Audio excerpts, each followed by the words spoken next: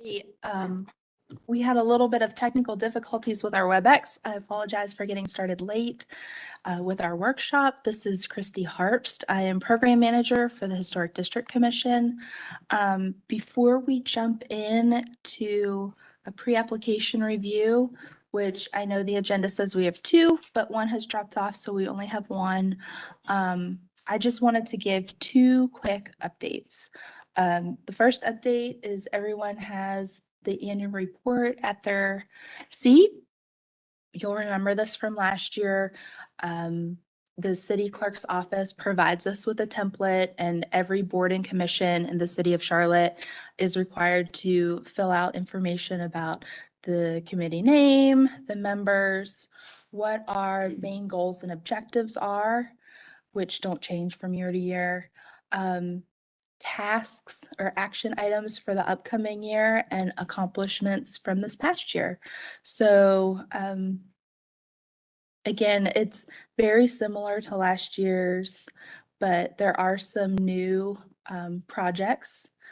And what the city clerk's office has asked is that the commission vote to adopt this annual report. It'll be provided with all of the rest of the boards and commissions reports to city council as part of their package for their annual retreat that they do every January. And just a quick plug, my other announcement actually has to deal with item number 3 in the report, the grant project that we received, the Underrepresented Communities Grant from the National Park Service, one of only 19 communities in the whole United States to finalize National Register nominations for Oaklawn Park and McCrory Heights. And I know we've announced that previously at a commission workshop, but work is kicking off. I've met with the consultants. We've gotten through the RFP process and all those fun things to get started, but the consultants are Susan Mayer and Nick Linville, and they are starting on Thursday. They'll be around out and about in McCrory Heights and Oaklawn Park, and we're just really, really excited to help these projects get across the finish line. So if anyone has any questions about it, we're glad to talk about it. They have postcards that we've provided that they can hand out to residents who may wish to know more about what this means for them. But just as a reminder, National Register, it identifies important places, it's honorary, there are no restrictions. They already have that as local districts with us. So this is adding the opportunity for residents to have tax incentives that go along with any work they might want to do. And the threshold for those tax incentives is like $10,000. So someone needs a new roof, someone needs a new HVAC, like it can help with very practical projects to help keep people living in their homes for years to come. So with that, I will turn it over to our Chairwoman Hawkins. And if you have any questions about the report or if you want to call for a vote. Okay, before we call for a vote, I just want to express my sincere gratitude to you, Christy, and the staff for supporting the community in the way in which you all have through the process and ensuring that residents not only get the recognition, neighborhoods get the recognition that they so deserve, but providing those the opportunity for these very practical benefits of being on a national register. So I really want to, words cannot capture how I feel about that. So thank you so very much. Really appreciate it. Yes, it's our honor to help. All right, commissioners, believe you've seen the annual report for the Historic District Commission. Do we have a motion?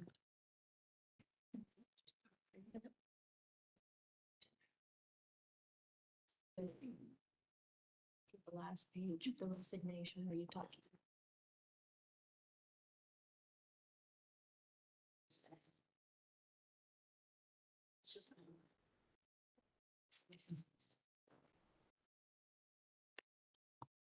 We have a minor date update at the bottom of page 2 to be from 2020 to 2024.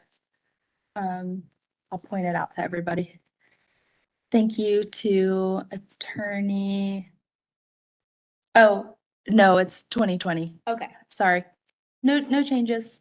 okay. Okay. Okay, Nope. It's been since 2020. Okay. no changes? No changes. Do you have Yeah. any changes? No, Okay. I was just gonna make a motion or Please. whatever, but can you tell me one more time what we're motion, the vocabulary is? Your motion is to approve the annual report Okay. for calendar year 2024 to city council. Oh, okay. I would like to make a motion to approve the annual report for 2024 for the Historic District Commission for City Council. All right, motion made by Commissioner Wojcik, seconded by? Second. Seconded by Commissioner Holtz. Any discussion? Okay, let's vote. Commissioner Holtz? Yes. Commissioner Whitlock? Yes. Commissioner Parati? Yes. Commissioner Wojcik? Yes. Commissioner Taylor? Yes. Commissioner Kern? Yes. Commissioner Hawkins, yes. Vote to approve passes 7-0. Great, thank you. John Ferris. We're welcoming John back. John was with us at last month's meeting. He has a revised plan for, you'll remember, 404 West Park. There's that one, John. And I have your workshop, final one.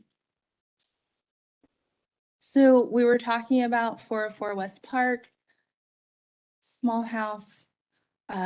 These are all proposed options, and I will also bring up some streetscapes that we have on file. And just as a reminder, we look at additions in relation to the other historic houses on the street, and a couple of these are not historic, so this one. You need to use that. This one's in particular. That's the historic. Houses noted. Yeah, I don't know where that is, but okay, we only have, my fault that we're a little late and our technical difficulties, but what would you like to share, John? Okay, taking the feedback from last meeting, I'm on here, can you Oh, turn, yep, just make it green. There you Okay. go. Yeah. It was obvious that the height was an issue and I guess, that, well, anyway, we don't need to retrace that. So afterwards, I had some discussions and whatnot and remembered that 3 feet is kind of if you're gonna raise the ridge, the guidelines don't allow the ridge to be raised, but there is a 3-foot grace area, I guess. That's not necessarily mentioned in the guidelines, but at any rate, I've got 2 concepts here. The first concept is to extend that center portion of the original roof that to the 3 feet area. Okay, and then drop down and back up, trying to preserve the volume, which is the issue. And in the worst case scenario, you can see the sight line from across the street is, very, very little bit of that peak is visible. Nothing is visible from the sidewalk closer to the house. So that's the first concept, is raising that center portion to create sort of a screen. Again, this is sloping away from the street, so, you don't perceive it as much as you would, say, a 3-foot gable extension, straight up. But now that's the first concept. The second option and the third option are working off of the concept that was more like the original time that we were approved 3 or 4 years ago. And if you have that from last time, if you have that sort of I think it was the evolution.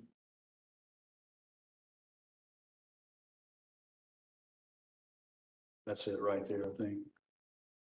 Yeah, okay, so this was a project that was approved previously. And I remember the question being said last week or last month, well, you had something that was approved. Why did you deviate from it? And the answer is because this owner does not want to build that much addition.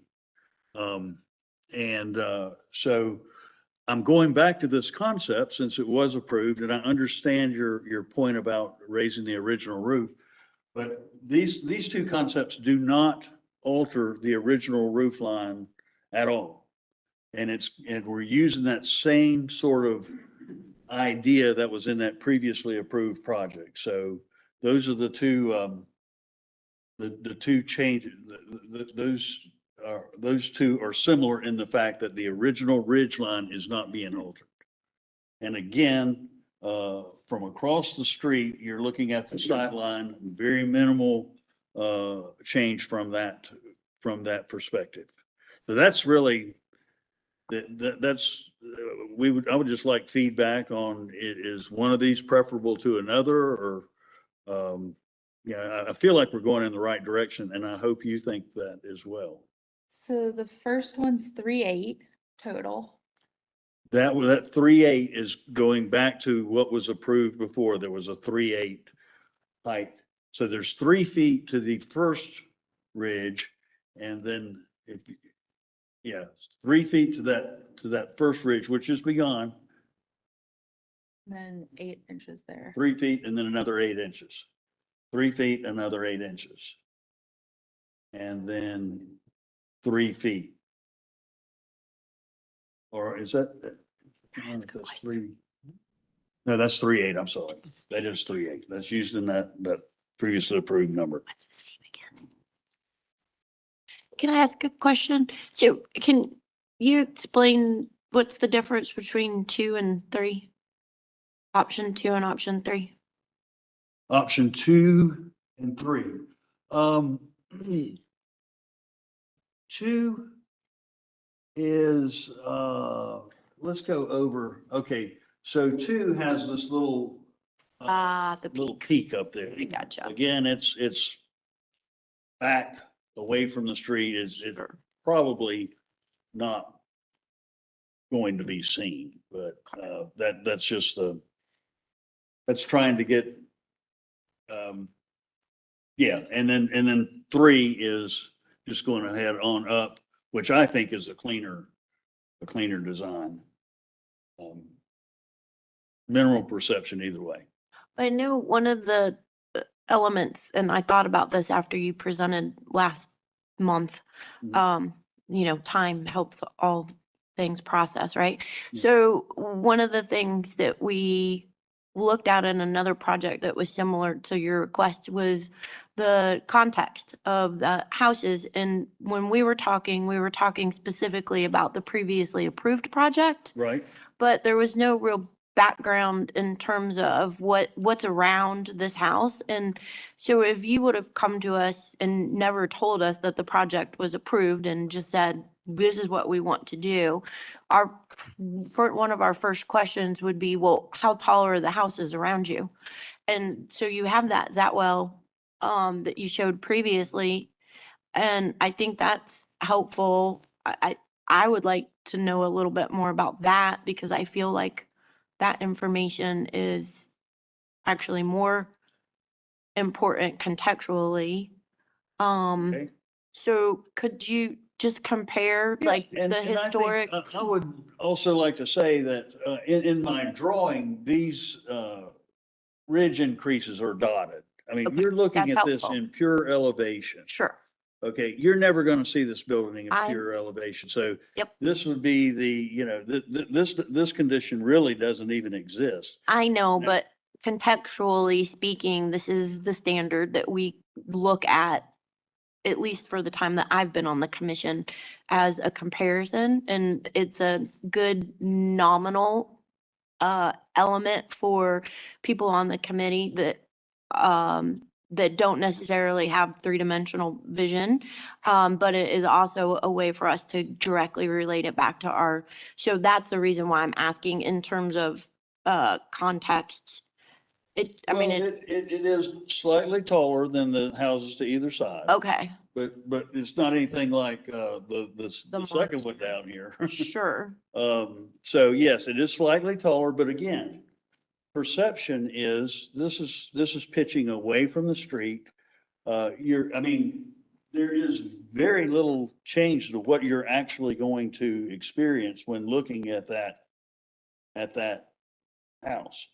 Yes, sir, I understand that. And so I hesitate to, I mean, when looking at it in pure elevation, it's, Well, I feel like also that, I mean,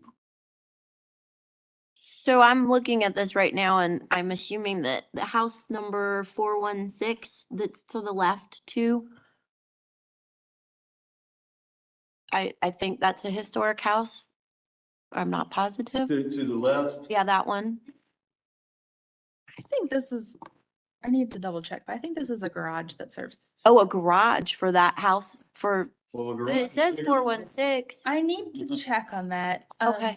I do think across the street, there are some taller houses. You Okay. know, we look 360, Well, so yeah, I kind of, I guess I'm trying to broaden this up a little bit to actually help you because you mean by looking at the other houses? yes, because Okay. when we look at a 360, we're looking at the contour line of the elevation of the ridges. If that's a garage, if 416 is a garage, then that would be a little bit different, but you've already got a 22.4 foot elevation for that structure. And then if you compare that back to your proposed structure, you're at 22 point something. Where are you? I'm not sure where you're. So if you're measuring from grade, so we look at grade to the ridge for comparison purposes. And so if I'm looking at your existing house, it's 19.3. And then you're proposing an addition of 3.5. So you're at 21 feet, 8 inches, Okay. right? And did I do that math right? I 22 think, point, I hear what you're saying. And okay. again, that's in elevation. Yes, sir. Yeah. But then if we're looking at that reference, there's a house on the street that's actually taller than that. So Okay. I'm trying to tell you that from a contextual That I- standpoint, if you're looking in I the can go to 360. 360 and use that as kind of supporting evidence to, Exactly. okay, gotcha. Exactly. I Okay. do appreciate that you offset the ridge. Though I know from an architectural standpoint, that's not usually our first go-to as from a design standpoint, but from a historic standpoint, that offset Wait a it. minute, where to the are back. we looking? Oh, so I'm sorry, I'm skipping back. Yeah. So in option 2 or option 3, Okay, where the rear ridge, the proposed ridge is, yeah, I feel like that gives us the ability to meet a couple of the other standards. One, you are raising a ridge, but you are not actually disturbing the historic ridge of the house, right? right, 2, one of the things is if the project was ever removed, does it allow for the historic structure of the house to be present still? yes. So I do feel like that meets a couple of our standards better than just the extension of the existing ridge. Yeah, I completely understand what the previous design from last month was, it was more driven by trying to make a nice piece of architecture. Yes, which I totally appreciate, And- except for. Right, and hoping, trying to get both, get Yeah. historic district approval and have a nice. If we piece of could do architecture. both, that's ideal. And, Yeah. and this is sort of, I mean, it's not bad. No. Now, another element that I have not mentioned is, Christie, if you could point to the door right there. Okay, so you're just to the left of the door, that note that you can't read very well there says, that's a notch to delineate the proposed addition from Wonderful. the new. So Wonderful. that would further distinguish what's what. Yes. And so that's in all of them.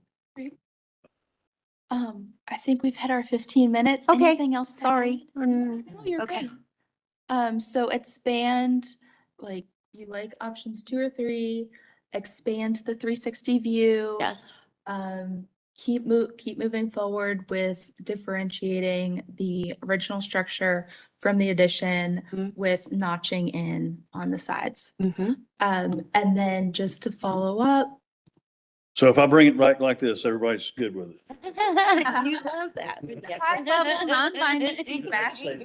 Mhm. Correction to my previous statement, this building, this is an old streetscape survey. This does not exist anymore. Oh, okay. There was new construction built there. Okay. Yeah. So you're definitely looking for historic structures to compare to from a Right, height Right, standpoint. okay, gotcha. Yeah, I didn't, and I think you're right. I think there's some other surrounding, I have looked at, it, but I hadn't put them into the presentation, which I can't do. Okay. Okay, very good. Thank you. Thank you so much. I Thank you. appreciate it. This is a great help to have your feedback, and thanks for your work. Appreciate it. Thank you, John. Okay, are we ready to go? Ready? All right. Over you. All right. The Charlotte Historic District Commission welcomes you to the December 11th meeting. I'm Nichelle Hawkins, HDC Chair, and I call the meeting to order at 1:10 p.m. Also sitting on today's commission are Sarah Kurum, Cameron Holtz, Kim Parati, Brett Taylor, Scott Whitlock, Heather Wojcik, who are present in the meeting room. Also present are HDC staff, Christy Harps, Candace Lighty, Marilyn Drath, JT Fawcett, Nicole Hewitt, Assistant City Attorney, Jill Sanchez Myers, Senior Assistant City Attorney, Candy Thomas, Court Reporter. I would like to start by acknowledging that the commission has resumed in-person meetings. However, as a continuing health and safety precaution, the commission is permitting applicants and members of the public to participate using a remote online platform if they choose. Due to the hybrid format, I ask for your patience today as we proceed. There may be slight delays as we transition between speakers, participants, and presentations. Participants in today's evidentiary hearings were required to provide a copy of any presentation, document, exhibit, or other material that they wish to submit during the evidentiary hearing prior to today's meeting. All such materials, as well as a copy of city staff's presentations and documents, were posted online prior to this meeting and may be viewed by visiting the HGC webpage. For everyone participating today remotely in today's meeting, we ask that the following guidelines be observed. Please make sure you're on camera using a video source during any testimony. Please mute your audio when you're not speaking. Use only one source of audio, computer or phone. Do not put your phone on hold. Make sure you're in a quiet area. Please turn off or silence electronic devices and do not speak over the person talking, or you will be asked to leave the meeting. Please use the raise your hand tool. Please do not speak unless recognized by the chair or by staff. Because the commission is a quasi-judicial body, any speaker for or against an application must be sworn in. Any individual wishing to speak for or against an application was asked to sign up and provide any additional evidence in advance of the meeting. During the hearing, I will further open the floor to anyone who has joined the meeting today by telephone. When it is your turn to speak, please begin by stating your name and address. The review of each application consists of the presentation of the application and deliberation. The application is presented by the HDC staff. The commission will first determine if there is sufficient information to proceed with the hearing. The applicant presents their testimony for the application.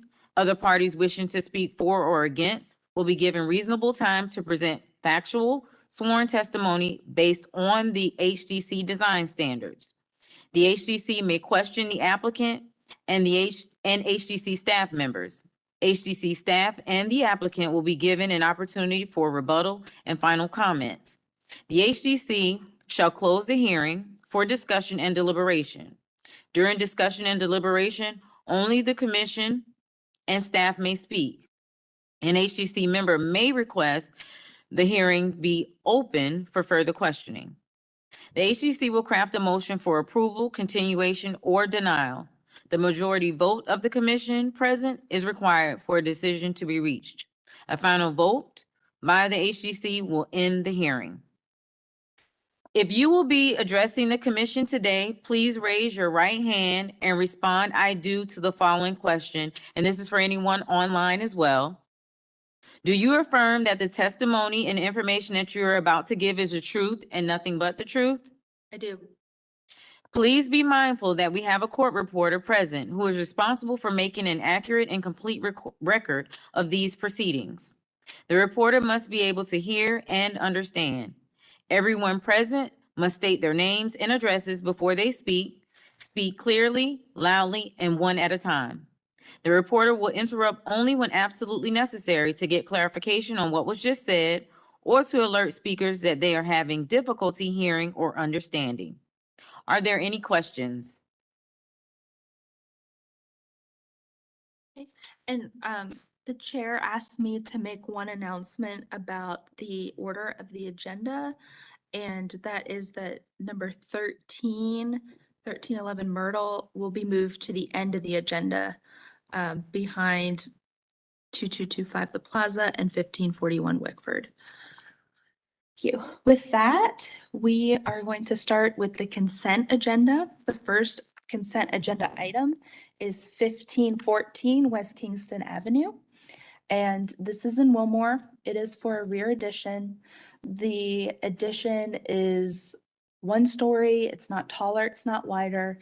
The only thing bringing this to the commission is the fact that there are 4 trees proposed for removal, 2 of which are in the commission's purview, tree number 1 and tree number 3. And this is shown on the site plan on slide 12. This is an extremely wooded lot, as you can see, where all the trees exist. And the addition is going right back here in this space. This is tree number 1 right here. This is tree number 3 back here. Tree number 2 has an arborist letter. It's diseased, dying, decayed. And tree number 4 is a heritage tree, and that is not in the commission's purview. So to build the addition, they need to remove tree 1, 2, 3, and 4, and 3 is being required. It's growing into an existing retaining wall, and the retaining wall needs rebuilt as part of the addition project. But staff is recommending this for approval, given how wooded the lot is. And that information is on slide 3. With the following conditions are included. Do we have anyone on the line to speak for or against? No. Okay. All right, commissioners, anyone would like this item removed from the consent agenda? All right, well, do we have a motion?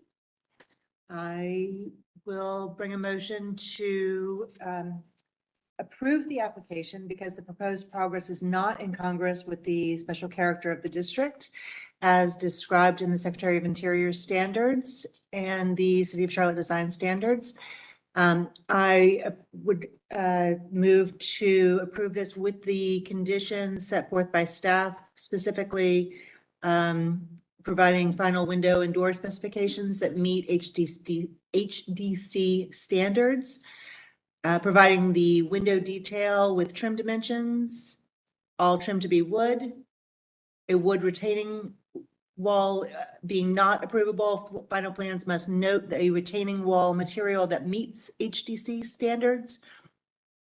And finally, to approve the tree removal with no replanting. All right, motion, If you could just add why you're not requiring replanting, because typically we do require. Yes, because of the existing heavily wooded condition of the lot. Right, thank you. And with appreciation for the letter from the certified arborist. excellent. All right, motion made by Commissioner Holtz, seconded by Second. Commissioner Parati. Any discussion on the motion? All right, let's vote. Commissioner Holtz, Yes. Commissioner Whitlock, Yes. Commissioner Parati, Yes. Commissioner Wojcik, Yes. Commissioner Taylor, Yes. Commissioner Kern, Yes. Commissioner Hawkins.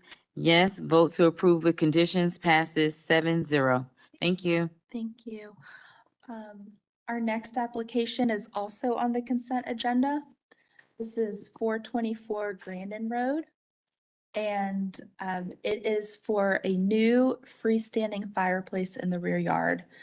It will be built between an existing pergola and rear fence, and it will be screened from the fence, and only the chimney will be visible. So the footprints outlined, the height, and the proposed materials. Staff is recommending approval with materials and rear yard permeability calculations be provided to staff. And to orient everybody, this is a unique lot. It's along the Greenway. And it really has no neighbors along to the side. The only neighbors are to the front, but the affected area is here at the back. There is one house way back behind them. This is the shared driveway.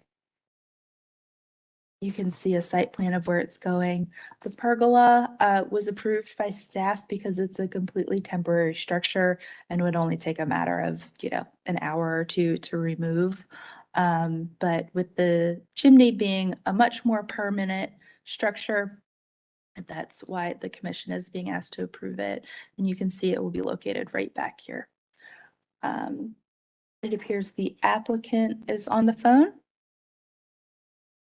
But other than that, we have no one to speak for or against the project. All right. Commissioners, anyone would like this application removed from the consent agenda?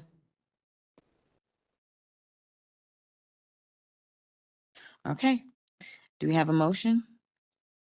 Yes, I'll make a motion to approve this application because the project is not incongruous with the special character of the district as described in Chapter 3 of the Design Standards and consistent with the Secretary of Interior Standards for Historic Rehabilitation on page 2.5 with the following conditions.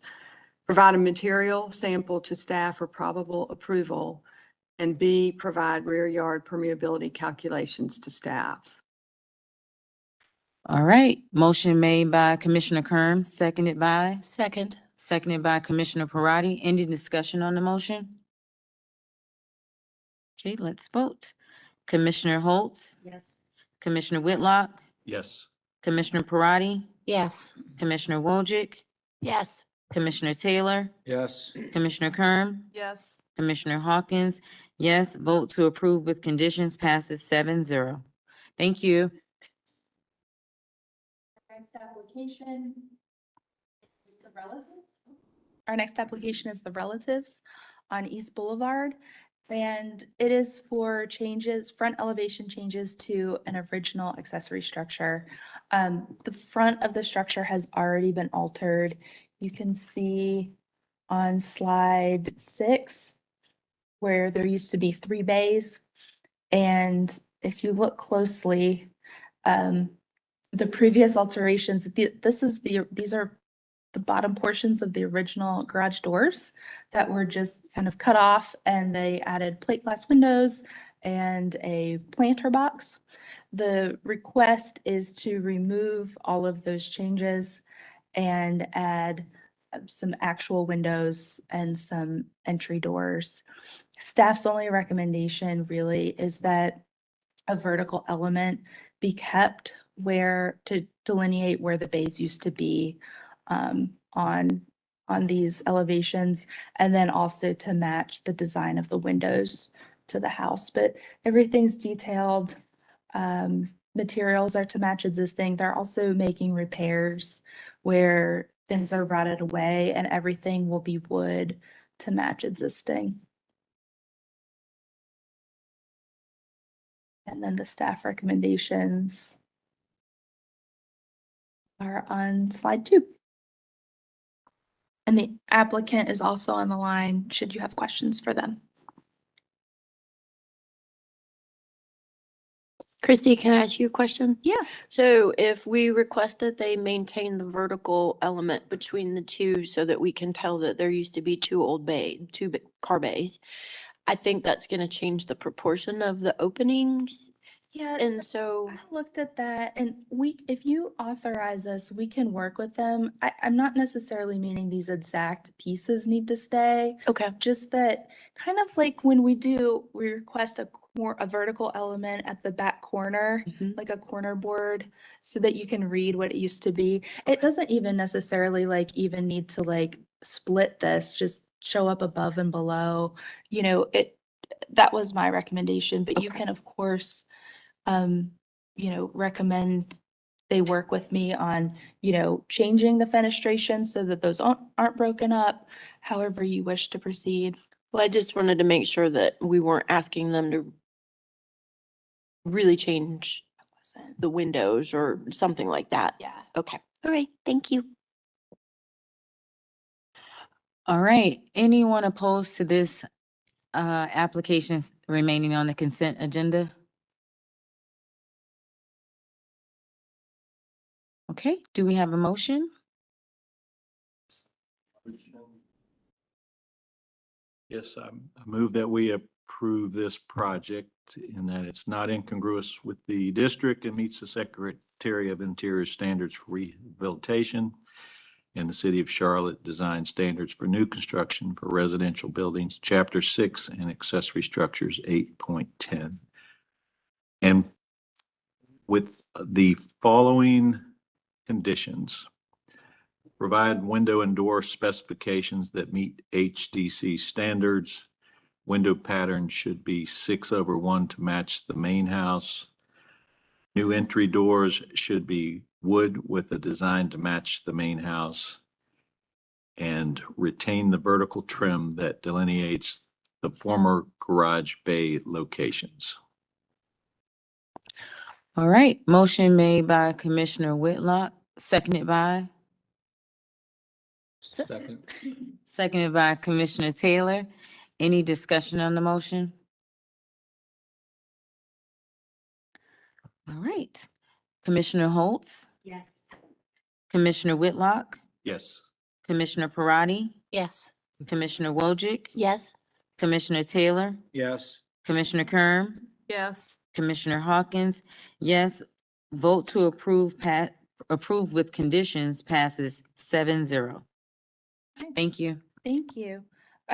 We are now moving into the applications that were not heard at the November 13th meeting.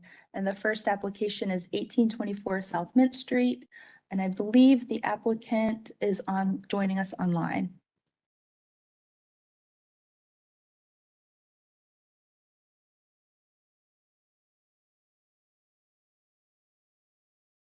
Liliana, are you with us?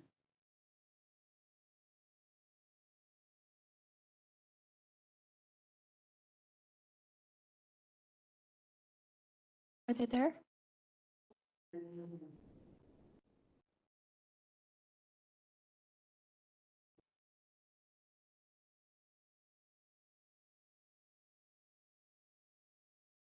Raul?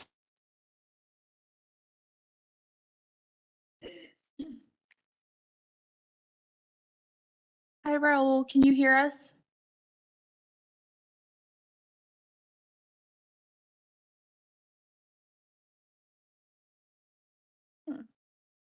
We just want to make sure he's sworn in.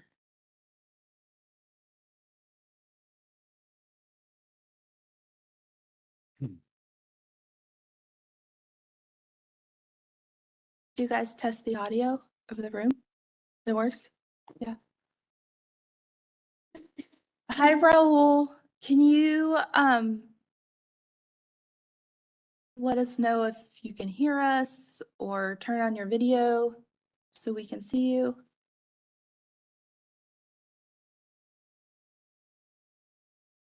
Okay.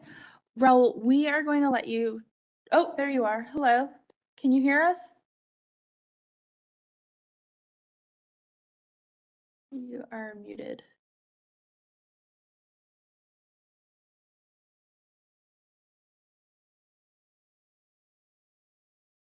Yeah, I see that.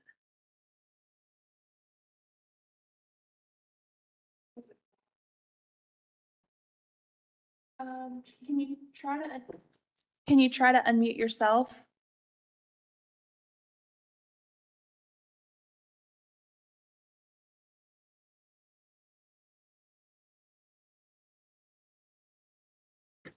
Oh, you had just had it. Whatever you just did.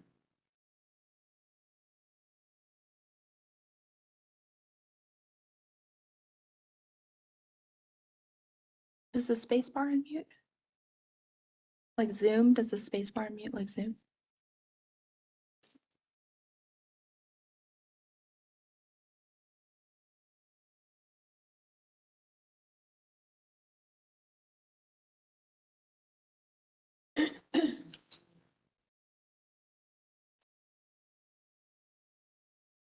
Can you give us a thumbs up if you were sworn in? Real high, up by your hat. Were you sworn in earlier? Thumbs up? Yep. Is that your thumbs up? No, you weren't. Okay.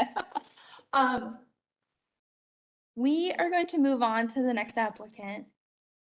Keep trying to use thumbs down. Okay, great. Thank you.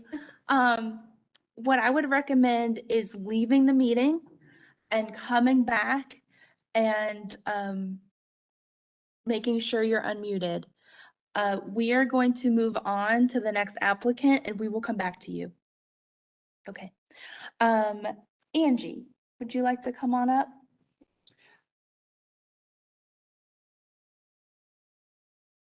And we know Angie was sworn in. She was in the meeting room. The next application is 1329 Lafayette Avenue. The request is in two parts. It is the expansion of a front stoop to be just an uncovered front porch, both to the left and right of an existing like half circular, half moon stoop. And then the removal of an existing accessory structure and the addition of a new accessory structure. There is some information that staff has noted in the staff analysis, primarily about some of the two-story coplanar walls, and then also looking at the cross-section to see how the height of the new relates to the existing. Let's see here. Angie, can I start you on the site plan? And before you start, Angie, let the record show that Commissioner Taylor has recused from this Thank case. you. Right. Thank you. Mhm. Angie, press the green button and state your name and your address for the court reporter, please. Angie Lauer, ALB Design, 901 Berry Hill Road, Suite B1, Charlotte, North Carolina, 28208. And thank you. Okay, yes, we will start with slide number 12. And one of the, I guess, staff analysis was, we can start with the permeability and the open space. So this existing house had an original addition or an addition put on the back.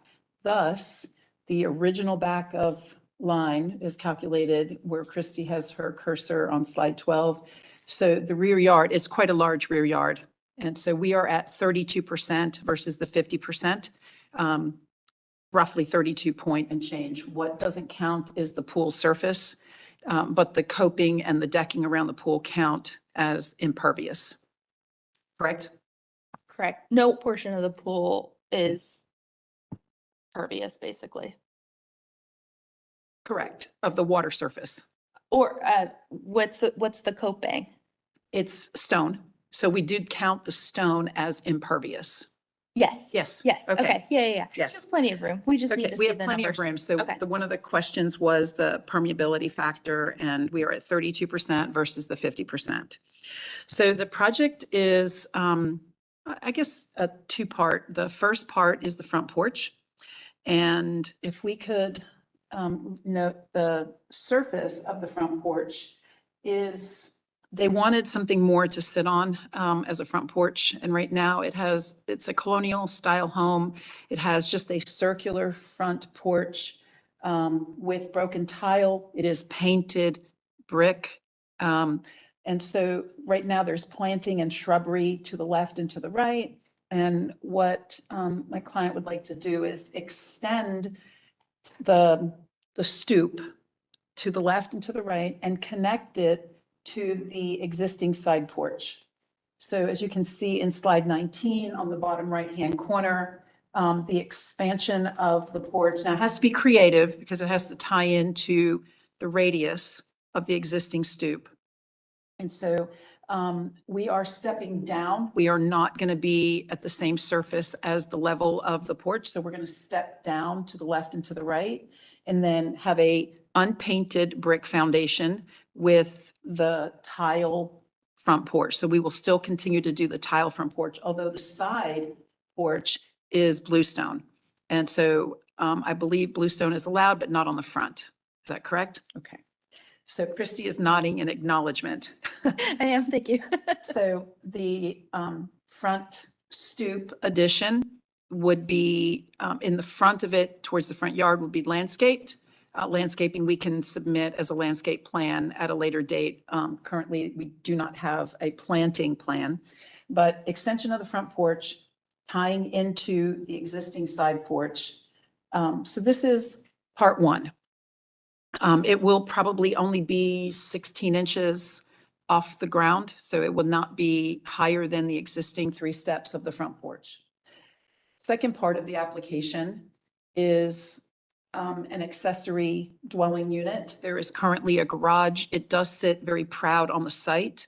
And currently they have a rear yard apparatus set up for a batting cage. It's temporary. It's not permanent, so it's not considered a permanent structure. And we have 2 very, very large heritage trees on the property that have to be taken into consideration. One is a 60-inch heritage tree. The other is a 48-inch heritage tree. And you can actually see that in some of the photos. Slide 10. You can actually see a portion of the trees. They are close to the pool, but they, with an arborist's consultation, we would be able to cut the root system to put in the addition of the accessory dwelling unit. We are moving the ADU back on the site so that it is not proud of the pool, and then create fencing. There is fencing right now that is required by code to separate the public access to the pool. It has a self-closing gate. But extending the accessory dwelling to the back, again, trying to be creative around that 48-inch oak, and notching the accessory dwelling unit. It is shorter, not as tall as the house. The house is 30 feet 6 inches from grade based on the Zoot survey. And the proposed structures, if you can zoom in, Christy, on slide 22, bottom left, you'll see that we are no taller than maximum allowed by zoning ordinance, which is 24 feet, and it is from grade, not from finished floor of the garage. The front of the garage, which is facing the doors, it is a gable facing. The wall is coplanar on that end, but all the dormers that are set on the left and right are not coplanar with the first floor. The addition of the gable on the right side is skirted, if you can see on slide 22, bottom left, so that it is not as prominent as the front. There is a band that separates the first floor from the upper level. The windows and fenestration patterns are influenced by the existing house. Garage door style, I believe if we can work with staff on exact materials and design to be appropriate for a colonial style home, we can work with staff on that. Foundation is to be brick. There is a brick foundation, although it is low to ground. So it would be just probably a 4 to 6 inch exposure of brick. The height, the mass, the scale is definitely subordinate to, I know that there's no cross section of the house, but if you can go to the front elevation of the house on slide 26, let's go. Actually, even slide 14, because it's a side elevation, you can actually see the house is 2-story painted brick, and clearly is subordinate by 6 feet to the existing structure. That's it. Questions? We have one unknown caller. Marilyn, will you? Hi, caller labeled user number 7. Can you let us know which application you are calling in about? We are currently speaking about 1329 Lafayette Avenue.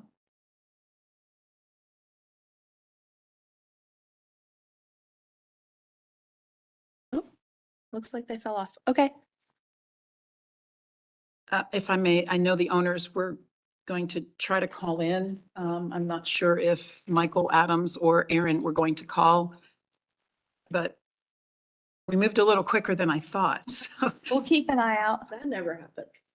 So if they jump in, please allow them into the meeting. Okay. All right. Commissioner Wojcik? Hi, Angie. Hello. So, I have a couple of questions. I had a very hard time seeing the foundation, as just the graphically as it's being presented. But it helped that you explained that it was 4 to 6 inches, which would say why.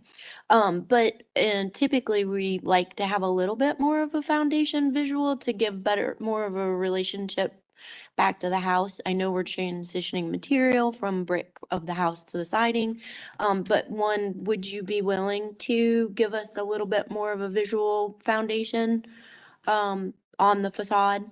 Yes, it Overall? would be brick and block. Okay. So we would step internally. You'd have a 12-inch thick wall. So yes, we can definitely give you more than 3 courses if we need to. I know there may be a few places where it might be an issue just because of the spacing overall with the door clearances and things, but I figured you could address that. We can make as you that needed work. to. So Okay. a little bit more visual brick foundation. And I'm going to say unpainted Yes, brick unpainted. foundation. The roof line. So I know that we typically request that the dormers be secondary to the main ridge. And I know that you have offset what I'm gonna call the secondary gable that runs to the side. And then you also dropped the dormers down below that again. I think you're doing that just to appease the design standards in terms of not having them engage at the same height, right? Yes, Okay. so I'm assuming you're referring to slide 22, bottom Mm. left-hand corner, Mhm. proposed right elevation. So we have an offset in the footprint, Mm-hmm, creating the cross gable from the Mhm. front, mm-hmm, which is the primary gable that you see where the stair section is. mm-hmm, And then it steps in where the door is. mm-hmm. And then the dormer itself is secondary or tertiary to the offset of the cross gable. Okay. So the shed roof actually lowers itself as it's, increased in length. Mm-hmm. The roof changes where the eave height is. So it's a continuation of the roof. Okay. Where the Christie's cursor is just slightly to the left. No, you were correct, right there. So it's just a shed roof. It's continuation in its same plane, but as it steps out, the eave drops. So there is articulation of the roof simply because of the footprint. And it is also because of the tree. We're so close to the tree. Okay. We need to make sure that whatever limbing needs to be done doesn't interfere with the addition. Okay. So you also made a comment about the windows relating directly back to the house. We don't have all the facades of the house. Do they have the half windows, just the 6 light? Is that an existing element on the house, or is that to work with the veneer exposed space of So- the Yeah, garage? so we do have photos of the house. They are 6/1. sorry, And yes. it's all documented. All the elevations of the existing house are in here as well because of the front porch. Okay. So Christy, if you wouldn't mind going to the front, so slides 14, 13, 14, and 15. Well, 6/6. I'm sorry. Go to the photos. They are 6/6. I'm 6/6. They will be changed to 6/6. Okay. Sorry. No, that's, Thank you for catching that. so then my last question is, normally we ask for more windows. But just from my standpoint, would you be willing to explore some of the window configurations and or sizes, if we all discuss and decide that we would like to request that?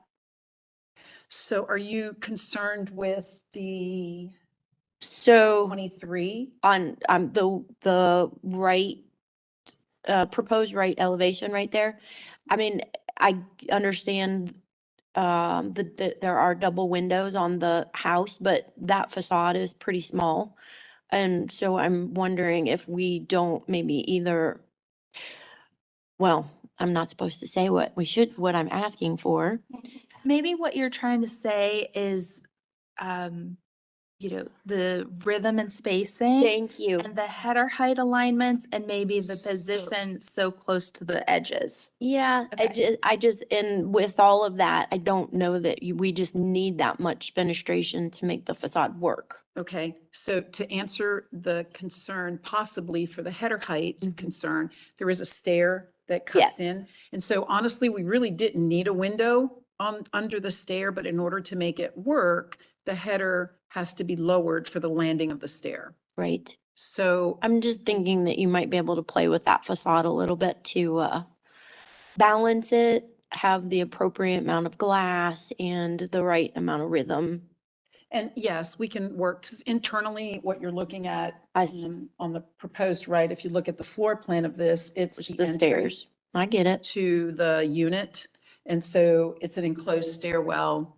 And we felt like more windows were better, but we Yeah. understand the concern about the rhythm of the fenestration. If we need to adjust that, we certainly can. Normally, we would totally agree with you. I just think in this circumstance, it's not necessarily as important. Okay, and also slide 23, which is the other side. Mhm. It is 5 feet to the property line.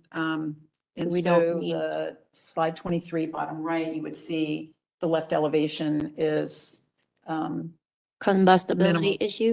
minimal. Oh, No, okay. I mean, well, you can have fenestration, but you can't have any windows if it's closer than 3 feet. Okay, that's To the right. property line, but we do have one, but because of how the garage is Yeah. set up, Well, it actually. only can has you one window. Show that real quick.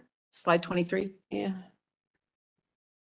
So that visually, I think is more consistent with the space but I understand that you have a stair element. On the left elevation. The left. So when you're elevation. driving Oh, in on the- the left-hand side, it backs up. Yeah. It's tight on the left-hand side, but, well, the rear actually, I guess I find that appealing.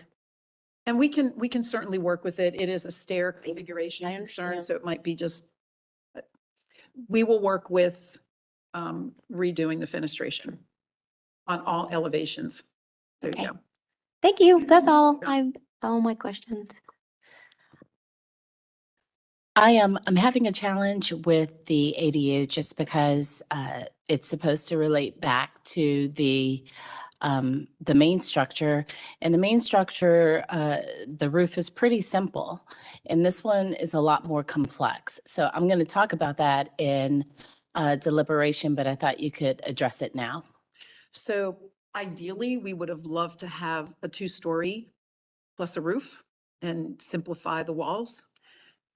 We do have a height constraint, and we felt that and also material, right? I think material is a visual thing as well. If this was brick with just shed dormers, it wouldn't have the same impact of the materials all being wood siding or lap siding. So the complexity of the roof is one, footprint, and two is I have a max height. I can certainly make the roofs more shallow and simplified, but then it becomes a 2-story with a roof instead of a 1.5-story with dormers. So the balance was height and material.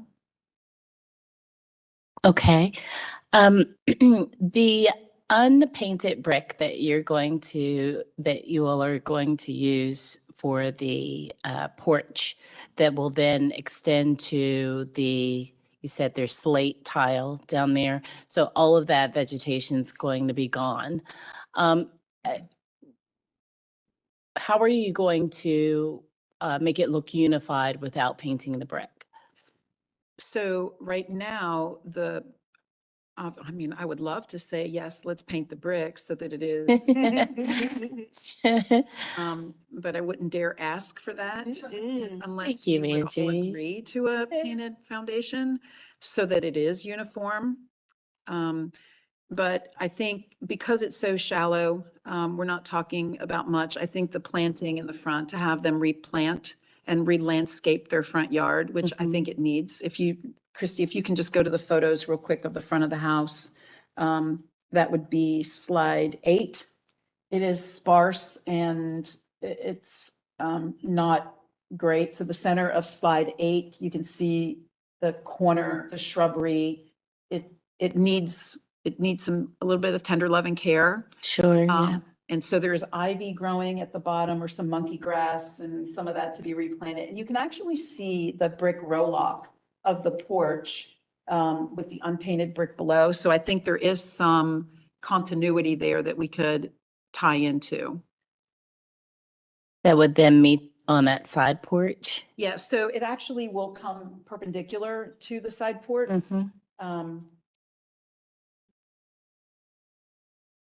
Yeah, you can see there's, it's just real sparse. This is slide 9, bottom right of slide 9. You can see the continuation. So I'm not sure when the side porch was resurfaced. If it was resurfaced, I know there's a brick roll-off and there's slate, bluestone as a porch surface. So the brick is raw, it's unpainted.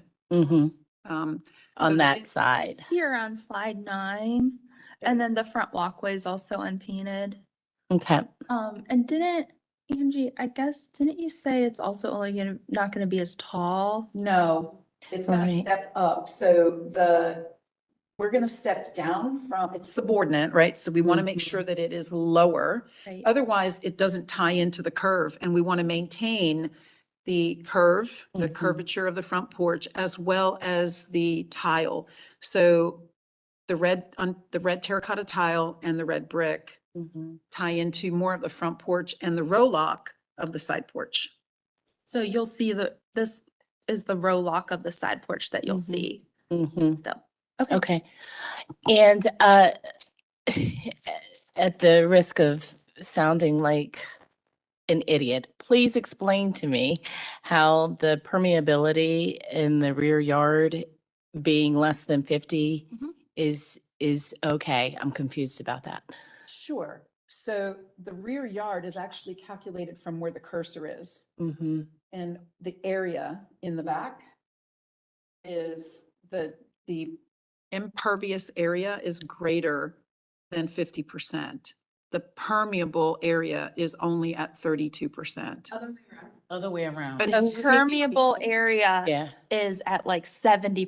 Correct. Oh, That's why I was area is thinking at that's- 30. Okay. 32. Okay. Yes, Through? Yeah. 32. Water goes through. Okay, Yeah. awesome. Just need, Yes, we need the, the show your work. Yes, Yeah. show your work.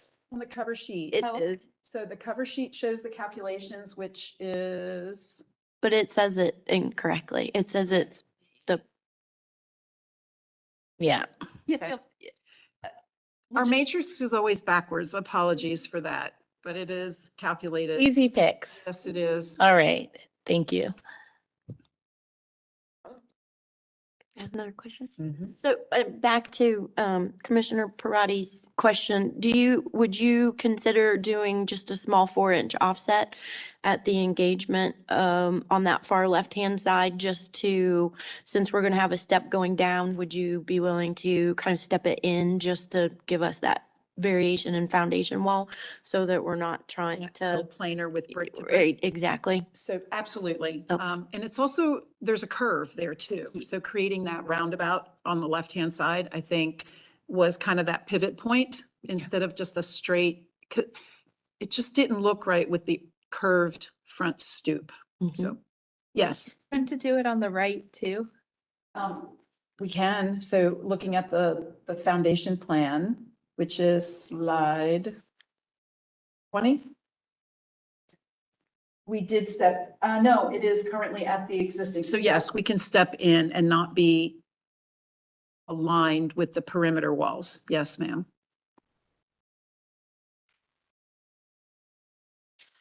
Hi, I have a question. Can someone point me, looking at the front elevation?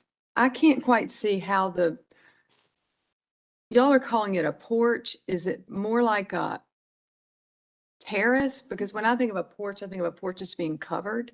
Well, a stoop can be uncovered. So it's more like. Right, but I think of a stoop is going maybe just in front, and what you're talking about is over the entire front. So I'm just trying to understand, because I see a lot of colonials in that section of town that do not have anything crossing the front because it's not really a house type that would have a front porch. So there are some homes on the street that do have an extended front stoop.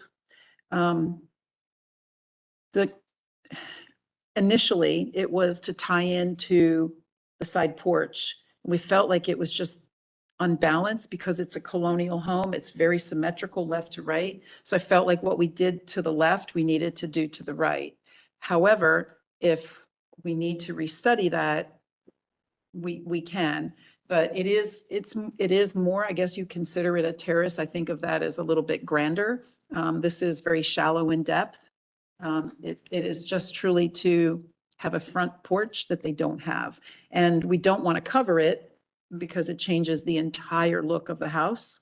So that initial curved front stoop, the covered porch of it, really needs to stand on its own merits. The horizontal surface, because also it is so low to the ground, and with the planting that would be in front of it, even if it wasn't planted, it would still be like, there would be a harmony from the front door to the side porch, which there isn't any connection right now. The only way to get to the side porch is through the living room. I guess for me, I would want to see more examples specifically of what you're talking about, because I live in that specific area and I can't really envision what you're proposing. Okay. Commissioner Kerm, I can say, having driven by, that there are houses with that full-length uncovered porch along in the area. But to Commissioner Kerm's point, question-wise, looking at our standards, porches are considered 8 feet, are considered porches if they're 8 feet deep. How deep is this one? 5'8". I just was looking at that, Kim. It's on slide 18. 5'8". But that's just to here. It doesn't include. Yeah, that's the foundation wall. True. It is. Which Would is be 6 the, feet. the brick. So it would be roughly 6. Six. So the concern was not exceeding where the steps were at the center point. So the steps stick out a certain distance. If I felt like we needed to go deeper, Mhm. there was a point of intersection with the circle that we had to maintain. So if you look at the center section, those steps stick out beyond the front surface. So again, trying to make it subordinate and not proud of the steps at the entry point. Sure. Okay. So does that make it not be a porch then? It's a terrace. Right, It's just a front terrace. Yeah. That's all it is. Yeah. okay. And, you know, in our standards, number 4 says porches typically, not always, but typically. And we encourage porches in these districts because it's the point at which community can come together. Yeah, We've approved similar projects in the past. okay. But I do concur with you that it needs to be not as wide so that it doesn't tie into the corner of the existing house. And is there a minimum that y'all want to, I know that on this side, it'll change the radius, but there's no minimum, like 4 to 6 inches or so, of course. As one commissioner, I think what you have is perfectly fine. Okay. I know y'all will deliberate. Well, can we talk a little bit more about the roof line for the ADU structure? And just so that I want to make sure the commission has information before we discuss. So, you know, that's basically a story and a half gables, dominant gable roof line with some shed dormers coming off of it. And the main house has a side-to-side gable. So from a simplicity standpoint, I mean, we do see this as a common approach in general. I think for accessory structures, I agree with you in that I feel like it's a little bit complex, but I do know in projects that I've brought that up on before, the consensus tended to be that it was common for the neighborhood. I'm really sorry. Yeah. We need like a 2-minute recess. Oh, okay. Sorry.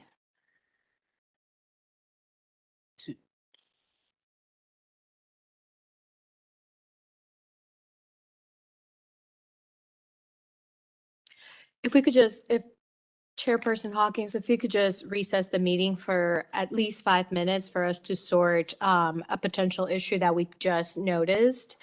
And then we can come back and have an explanation for the commission. Sure. Is there anything I need to say? Just recess the meeting. We will now recess the meeting for about 5 minutes. Thank you.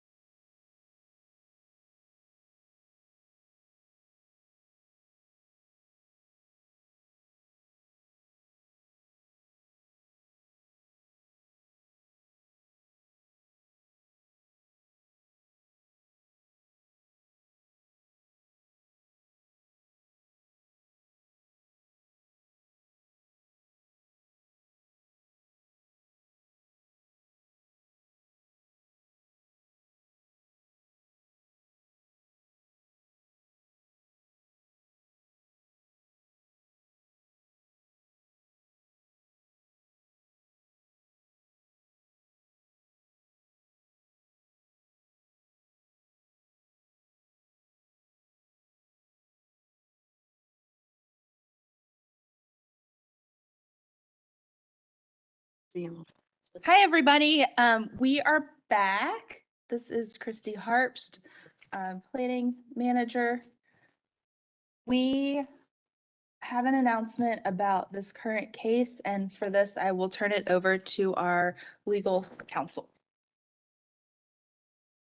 Sure. It came to our attention during the meeting that we had a commissioner who needed to recuse themselves based on a potential or actual conflict of interest.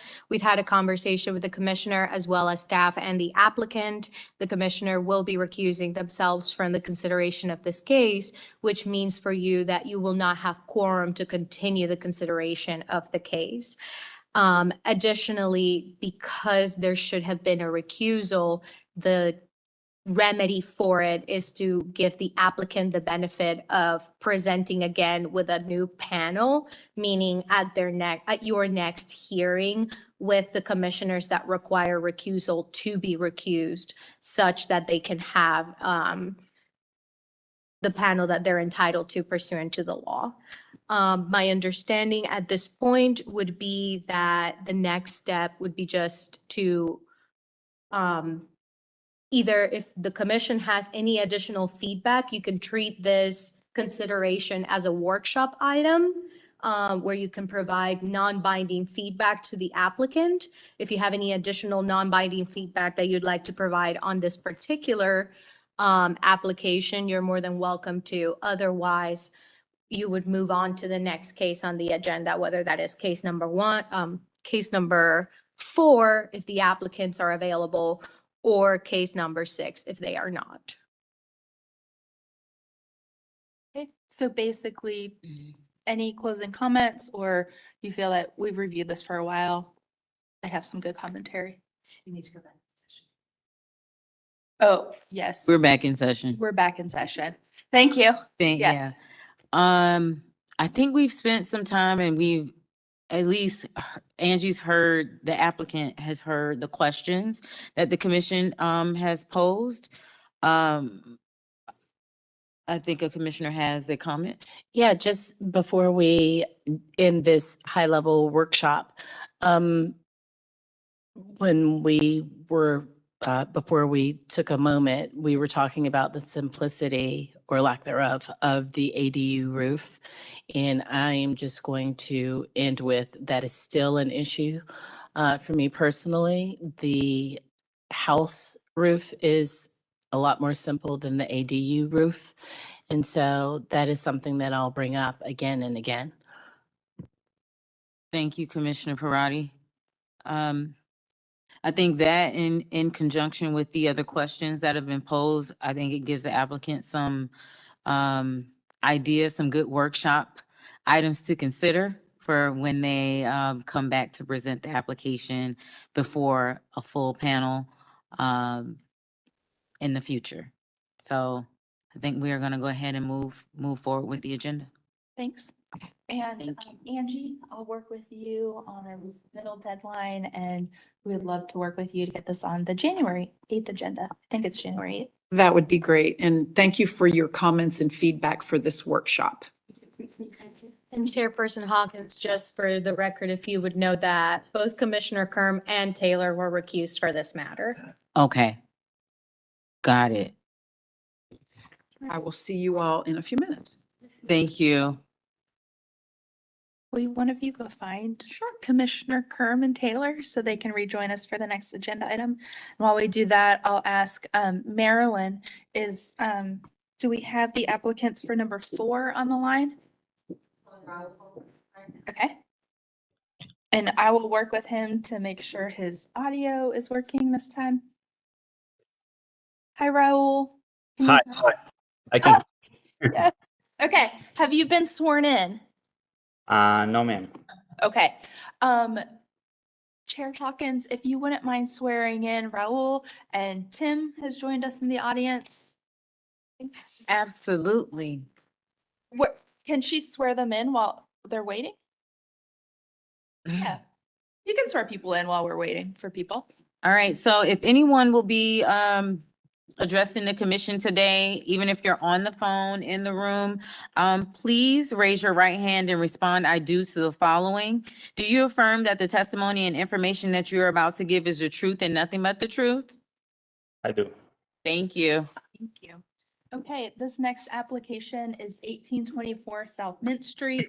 The commission reviewed this project a number of years ago for new construction. It's right here on slide 5. So it's this parcel on the corner of West Worthington and South Mint. Just as a refresher, this parcel used to have a 2-story, almost like general store structure on it. And so that's why the commission permitted this 2-story structure to be built. And when it was built with this sort of one-story addition on the back to make it look like it's evolved through time. The applicant is back, and just as a note, they are not asking for changes to the garage at this point, just the main house. And they are wanting to fill in. So right now, this is where that 1-story extension is, and they're wanting to fill in above it. And that was slide 8, and you can see the comparison of the existing to the proposed on slide 9 and slide 10. Oh, and slide 11. With that, Raul, I'm going to turn it over to you. If you would state your name and spell your name and state your address for the court reporter, please. Okay, my name is Raul Navarro, R-A-U-L, from address 1824 South Mint Street. Raul, is there anything you'd like to add about the project? So basically what we're going to do, we're going to do an extension for the upper floor. We're going to extend it 269 square feet heated space. Right now, the total square foot is 2,200. And with the extension, it will be 2,469 square foot.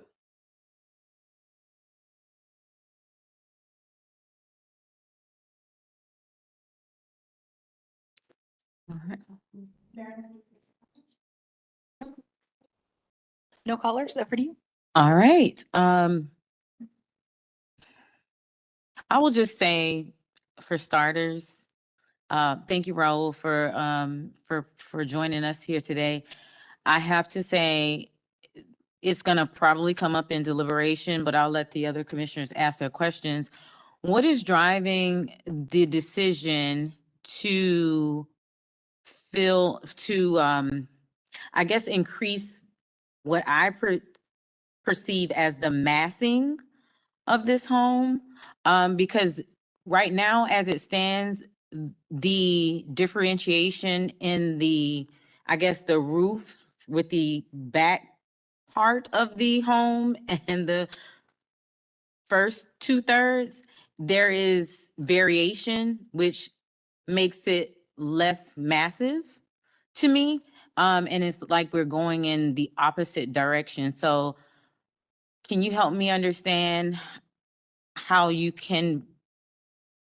we aren't breaking up the massing or maintaining the breaking up of the massing? Well, we're doing this because the owners want more space. I guess they want a new room and a bathroom. So that's why they need this space. Okay, all right. Okay, commissioners, questions for the applicant? Well, go ahead. No, good. I have a Commissioner Taylor? question, maybe more for Christie, but when did this come through? Can you explain that back roof again? What was the reason behind So that? the way they explained it when they first built this is that, you know, this was the main part of the house and this was to look like it grew throughout time, right? They added this like 1-story, maybe it was a porch that they've added, but the concept was that was their concept when they first presented it to us. What year was the house built? You remember? 2017, 2018, maybe? I will double check that for you. But And if it's a non-historical house and we're adding on to it, do we still need the delineation between the new and the old? That's probably not as important, right? Because it's new construction. Right. I think the massing, the scale, the fenestration, the roof lines, that might be more of the focus here. Well, our standards do say that it's these structures are a mark in time. They mark a moment in time. And so I'm trying to look up the age of this, but let's just say that it was built in early 2000s, right? Commissioner Parati, it was built in 2020. Well, then I take it back.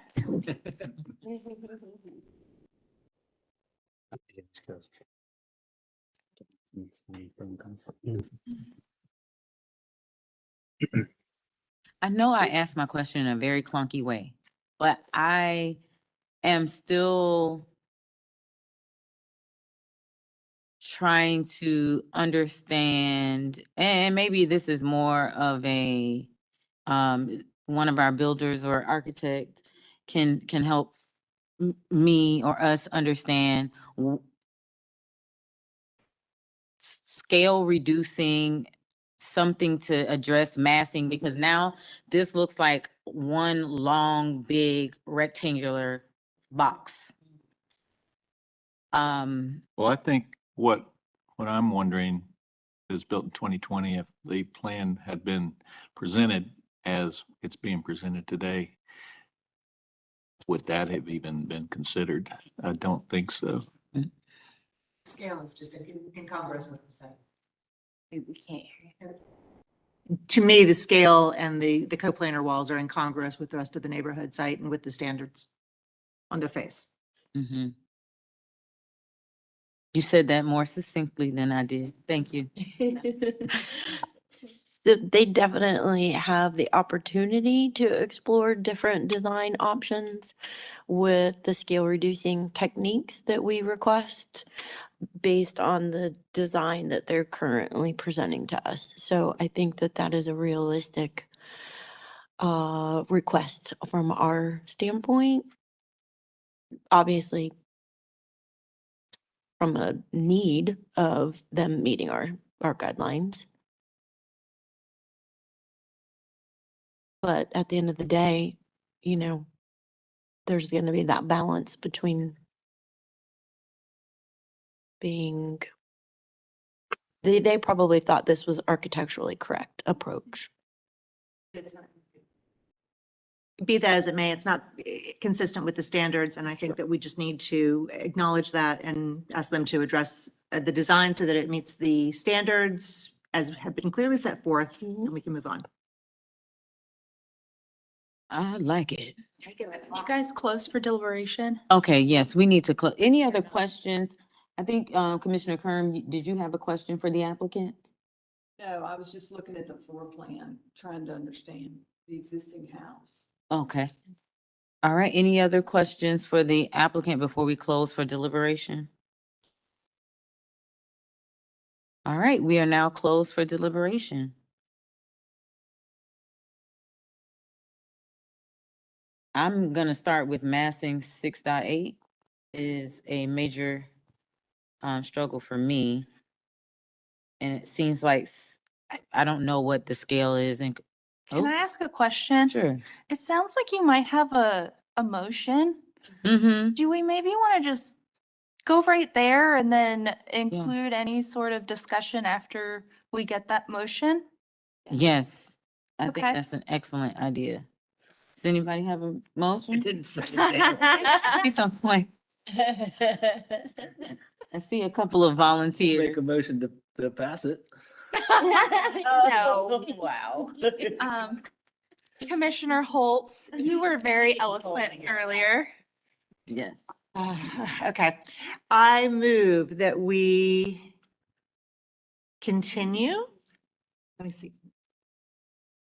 this application because the proposed project is in Congress with the following standards, most specifically massing and scale as noted by Commissioner Hawkins, 6.8, thank you. Also, context 6.1 through 4. The detail will also need to come later, but without addressing those, I see no reason to further review the project. 6.10 is scale. Thank you, 6.10, 6.10. Okay. Do I need to restate that? No, Okay. no, you don't. Thank you so much. Motion made by Commissioner Holtz, seconded by Second. Commissioner Wojcik. Any discussion on the motion?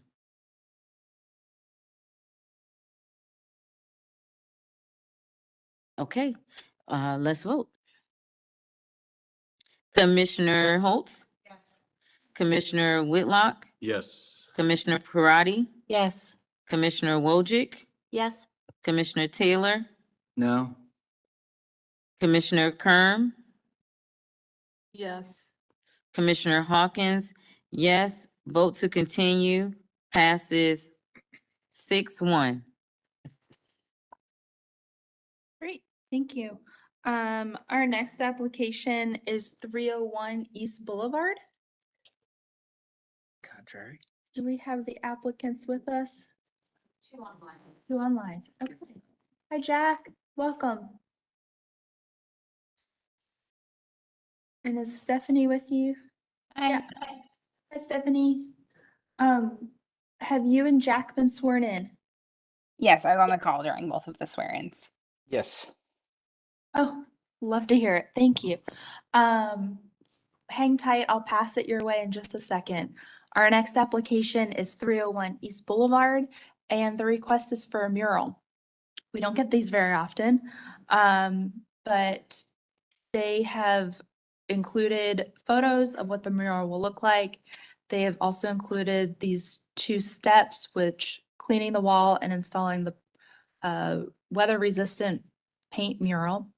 There are a couple of requirements for mural standards that we look for when reviewing.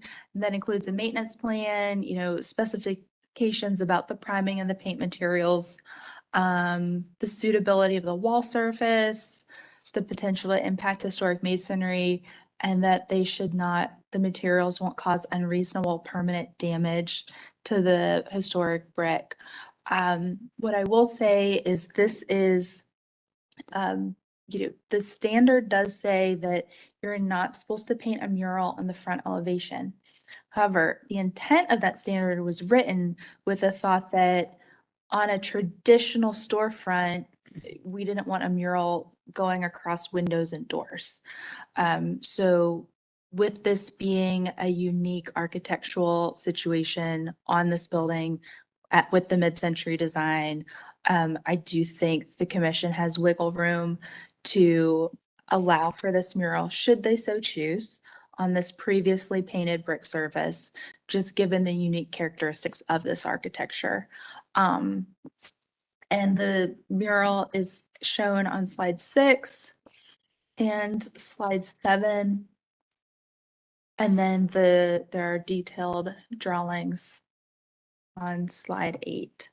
I think that's it. With that, I'm going to turn this over to the to the applicants, Jack and Stephanie, to talk a little more about the project. And I've started on the locator map on slide 5.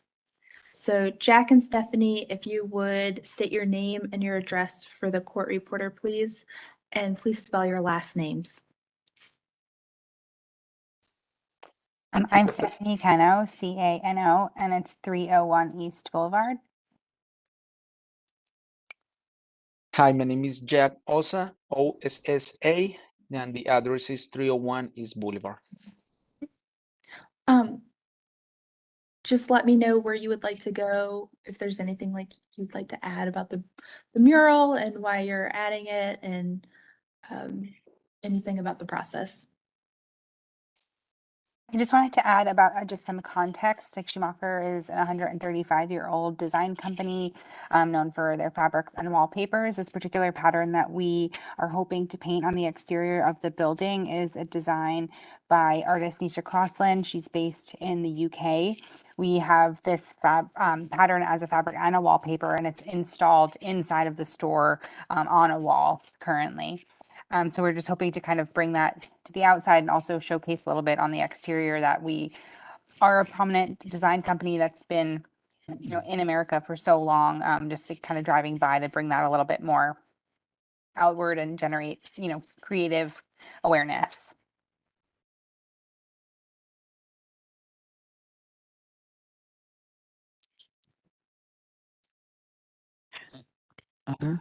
Any callers? No. Okay. All right. Commissioners, questions for the applicant? Commissioner Wojcik? Hi, thank you for submitting this application, and it is kind of fun to do something a little bit different. Back to staff requirement or analysis and questions. The maintenance, that's obviously going to be a big impact. I mean, you already have a painted masonry structure. There's some technical questions about materials and maintenance. Do you guys have a plan for how to kind of keep this maintained and fresh and looking good over time? We plan to keep it clean, whether that's, maintaining monthly cleanings for dirt, debris, weather, and then also just monitoring for any paint chipping or anything like that over time that might need touch-ups to make sure it always looks brand new, and not run down paint on the building. Okay. And have you talked to the people that would be doing the painting work in terms of what's already there and any additional work or concern that would need to be addressed? We've been speaking with an artist who painted a mural on a building for us in Tennessee. We haven't signed anything with them yet, pending the agreements here. So they have seen no concerns so far, but we'll definitely be going another step with them to make sure that everything is properly primed and the correct paint's used. Okay. And so this is for staff. Candace, I mean, is there any, or would you go out there and review it and look at it is there anything that we would need to do from your end, or can that just be staff review as you normally do? I mean, how do we know if Candace is our mason, right? yeah, so, I mean, it's already painted, so are they gonna mess up anything that's already been right. more than it's already been done? I'm comfortable reviewing all of the maintenance plans and Okay. everything. And actually, I'm comfortable having Candace. Okay, good. review all those things, and Okay. working closely with the applicant, as long as you're comfortable with us doing that, knowing that should there be anything that pops up that we're like, ugh, and we can't come to agreement, we'll bring it back to you. Okay, Mhm. I just wanted to make sure. Yep. Okay, thank you. Other questions for the applicant before we close for deliberation? I have a question. Just it looks like flowers with petals that are falling. What is it? It is a sort of abstract flower design. It's a bit Art Deco. It's one of her most famous artworks. Okay, it's not a particular type of flower. It's just, No, it's Okay. not. all right, thanks. Who knew you were into flowers, Commissioner Taylor? I said, who knew you were into flowers, Commissioner I Taylor? have a landscape background. Okay, all right. All right, any other questions for the applicant before we close for deliberation? All right, we're now closed. Seems pretty straightforward. What'd you say? Fine.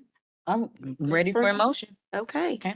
I would like to make a motion to approve this application because it is not incongruous with the special character of the district. As per standards for murals 5.9, number 1 and number 2. and we would request that the applicant work with staff in final approval for maintenance plans, specifications for priming and painting materials, and review of existing structure as needed. Just a friendly amendment. I think that we should put something in there about why we are allowing it to be on the primary facade. And I think it would be that it is not getting in the way of, or let me use the language that's in our standards. It is not Covering architectural covering architectural features or distinctive elements of this building. If anything, it's enhancing it. such as windows and doors. Yeah, The so unique structure that's presented in this in this particular piece of architecture. yes, that's why we are making the exception to 5.9, number 4. And it's a special circumstance just for this building. Yes, just for this building. Okay. Thank you. Okay, you accept all of that? Yes. All right, motion made by Commissioner Wojcik, seconded by? Seconded by Commissioner Parati. Any discussion on the motion? This is exciting. Mhm. I want to see more murals.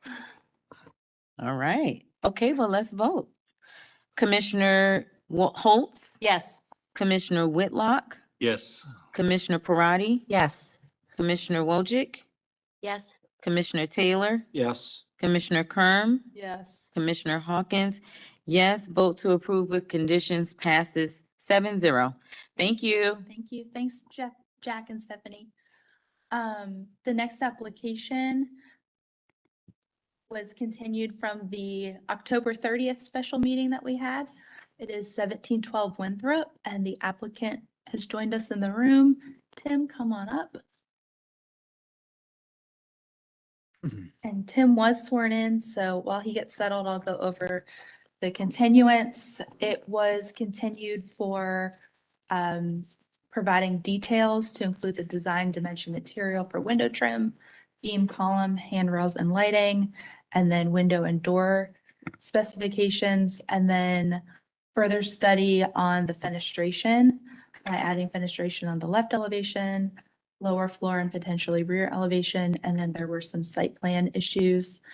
I believe there was also discussion, as noted on page 1, about the footprint being restudied and something that minimizes that width to have a better relationship to the primary structure. And as a reminder, here's the location. It's this lot mid-block on Winthrop. And the existing site plan versus proposed. Tim, I'm turning it over to you. If you would state your name and spell your last name. Okay. And state your address for the court reporter. Sure. My name is Tim Finan. Last name is spelled Finein. My address is 1950 Abbott Street, 28203. If I may just ask if you could project a little Sorry. bit. I know. We're on slide 6. Let me know where you'd like to go from here. Sure. I think it's probably easiest to look at the comparisons that you guys put together for us, which I appreciate. It's on slide number maybe 13. Sometimes your numbers are off my numbers. So I think one of the biggest issues before, which is kind of, written in the guidelines, is that the width of the primary structure, the carriage house or secondary structures can't be wider than the primary structure. So what we did, we took that to heart. Instead of it being the width that it is now, where you can kind of see in the October meeting, we actually kind of turned the other direction. Not the actual building, but the design kind of turned that way. So now I believe it's about 2 feet less than the primary structure. And in doing that, we added basically all the other issues we had in there. If you go to the next slide, you can see how from one to the other it kind of changed. We made the balcony a little smaller because the balcony was a little bit kind of large on that one side. Didn't make sense for the proportions of the kind of scale of the design. And you can see we broke down the elevation that faces towards the house. So it kind of has a double eave piece that, you know, so you don't have a big mass coming towards that house. It also helps on the side break down the roof line. So it's not one large, massive carriage house. The little porch came to the front as well. And then along the side, I think some of the comments were about fenestration. We added 2 windows, even though they will be in the garage. We added them in the garage so that it kind of doesn't have a big blank wall. One commissioner had a comment about our garage doors. If you go to the next slide, if you see that the area in between the 2 garage doors, we made sure that was distinguished. If you see above, they were a little too close before. So we made sure that it matched the plan. There's like about a foot of siding in between the 2 to distinguish the 2 garage doors. So they read as 2 garage doors, even though they were before. But other than that, we did change some of the elevations here because some of the program changed on the inside. So double window there instead of a single before. And then on that side as well, you'll see 4 windows on that side to kind of help break it up the wall as well. So in general, I think it's actually a better design than it was before. The siding, just a note, we did add all the details at the end. The siding changed from the lap siding to the shake, matches the detail of the home. It has a small little band. This is one of the oldest homes in Dilworth, I found out. So I think it's the oldest home, I think. It's one, like, it's very close. It's very, like, at least that's what Jeff tells me. So anyway, that detail is just straight off from the original home. So we're just kind of trying to honor the same design and detail from the home.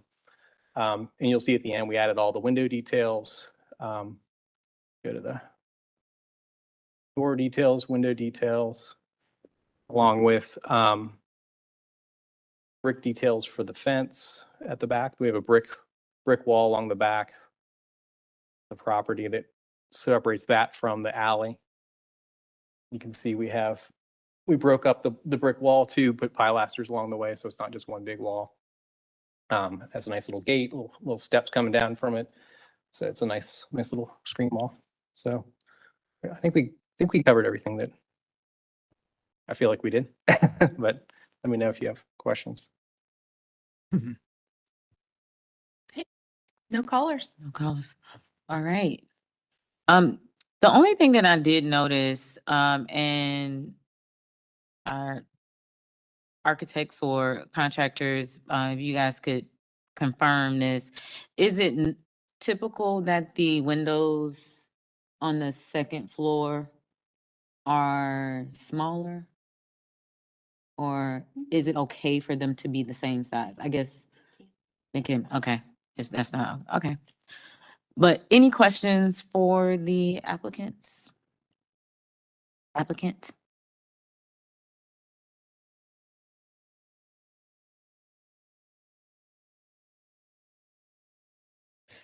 At the risk of sounding ignorant, this is a building detail that you could help educate me on, Tim. On the front elevation, as well as the no, it just looks like the front elevation.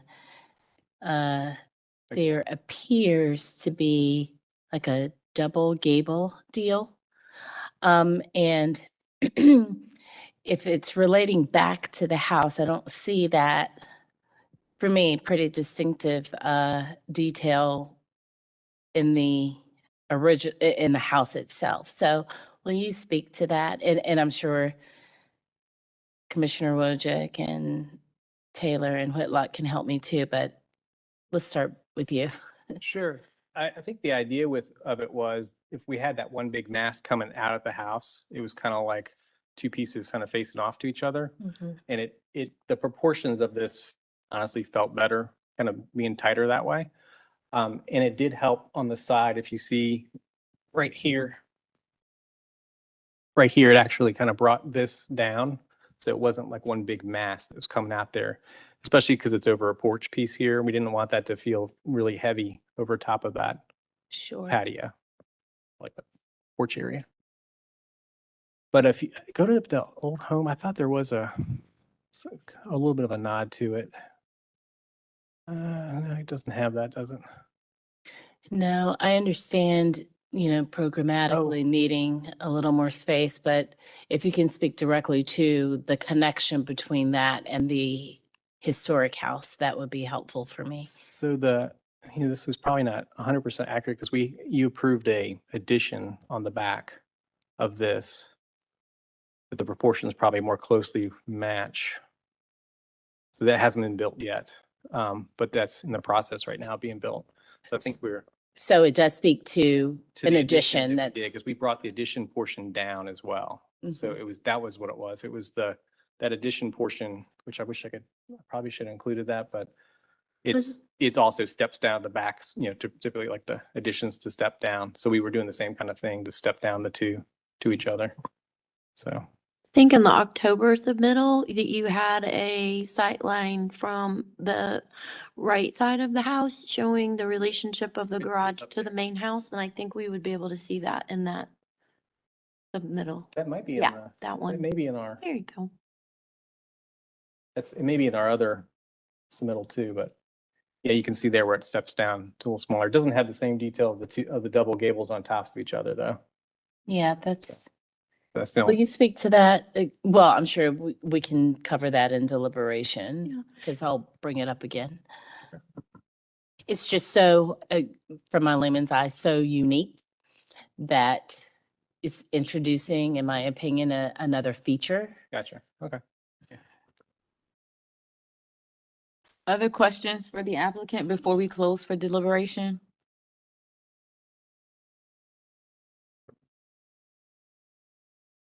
All right, we're now closed for deliberation.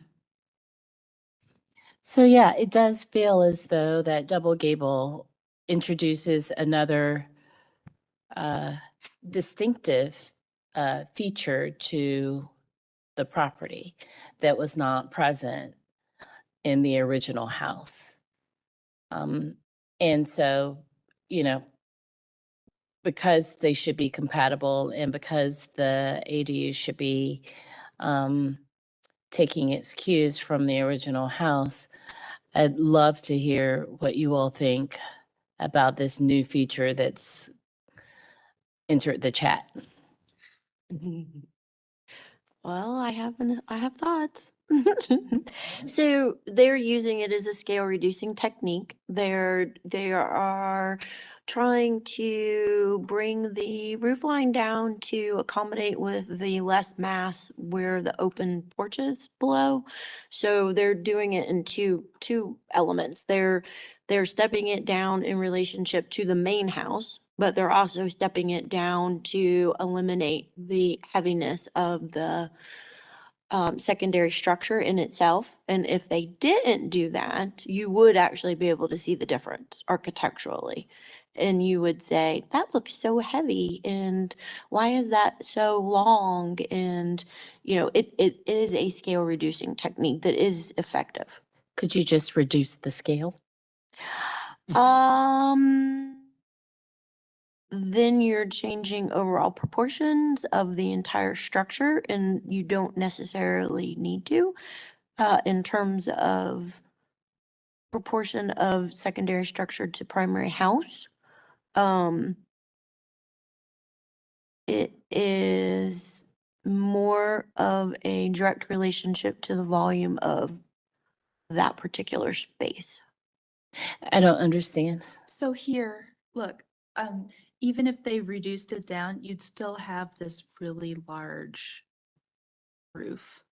That's if you were to keep the same amount of space, right? But if you were to reduce the space, that wouldn't necessarily, I mean, that's going the complete opposite route. Could we not split the difference? I know, I'm asking, stop huffing and puffing. So do you think a 3D would help you? Always, Okay. yeah. Yeah. So they have reduced the mass. If you look at the engagement between the soffit where, the gutter goes, a soffit is where the gutter goes, the fascia board. You go from the vertical wall up to the roof line. They have engaged that substantially lower than the window header height. So they have already introduced that as a scale reducing technique as well. So I think that they are just using that kind of as a secondary element. If you kept that roof line that is over that porch and you carried it all the way through, you wouldn't have usable square footage. Like the wall heights wouldn't be, yeah, you would be creating something that you couldn't stand, you wouldn't be able to utilize the volume of space. So there's a big jump between just moving that down 2 feet Sure. and then you actually being able to utilize that square footage that you're trying to utilize. So if they did not use the scale reducing technique, then what I'm hearing is that then it would essentially, like Commissioner Taylor said, be a shed. It's getting to the point where why bother? Cause you're Okay. gonna get a room that, Okay. you know, it's, yeah, I mean, And so with that being the case, then this double gable is, it's on the secondary structure. And yes, it's a new element, but it's not something that is problematic. it is not taking away from the architecture of the house. It Okay. is moving in the correct direction that we ask for in terms of bringing down the scale and the massing. Okay, thank you Does that help? very much. Okay. Well, it sounds like somebody just crafted a motion. Did y'all close? Yeah. We did, Okay. we did. No, nobody did, Thank- okay. Commissioner Wojcik Commission.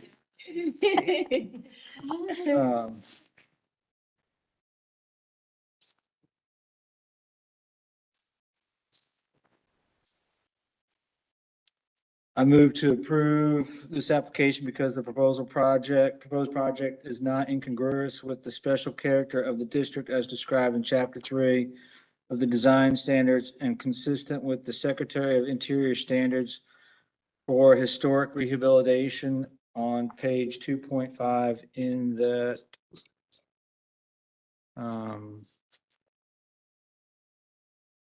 Secretary of It meets the standards for accessory buildings, page 8.10. okay, it meets the standards for accessory buildings 8.1.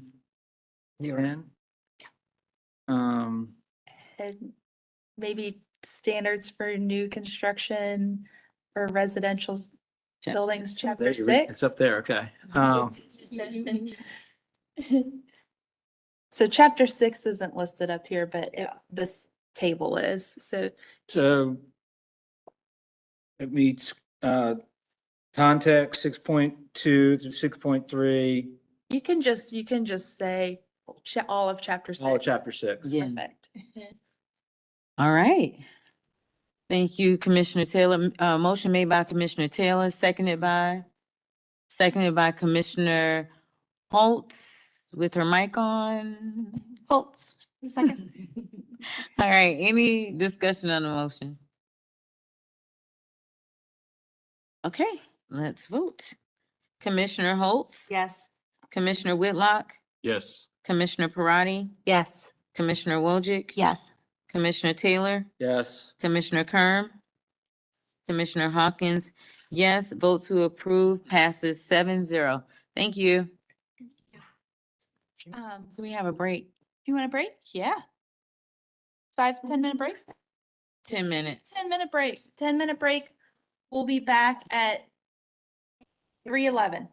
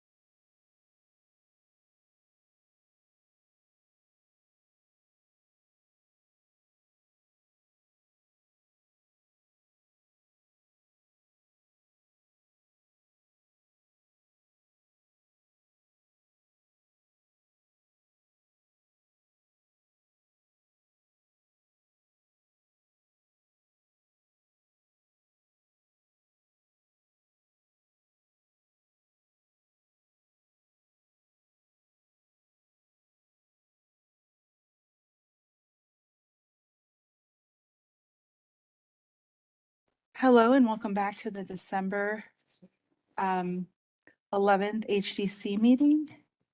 The next application on our agenda is 424 through 428 West Boulevard. Okay. And the applicants are in the room, and then I believe we have some online, and I believe we do need to be sworn in again. All right, if you will be addressing the commission, if you're online or in the room and you haven't been sworn in yet, please raise your right hand and respond, "I do" to the following question. Do you affirm that the testimony and information that you are about to give is the truth and nothing but the truth? I do. Thank you. Thank you. Again, this is 424 through 428 West Boulevard, the Wilmore School project. This is still loading online, but the proposal is for materials and design details for a previously approved mixed-use building and townhomes.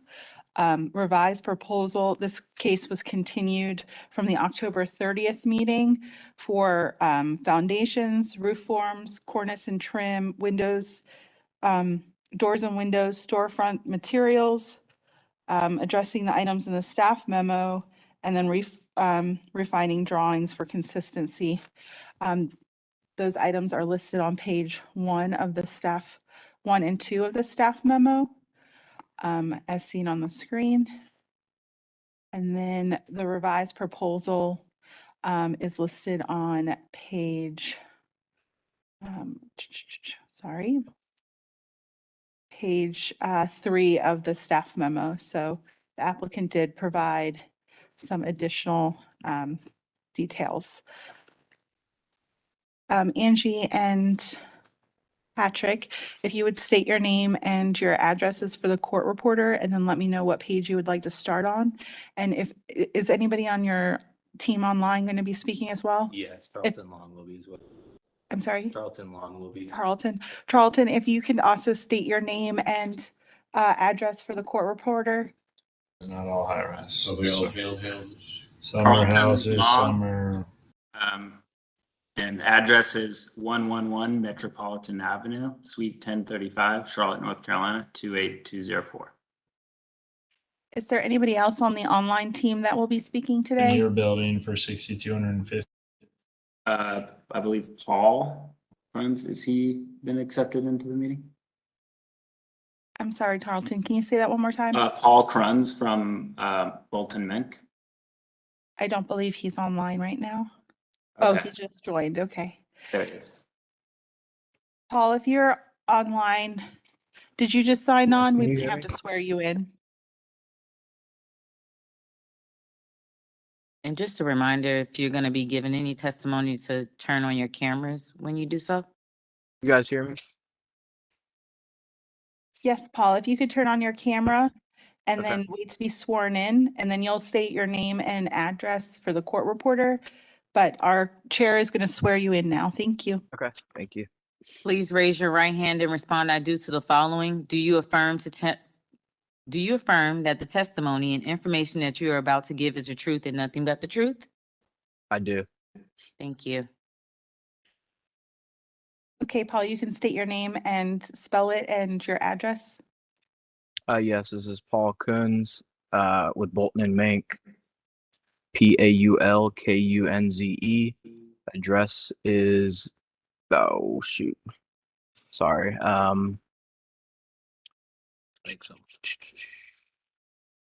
Address is 1801 North Graham Street, Suite 320, Charlotte, North Carolina, 28206. Thank you. If you'd like to get started, Angie, and go ahead. Okay. Patrick Tormino, PATRICK TORMENO. Address is 1900 West Moorhead Street, Suite 200, Charlotte, North Carolina, 28208. Angie Lauer, ALB Design, 901 Berry Hill Road, Suite B1, Charlotte, North Carolina, 28208. Okay, I'm not sure who's taking over the speaking part, but if you'd like to let me know where Oh. you'd like to start. I can start, Candace. Thank you. This is Charlton. Okay, Carlton, can you put on your camera? Yes, there you are. It is Thank on. you so Yep. much. Okay. Thanks for having us back again today. We incorporated, since the last meeting, we incorporated all of the feedback and I can submit revised drawings. And I'll kind of go ahead and fast forward to where the changes are. So if you go to page, let's start with the townhouses. So if you go to page 33, I believe, there's a typical elevation of a group of townhouses. Here we go. So if you zoom in on the bottom right grouping, walk you through some of the changes since the last version. So first of all of the eaves have been switched to plumb cut eaves. You'll see that in the details as well. We've updated the column to beam detail at all the covered porches and balconies to match HDC standards. Those are also shown in the detail. We slightly elongated and reduced the taper to the wood-clad portion of the columns and lowered the brick base a few inches to 40 inches to improve that proportion. We also adjusted the dormer windows. There's some comments about the amount of lap siding between the windows. So we increased that for better proportions. We also resolved how the actual porch surface met grade. We added a row lock at the edge. And then in the instances where grade falls below the porch, there'll be a brick base wrapping the porches. That also allowed us to remove, there were some comments regarding whether or not we needed a precast base at the townhouses. So we removed that precast base. So either it's just brick going down to grade, or where there's porches, the lap siding terminates at the porch. If you go to the next page, 34, there are some specific comments, and you can kind of zoom to the right at the group of townhouses, bottom right, that faces Mint Street. There are some specific comments of how this one unique porch on the right side was resolved at the corner. It was previously open, and now we've resolved that detail. So there's still an opening at the column, but it no longer is open following the roof line. So I think we've resolved that to what the commission was looking for. If you go to page 49, you can see some of these details.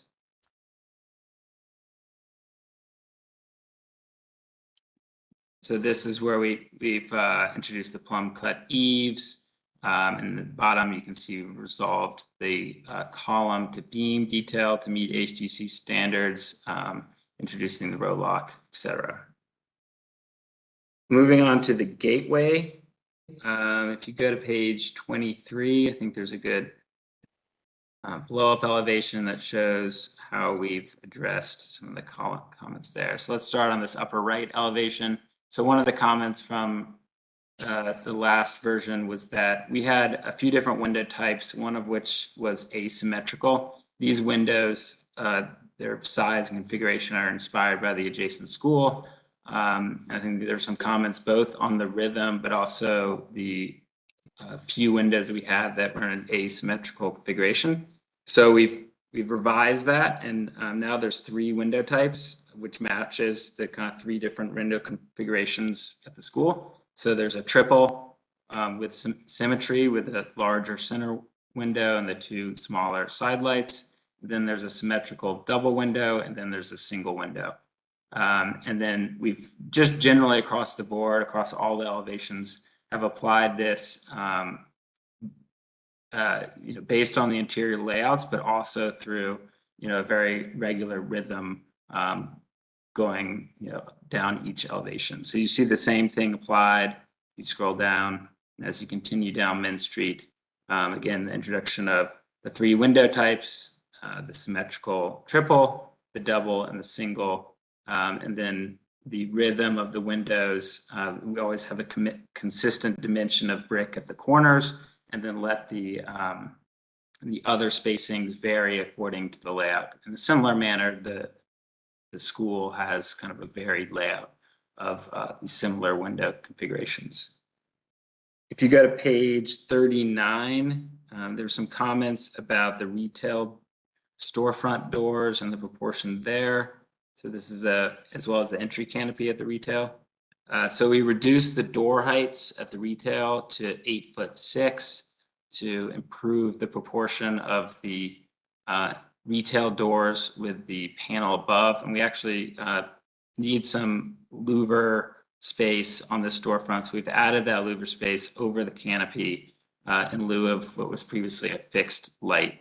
And then that canopy, there's some comments about what that profile looks like. So we've cleaned up that profile, and I believe we have a sample of that as well. And then if you go to page 46, there were some questions about how the precast banding is detailed. So here's the details at the top of the third floor, the two different parapet conditions. We have a high parapet and a low parapet. These are two different pieces of precast with a solid cast coping piece, creating a shadow line there at the top. And then on page, I think 48, there's the banding detail where we have two different conditions. The typical band that is primarily at the residential program, again, two different pieces creating a shadow line. And then the larger band at the retail that has a larger profile at the bottom to create a shadow line at the storefront. And then on page 51, there's the requested canopy detail showing that C-channel base of the canopy. We have some samples of that as well. So moving on, last time we presented the landscape and hardscape design, but I think we ran out of time before the commission really reviewed it. So we want to kind of represent that briefly.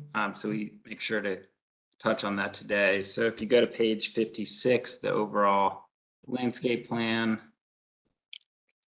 just highlight the main spaces. So there's two interior courtyards, which aren't public facing, but then the primary public facing spaces are the plaza at the retail at the corner of Mint and West, the townhouse front yards, and then the sloping grade along Mint Street. At the plaza, we have a mix of hardscape and landscape elements. There is quite a bit of grade change as you go down to Mint. So there's a small brick retaining wall at that plaza that grows as the Mint Street grade falls away from the corner. There's a zoom in detail of this on page 58, I believe. Yeah, it's L 2.01. There you go. Yeah, so here we've got a mix of brick material at the patio space for what would be a cafe or a restaurant or a coffee shop. We've got the brick retaining wall. That would be a brick to match in both the Gateway building and the existing school. And then we have precast steps as well as additional planting and hardscape elements. And then along Mint Street, which is page, I think, 60, you can see, or sorry, that's the planting plan for the same space. Let's keep going.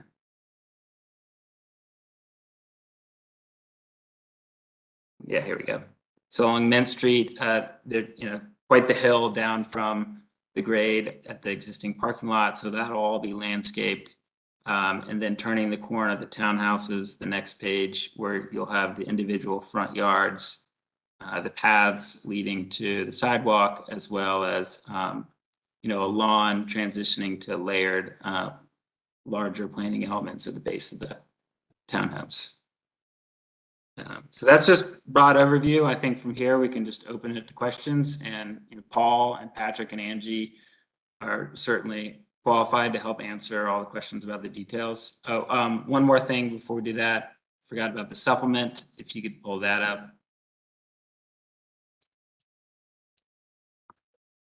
So there's a request to provide additional physical samples, but also show them at the site. So we've done some additional investigation. It was believed that the banding in the school is limestone. We confirm that both in the drawings, but also by going to the site and kind of taking a small sample. What we have found is that there's really actually two different colors, and we think it's because there's the original limestone was a true limestone that is weathered over time. The picture of that is in the upper left. At some point, somebody added a additional finish of some type that has created this more yellowish color. And you can actually see areas where that has flaked off over time. So our preference, we don't really know when that occurred. We don't know if it's technically historic or not, because we just don't know the date of when that was applied. So we prefer, open your feedback, of course, to match the original limestone color rather than the modified color. But we've got samples that match both. So there's the one on the left and then the one in the middle, and Patrick has those in the room. We also created, we've previously brought a brick sample that's to match the original school. This brick will be used on both the Gateway building and the townhouses. We also made a mock-up panel with mortar to match the existing mortar as well. And we're anticipating to clean and partially repoint a lot of this brick on the school where needed. For now, our match is slightly lighter than what you see on the school, because I think through that process, it will inevitably lighten up a bit. And that should be it. Thank you. I don't think we have any online callers. All right. Commissioners, questions for the applicant? Yeah, while we're on the brick, I have a couple questions. Maybe go back. So that looks like a king size brick and matching more of a queen size or modular. Are you going to match the? Yes, it'll be modular. The only reason it's king size because in the short time we had to produce this, that's what they had available in the same color.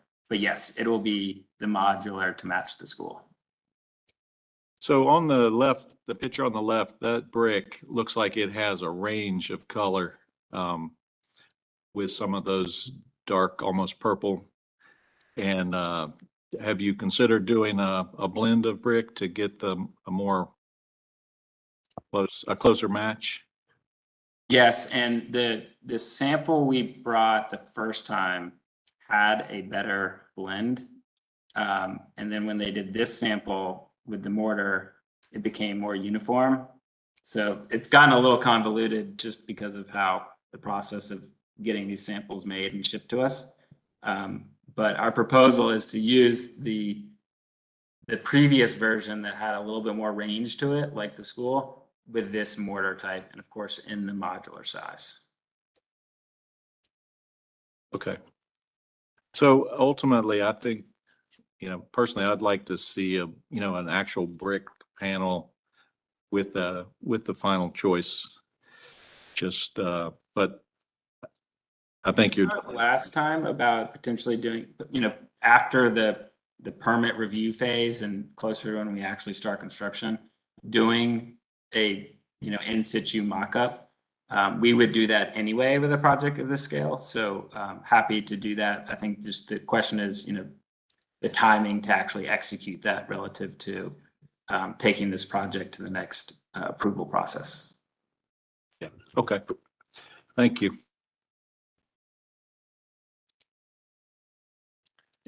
All right. Commissioner Wojcik? Can, I know in the last review, what's it, Chris? Commissioner Barth had questions about that, transom light over the canopy and then, the canopy construction, and you said that you had brought samples of that, but can you explain, you said something about a louver above? We needed a place where there was a louver, and so you Yes. put it there. Can you tell us a little bit more about that? So this is a retail space, so it'll need access to fresh air to run, HVAC, et cetera. Okay. And since there's no back facade, this retail only faces front. streets. So the kind of cleanest place to introduce that is right here above the canopy, so that it kind of goes away as you walk around the building. We are also providing, and Patrick, correct me if I'm wrong, vertical shaft space to vent. So if there's kitchen exhaust, that's kind of a much heavier load. We're taking that up through the roof. That's correct. Yeah, any kitchen exhaust would go to the roof. This would just be primarily fresh air intakes for any of the indoor units. Okay. So can you say that again for? Yeah, sorry. So the kitchen exhaust, if there's a kitchen in the future retailer, would go to the roof via a shaft within the building. These louvers would be primarily used for intakes only, not exhausts. I think it's worth mentioning too that the finish of the louver would match that of the storefront. Okay. And when you say that, you're talking about the metal around the glass for the windows and the correct. canopy above the doors? That's correct. Yeah. Okay. And so, at some point you'll present that stuff to us, right? The actual samples?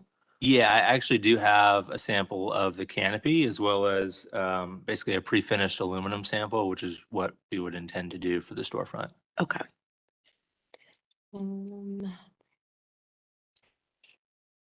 This is a question for staff. Does the city review all of the plantings? Because I know for plants themselves, because I know they have very specific amounts of trees and plants and things. Or are we supposed to be reviewing that? So this is Paul Coons with Bolton and Mink. The city reviews what's required, but all of which I think we presented today is mostly supplemental in nature and is not required, but more for the betterment of the community and the overall project design and quality. As far as your purview, it's just usually large canopy trees, but we're past that point. Zoning will review any kind of requirements that is required per their rezoning. Okay. Yeah, like tree planting requirements. The other thing we review is screening of any parking areas. Yeah. Okay. Those are all internal though. Yeah. Okay. Yeah. Thank you. Should be good. Okay. Storefront. Says.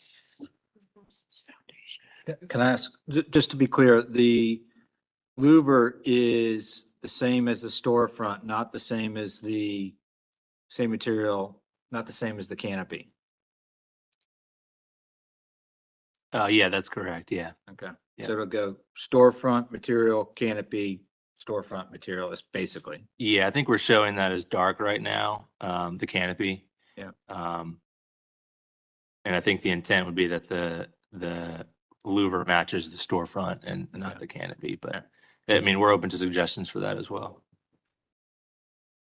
So the detail, the question that we had at one point, I think Commissioner Whitlock was asking about the materials for the precast. And so you are saying limestone and you have samples of that for us to look at too.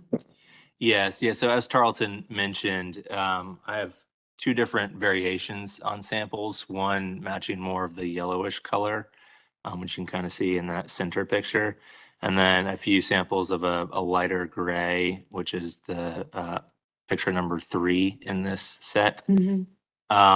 And so as Tarleton mentioned, our intent would be to match something closer to item number 3. The challenge is without us having cleaned this yet, it's going to be very difficult to get a final sample until that's been completed.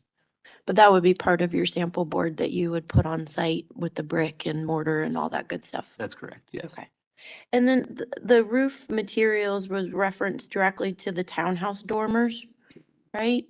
I don't remember, was the question whether or not to use metal versus a different finish? I believe so, yes. And so the drawings maintain the standing seam metal roof for the canopies alone. I'm sorry, the porch roofs alone. The asphalt shingles will be for all of the other townhouse roofs. Okay. And I have samples of both those materials with me today as well. Okay. That's all my questions. Other questions for the applicant before we close? Yeah, I just, a clarification, back to that sample slide of the limestone, that upper middle slide, the yellow, what? You saying that's limestone, that yellow looking thing? It's not. Well, it is. Yes, the base material is per the existing drawings. Huh. However, there has been a finish applied to it. If you zoom in kind of closer to that bottom left image at the cornice, you can see that that applied finish is failing, starting to flake off at the top there, revealing a more gray material. And if you get close to the kind of primary entry surround, that's now kind of closed in. It's image 6 on this slide, I think. Yes. There's actually, it almost looks like it was painted when you get close to it. And so it wasn't until we actually went out there to take these samples that we actually realized that that was the case. And so that said, the intent would be to ideally remove that finish, go back to the original material and match that material. I think you can actually see that the joints are painted, they're Mhm. covered. So if you look at they've been covered with something.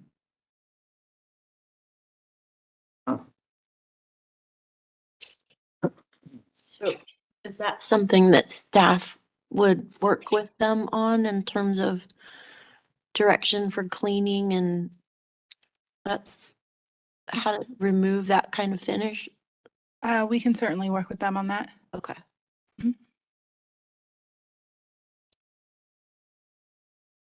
All right. Do we feel like we asked questions about all of the items that this was continued for? Or do you have other questions for the applicant? Staff has a clarifying question. Sure. The commission has approved the restoration of the school building, but along with these plans, there are a couple of changes to the school building that I just want to make sure that the commission is aware of in terms of getting approval so that they don't have to come back for these changes later. Okay. Specifically, there's a couple of windows that were to be replaced. I think if you see proposed and existing and proposed, like on this south elevation, there's a removal of a door and a staircase for the replacement of a window. So there are things to the actual school that are happening.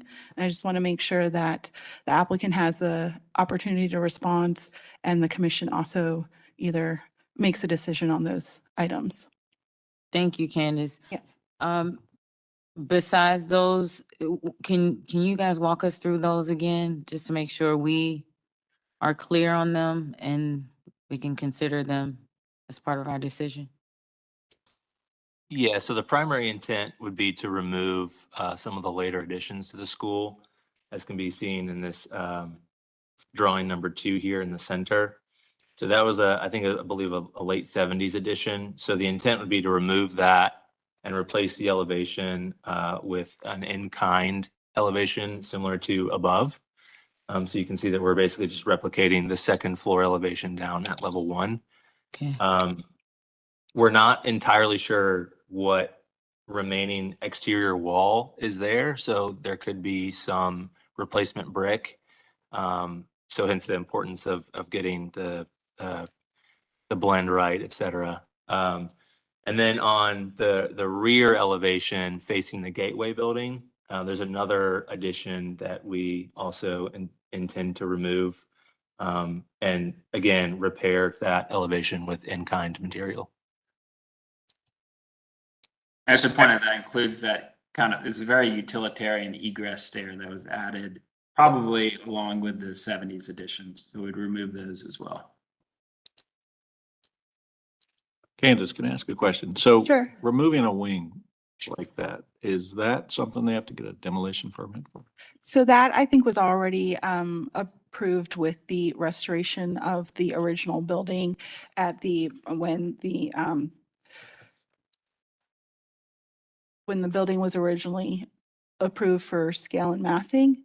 So I think we're beyond that process, but I just wanted to make sure that these minor changes that the commission knew about it and that we're okay with those changes. Like removing this previously added addition is fine. We've already made that decision, but like the removal of this staircase with this door and making that a window, I don't know if that was necessarily approved with the original. So I just want to make sure that the commission knows about that and that we're okay with it.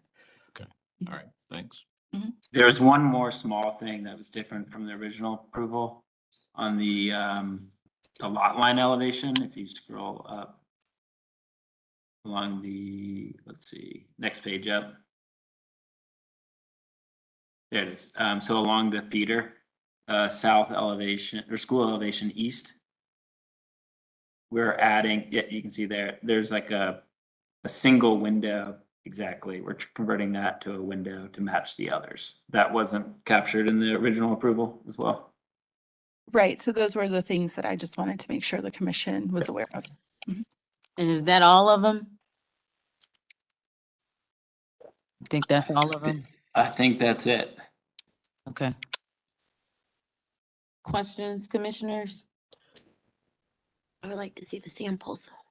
Oh, Commissioner Wojcik would like to see the samples. We all would like to see the samples.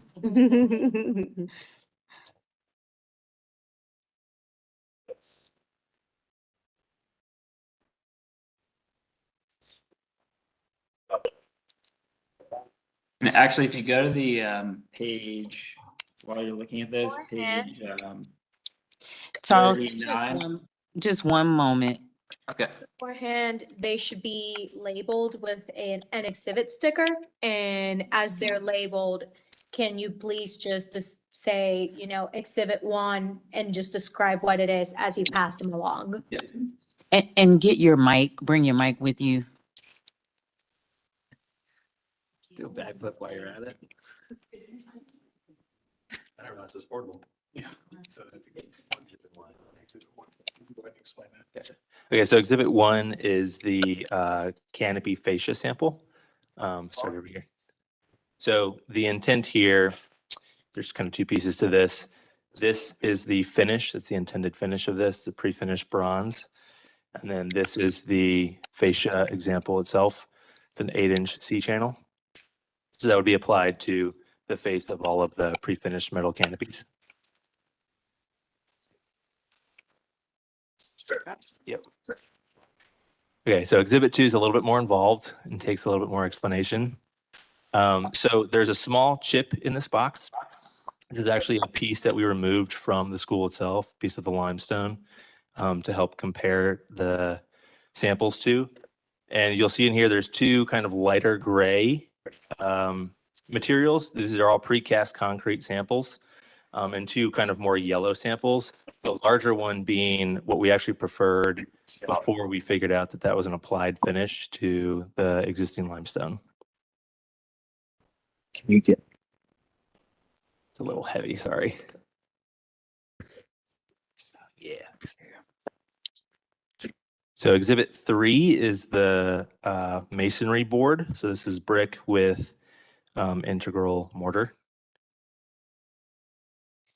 And this is Very heavy, sorry. this is the one where you were saying, Commissioner Whitlock was asking, the brick will be smaller. Correct, yes. It'll be a modular size and have more variation, correct, yes. This is the intended mortar color though. Yep. And that's intended because that matches the existing structure? That's right, yes. Okay.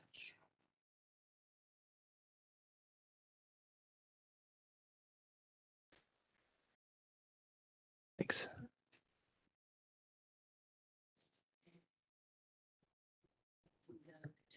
I think the texture's close with the size and the color. It's actually very slight, just tonal variation. Yeah. So the materiality would be the same. It's all precast concrete, and we can get that in any number of colors. It's all custom if we need it to be. And so again, the intent is to match the existing material as close as possible. And I think that's the one material that's going to take some additional work as we The chip is, yeah. The square, that's actually precast concrete. Yep. These, we've determined that this isn't the right color because there was some kind of application put on it, Correct. right? Yes. So we don't really need to consider these, or? I don't think so, not at the time. I think the consideration is that it needs to be fully vetted, like through the process of cleaning the building. Yeah. All right, Exhibit 4 is the intended fiber cement. So this would be the finish at the level 4, the upper level of the Gateway building, as well as the dormers and the primary elevation field material on the townhomes.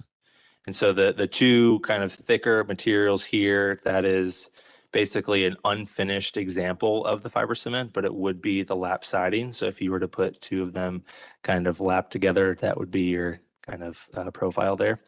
And then the other material here is the intended color range of what we paint that in.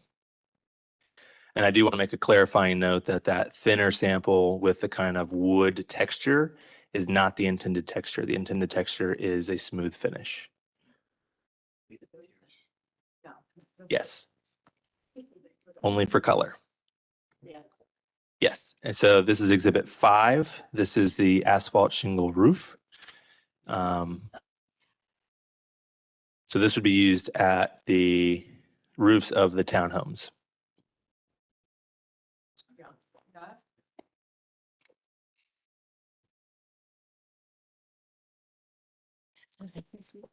All right, and Exhibit 6 is the pre-finished standing seam metal roof for the townhome porch roofs.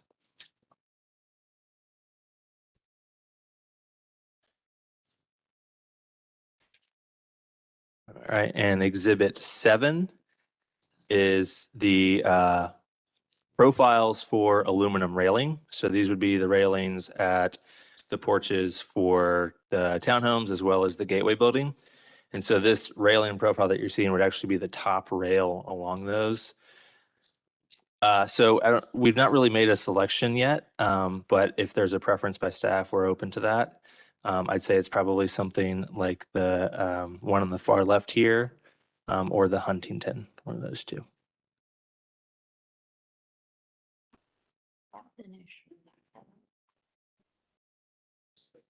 And then Exhibit 8 is, I believe we brought this along with us last time. So this is the clad aluminum wood window. And again, clarifying note here, this is not the intended finish. This is a white finish. We would go dark bronze. Yeah. The question, this is It's the porches at the townhomes, the roofs of those. Yep.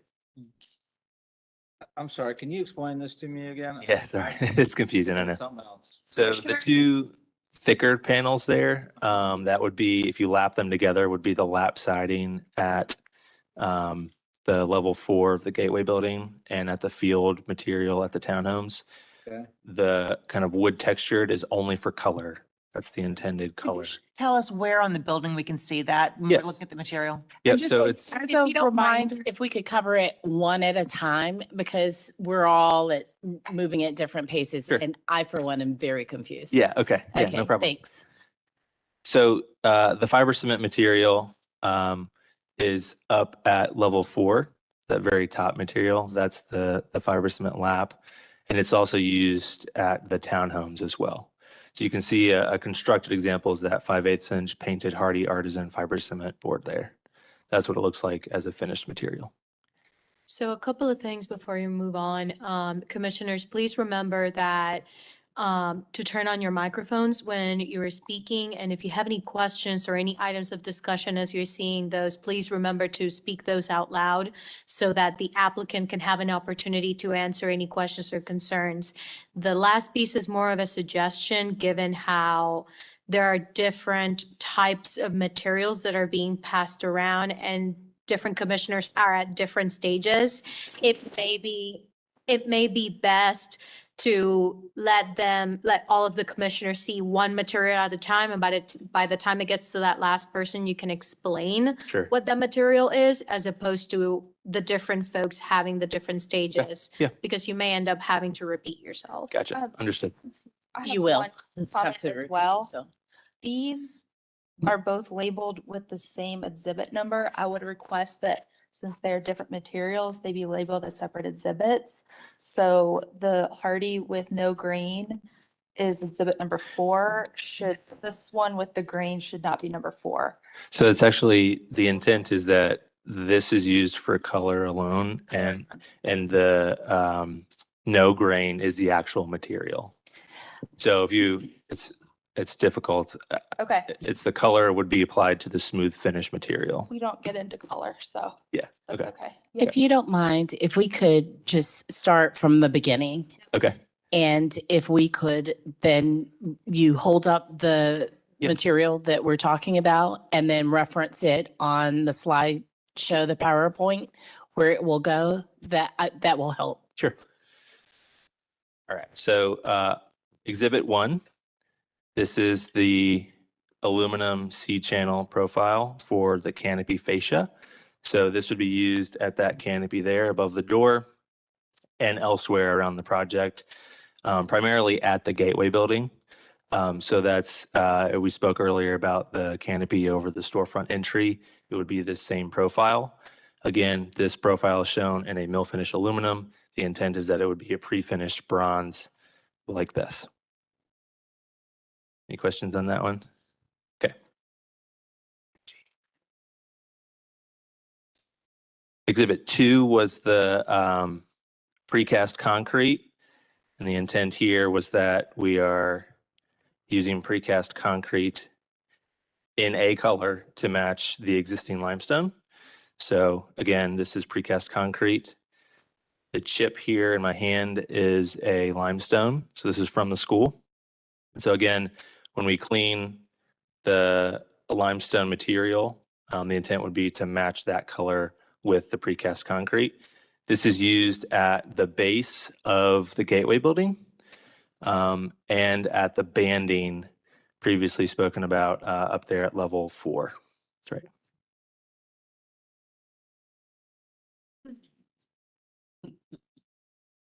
Thank you, Quinn. 3 is the brick. So as previously spoken about, intent is to get a greater variation. It will be used in a modular size. This is the intended mortar color, and this would be the brick used at the Gateway building and the field material, and any replacement brick at the school building. When you say modular size, can you Yes. please refer that to the existing building? What does that mean? So if you actually go to, yeah, right there. So that the school building itself, can you go to page 7 there? Thank you. So the school building itself, that existing brick is a modular size or very close to it. You can see the brick here is a little bit larger in scale. Yep. It's really heavy. I'll just put it there.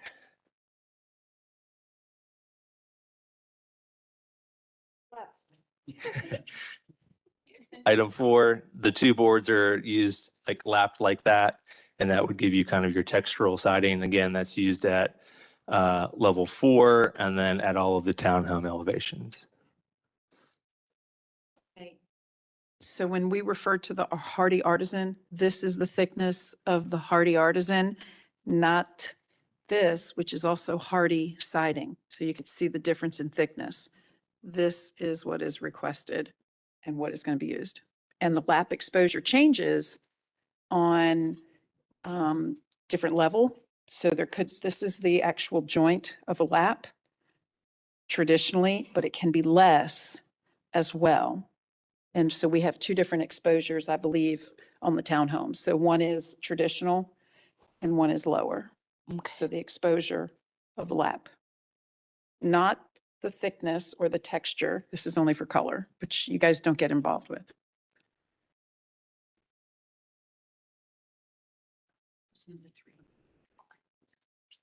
Thanks. Okay, item 5 here. So this is an architectural asphalt shingle. This would be used at the townhome roofs. Right there. Okay. Thank you.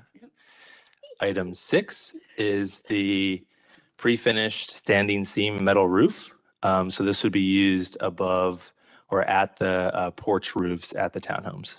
Okay. Got it. Thank you. And item 7 here, so this is a number of railing profiles. So these are the top rail along the railings used at the Gateway building. So you can see, we go to an elevation of the Gateway building. Yeah, so the top profile there, it's the topmost rail is the profile that we're looking at here. All of the other intermediate rails, both the verticals and the horizontals, would be a standard square. Could you say that again? So those are different profiles. You're using all of those profiles? We're using one. Okay. Yep. Got it. Yep. Yeah. Which one? Is that still up for grabs or? It is, yeah. If staff has a preference, be open to hear it. Otherwise, I think ours would be the leftmost one here, potentially this Huntington one here in the center. All right, thank you. Okay. Oh. And item 8 is the standard clad aluminum wood window. So again, this, I think, window was presented last time, but the intent is that it's a pre-finished aluminum exterior, a wood interior, match. It would be used at all of the windows. So this would be townhomes, Gateway, and school building. 2 different colors, correct? Yes. Thanks, Angie. Thank you. I think that's all.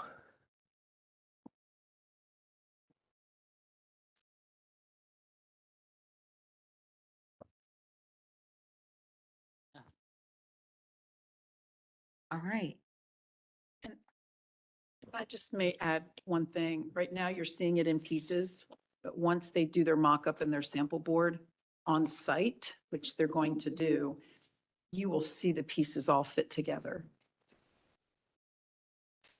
No, thank you for taking us through all of those samples. Commissioners, any questions for the applicants before we close for deliberation?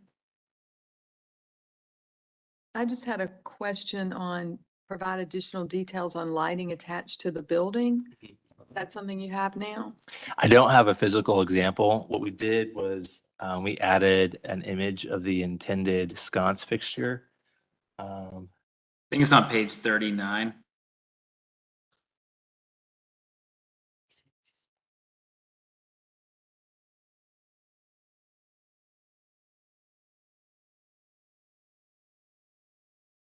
It's a big file, sorry. Yes, it's a large file. So right there where it says exterior wall sconce. And they can vary in size, but the intent is it's basically a basic cylindrical sconce. Sorry. Does it light up and down? It can, and I think that I don't know that we've decided if that will happen. In most cases where we have them located, I'd imagine it's just a direct downlight. Okay, because I was gonna say, I think we have a no Yes, we do not uplight. uplighting. We do Okay. not approve uplighting. Mhm. And also with lighting, just wanting to ensure that the lighting that you are intending to provide, like I know that here it shows it near a door, which makes sense, but are you intending to put them in any places where there is not for not wayfinding, but for, yeah, wayfinding? Like more safety lighting, potentially, like, That is only really safety lighting, or where you're using them near a door or where a walking path, not for decoration, essentially? I see. I think a lot of it would be site-based. I'd defer to Paul on that one. But any other building lighting would be similar to this fixture. I don't know that we've fully figured out exactly where they're going to go on the building yet, outside of what's already placed in the elevations. So Yeah, just, we would confirm that they're at, right now they're shown at every entry to Okay. help signify entry. okay, Yep. that works. Thank you. Other questions for the applicant before we close for deliberation? All right, we're now closed. Okay, commissioners, why don't we start with the reasons for continuation? And guess what? I lost where I was. Let's see. Here, I have it. Here, I have it. Okay, so let's start at the top of the list. So we've got foundations 7.11, provide a sample of foundation material, and I believe it was the concrete material that was passed around, so that's been addressed. Roof form and materials, the townhome dormers, the shed dormers with open balconies should be reconfigured to be more in keeping with the district's dormers and balconies. Did we talk about that? Okay. That was, they mentioned it and they responded to that. Okay. There was an open side that had a triangular shape and we requested that that be closed in. And Okay. they did respond to it. Perfect. All right. Next up is cornices and trim. Restudy the details and elevations to make sure that they match with each other. Reevaluate the relationship between headers and columns. I heard that that was addressed. Reevaluate proportions of columns, make sure that there is a plumb cut. I heard that mentioned as well. The plumb cut was for the soffit Oh, okay. overhang because there were some that were angled and some that were flat and they wanted them to be consistent. And that's the next one. Make sure that the soffits, the roof rafters, and facial boards have a plumb cut condition. Okay, so was there, there was a plumb cut before that? For the columns, proportions of columns, make sure that there is, At the top of the column, I think we wanted flat area. At the top of the taper. Where could we see the column detail again? Can you go to the column detail? Sorry, I think that the request was that there was maybe a flat area, I think, before we got into the header. what is plumb cut? Straight, Okay. right? No? Doesn't sound, that doesn't sound right to me, but it looks right, but that question doesn't sound right. Yeah. It's this instead of this, right? Commissioner Whitlock? It would be a vertical, so if you had a level, you were holding it at the level would be readings that this is perfectly vertical. The cut Okay. is vertical, not angled.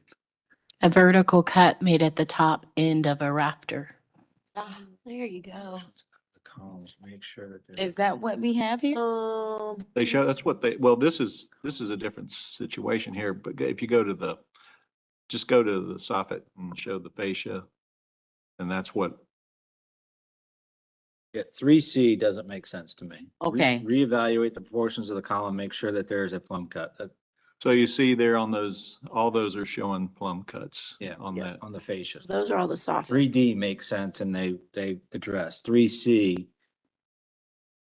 Okay. I don't know what that's trying to say. Yeah, I'm not sure about what they're asking on 3C. We might want to star that and open it up once we go through to ask. Portions of the column, make sure there's. Okay. That was a request that Commissioner Barth made. That's what I That's assumed. interpretation of his request. Okay. That's what Can I we think open it too. back up and see if they can tell us what we Okay. need? We'll now reopen. So for the reason for continuation, 3C is saying that we should have you all reevaluate proportions of columns, make sure that there is a plumb cut. Did you all interpret that? What did you interpret that to me? So in terms of the proportions of the columns, we did update these to be a little bit more svelte at the base. And as far as the plumb cut goes, we took that to mean the eaves, I think what you were just discussing. Okay. So those details that were up on the screen a minute ago showing a plumb cut eave is how we interpreted that. Okay. That seems If right. I may, I believe the previous package where the roofs were, the columns, it had a square cut boxing instead of a plumb cut boxing. Okay. So if you go back to the old drawings, I believe you're going to see a difference of the eave of the porch was a little different. So it's been revised. Okay. Well, that was definite. I just don't think it should have been where the column. I don't think it should have referenced the column. Okay. All right. All right. Okay, we're now reclosed. Okay, let's keep going. So the cornices and trims, all of those items have been addressed. Next is doors and windows. Restudy the window size configurations to present a more consistent traditional relationship of window sizes. The larger window with the narrow adjoining window needs redesign to be more in keeping with historic school structure, being symmetrical in design with either one single window by itself or a larger window with two flanking windows. Which is what they did. One larger window with two Okay. flanking. So they addressed that. That's been addressed. Moving to storefronts. Please provide the specific information requested about awning construction and the transom window size relationship, preferably relating back to the school in proportion if possible. They did that, and that's where they took out the awning window, the transom window, and put in the louver. Got it. Okay. And then they addressed the canopy construction. Okay. So that's been addressed. Now to materials. They provided a cast concrete sample. They provided a brick sample with a mortar sample. They provided a powder coated aluminum sample of the awning and railings, specifically with the profiles and cross sections. And for clarification, the brick sample that was provided was larger. There will be a modular brick that will be used, but the mortar sample was correct. And then there was also address the items in the staff memo for siding, trim, window, and door specifications, roofs, and details. They did that. I know the roof details were definitely provided, the shingles and such. And standing Material. seam Standing seam, was brought. metal, and then further refined drawings for consistency between elevations and section details. Remember what that was? Staff memo said. Consistency between elevations and sections. Oh, I think it was the canopy. I think it was the canopy. I think it was the way the canopy engaged into the building. So there is a detail on that. I want to say it was 51.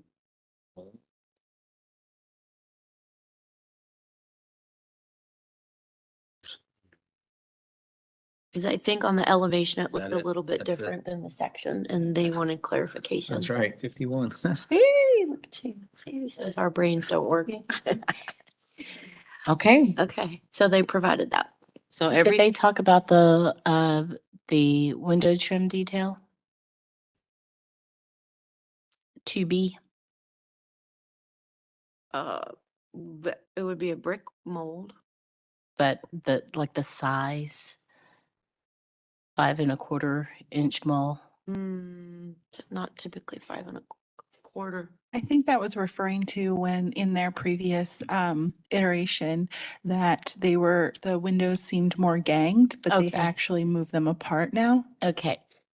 Yeah, and that's when he referenced the spacing from the corners and then for the brick in between them.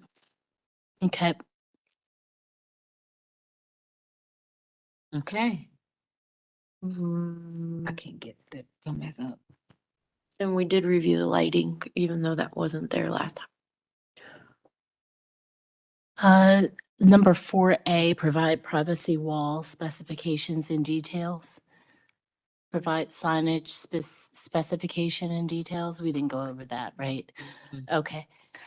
And in the past, the commission has like set aside signage for a different application for Yes. whenever tenants. So you Okay. can do that. Thanks, Candace. And so the same thing with the outdoor retail seating areas and the landscaping, minor landscaping and fencing.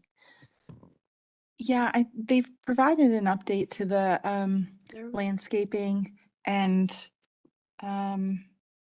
outdoor retail space. I think really staff's comments were for actual dimensions. Mhm. I'm not sure if this is dimensioned out, but just so that when we go to write the COA, if it's approved, we know what the actual So it's dimensions just are. included in the Yeah. documentation. Mhm. Okay.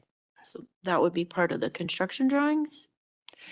Yes, you would just want to include all material callouts and dimensions for permitted drawings for us to approve.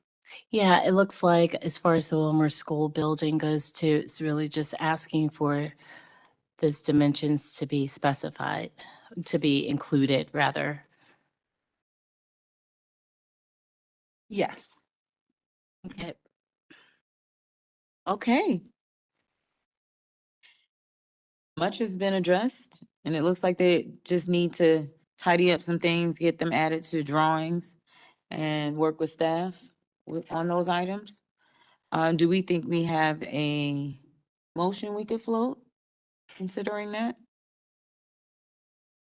In terms, I'm sorry, may staff make a Yeah. comment? In terms of the materials, just make sure to call out each of the materials and that you're okay with them, but also with, in terms of the cleaning and the limestone or the cast concrete, I think they really need to like work with staff on those items, and then we can bring them back if there's any issues. But if they're having to take off a layer to match an underlayer, then staff can certainly help with the matching and also the products used or needed to clean the surfaces and how they're going to actually clean it.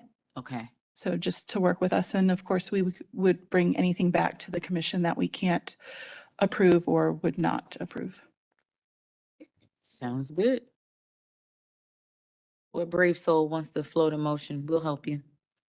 So I have a question. Everything's referenced to chapter 7, but most of this is residential.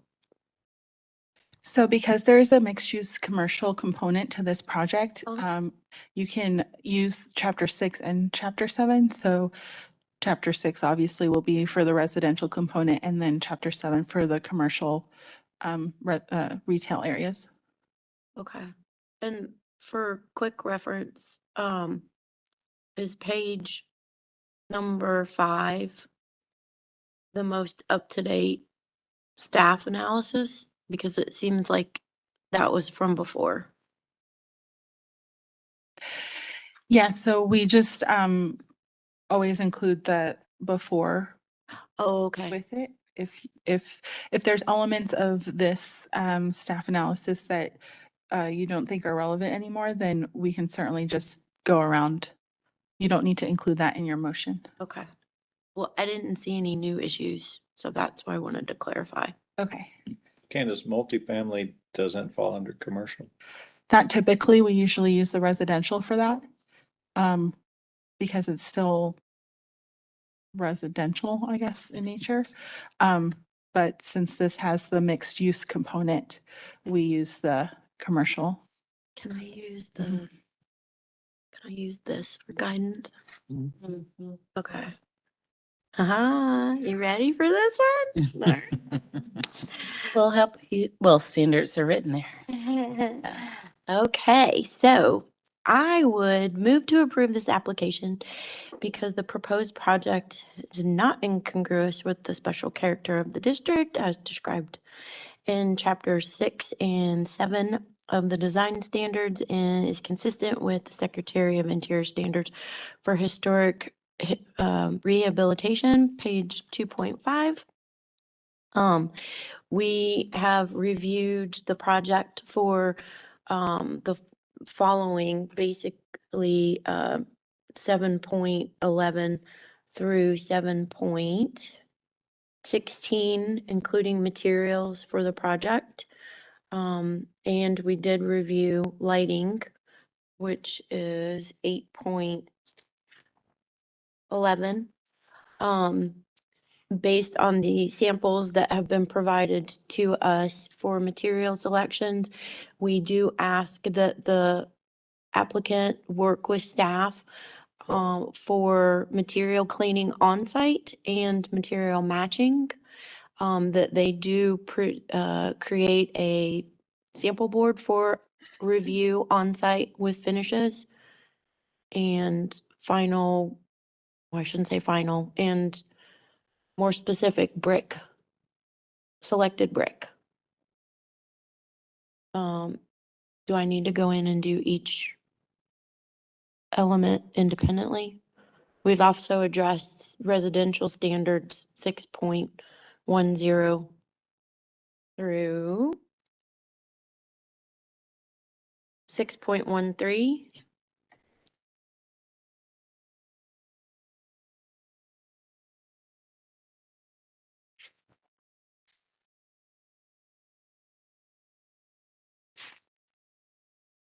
And including 6.14 cornices and trim through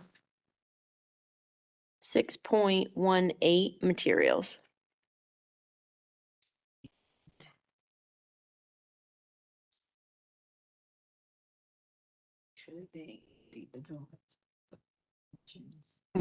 Please provide construction drawings with additional dimensions as requested per staff, and work with staff to address site conditions per chapter 8. All right. Motion made by Commissioner Wojcik, seconded by Commissioner Taylor. Any discussion on the motion? Let's vote. Commissioner Holtz? Yes.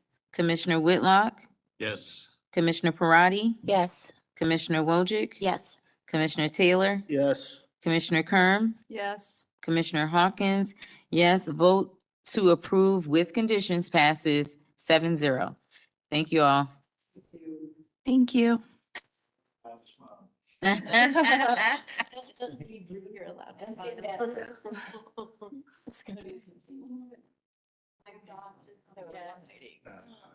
Yes, our next, I'm coming up to you. our next application is 927 East Boulevard, and I believe the applicant is in the room.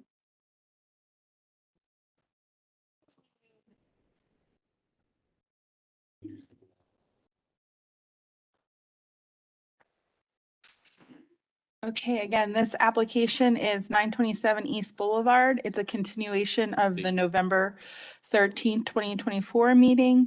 The proposed project is in addition to an existing building.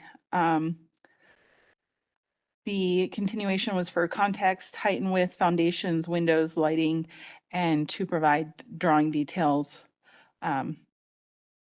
And again, the applicant is in the room and he's been sworn in. And Tim, if you could state your name and address for the court reporter and let me know where you'd like to start. Okay, my name is Tim Finan. Last name is spelled Finein. And my address is 1950 Abbott Street, 28203. Okay. Okay. I guess let's go to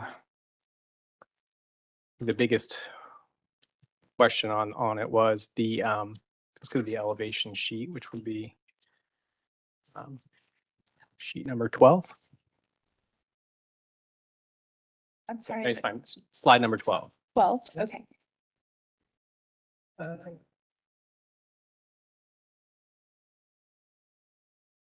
guess.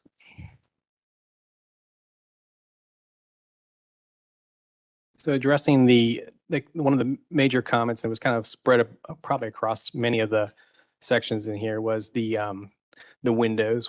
Before we were using, you can see above, we were kind of keeping the smaller windows below. So everything was kind of the same window. And what we did is we expanded the windows below in this area here along the base to create a kind of a deeper foundation to distinguish the base with the upper part here. And that allowed us to create kind of more of a storefront feel to the whole building. And it's probably easier seen on the 3D. We actually did do the 3D as well, which we can go to here at the supplement.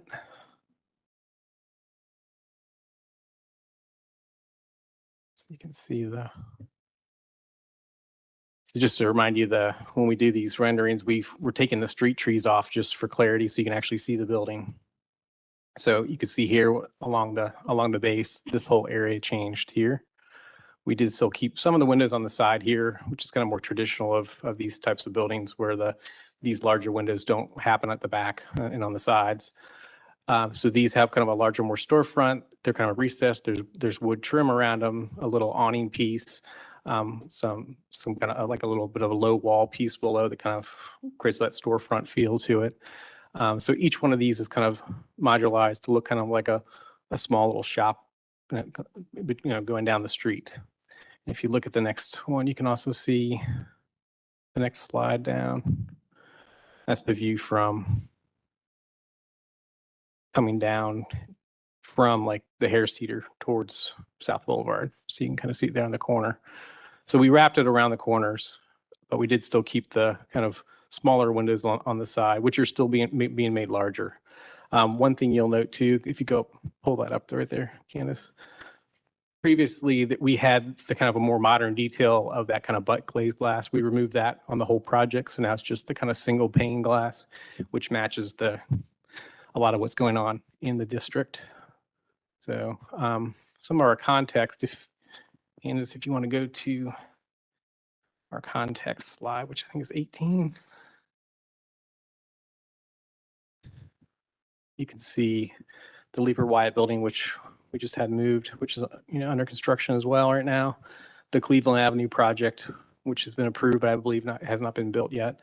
And then the East Boulevard project, which you guys just reviewed. We worked on that project as well.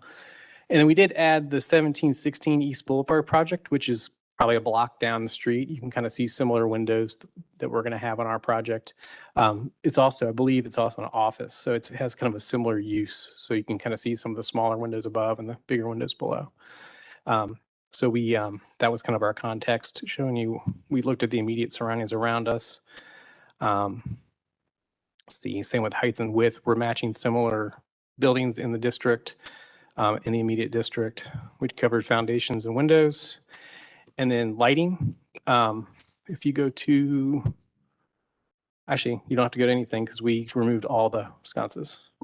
We just decided it wasn't really adding anything to the building. So it just didn't really do anything for us. So we only had a couple of them, and it really didn't make sense when we changed the windows like this.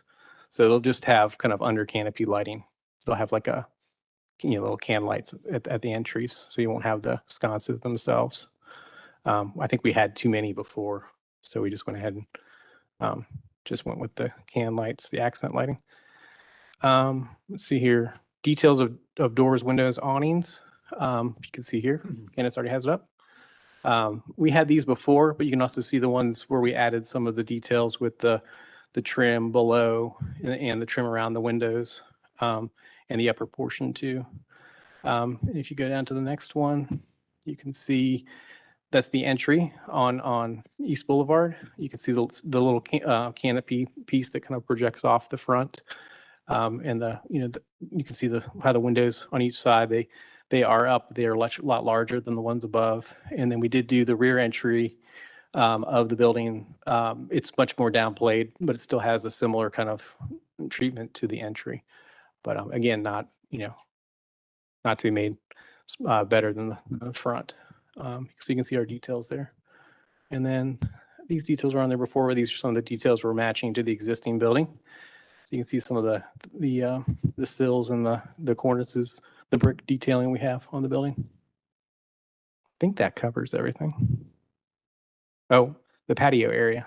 Sorry, I'm jumping around a little bit in the supplement, Candace. I think staff had a question in their initial review. It'd be number 9 right there. One more up. Sorry. So we did add a detail here, so you can see. I think someone had a question last time. I think you had a question about the patio. So you can see the little patio there. We have, it's just concrete with score lines. The existing sign right there is there today. It's going to remain, probably just that'll be under a separate permit later to add a different name on it. And then there's a little bit of grade change there, not much, just about 2 steps. So we have 2 step with just a painted rail there, just for, accessibility and getting up the steps. So nothing huge, but it does add a little nice feature to the building. So I think that's it. No online callers. Commissioners, questions for the applicant? Commissioner Wojcik? Thanks, Tim. I was wondering on that detail that you just showed, I think it says it's the rear parking elevation entry. And there's painted cementitious number 22, sheet 22.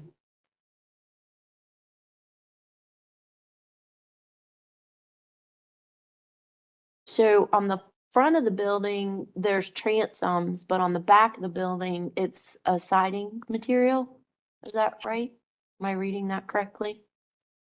So those pieces are all cementitious. Does the front one below say something different? Yeah, it's also painted cementitious. Okay, Yeah. okay. So they're look kind like of the mimic on transoms the on windows. elevation. Yeah, they're kind of made to look like transoms, but they're, a lot of the old storefronts didn't have the glass go all the way above, kind of like the previous project where it had, the louver above. You'd have, a little panel above instead of a transom. instead of So a will window. that be out on the same plane as the brick or will it? No. It'll be back with the, well, on this, at the entry, it would be up front, but on the main parts, yeah, that's probably easier to see. It's not, maybe try the other one, canvas. The one below. Oh, back to yeah. Try the other view, there it is. So right here, and maybe the rendering shows it too much like windows, but that right here is in plane with the windows. These right here are recessed because that entry is recessed there. So, but the rest of them are all in plane with the windows. Well, they do look like glass. They do. I think want to the- make sure. Our rendering Okay. folks, I was click too many buttons. So they are meant to be, the details show them as wood. Yeah, the detail shows it is material that's painted. Yeah. Renderings are sometimes, they're a little funny. So they're quite reality. Okay. Other questions for the applicant? How's your brick match? The brick match? Yeah. The one I have right now, I'm not 100% happy with. They gave us 2 bricks. And I think previously on the original submittal, I showed the 2 as an exhibit. I think we're either going to use that as like a mix of those 2 to get it closer because they're not quite ones. It's hard to tell because we got to clean the brick off and see what we get when we kind of. Just the Dilworth West side will be the only existing, right? No, actually, sorry, yeah, right. Dilworth West and then along the back part of it. Yeah. So, and we have downplayed that side if you're looking at the rendering, and it is recessed back, so it creates a good break. The other side. Yeah. So this would be your new brick piece here, and this would be the old brick here. So it's kind of tucked around the corner, so it's not like they're together. Yeah. So it would happen in a corner. Yeah. Where the 2 would go together. But I may source other brick companies, but we'll do a mock-up panel before we get to that point, so which staff could review as well. So it's hard to get the new bricks to look old. Yeah. So It's gonna be a tough one, I think. yeah, the brick's kind of like a dark brown almost, but it's got like some reds in it. So I had the brick people go out and take a look at it, and they gave me these 2. I'm like, well, they're not quite right. So if they can't get it, we'll look to another manufacturer. So. Candace, did you have something? I was just thinking, an exact match in this case might not be like, Awesome. it might be okay that it's not, because then you can read the building where it was added on, Yeah. but also historic commercial brick buildings like the Leaper Wyatt that was just moved. The front brick was typically like the high style brick. And then when you move to the side, it was like, or the rear, it was a different brick altogether to delineate. Because then if you're talking about like a main street, all those other buildings next to it, you would have never seen the side. And the rear is so far back, utilitarian that you would have never seen that. So I think that in this particular case, if it's not 100%, it's going to be okay. So the front That makes was sense. the fancy brick. Oh, yes. Yeah. Yeah. And then the side was the Was the yada, yada, yada. Conquer because, yeah, for a couple of reasons. You didn't Yeah. want to spend that much money on it. There was probably another building that was going to be right next to it. Uh-huh. And so, yeah. Nice. Other questions for the applicant? If not, let's close for deliberation. All right, commissioners, what are your thoughts? Was everything addressed? I'm having a hard time. Answered all the things we asked. And I said Tim answered all the things that we asked of him. And I remember Commissioner Barth pushing it more, and I thought, oh, well, it looks great to me now. But I think that this is a testament to how we collaborate with applicants, because by my estimation, this is so much greater than it was last application. So thank you, Tim. Should we go through the reasons why it was continued, or we can kind of float a motion that way? Yeah. Yeah, I think we can float a motion. I would be inclined to approve this application because it is not incongruous with the neighborhood. It has answered context 7.2 through 7.3, numbers 2 and 5, as well as Secretary of Interior Standards. Height and width 7.8, foundation 7.11, windows 7.14, lighting 8.11, and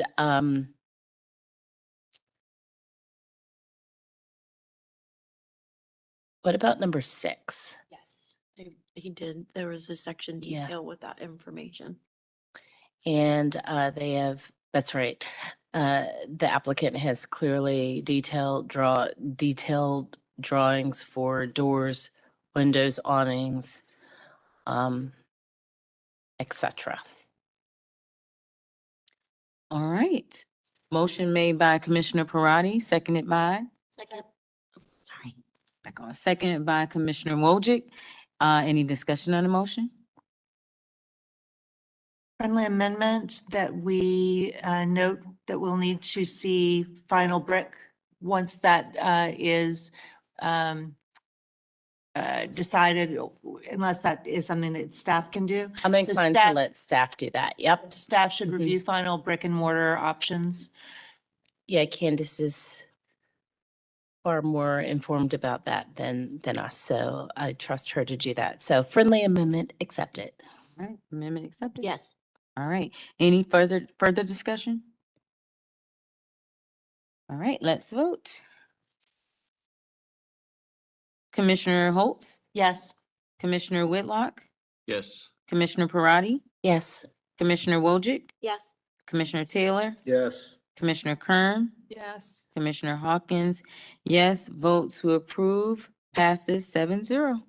Thank you, Tim. Thank you. Appreciate it.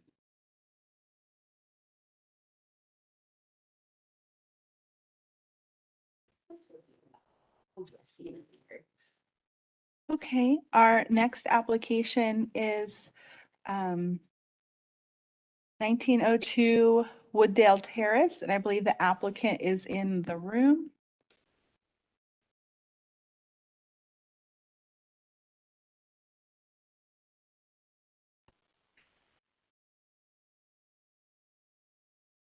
Okay, yeah.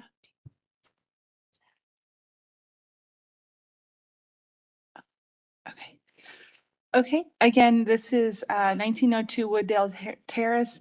The project is, the proposed project is the painting of the entire unpainted brick exterior to unify a previous owner's mismatch repairs.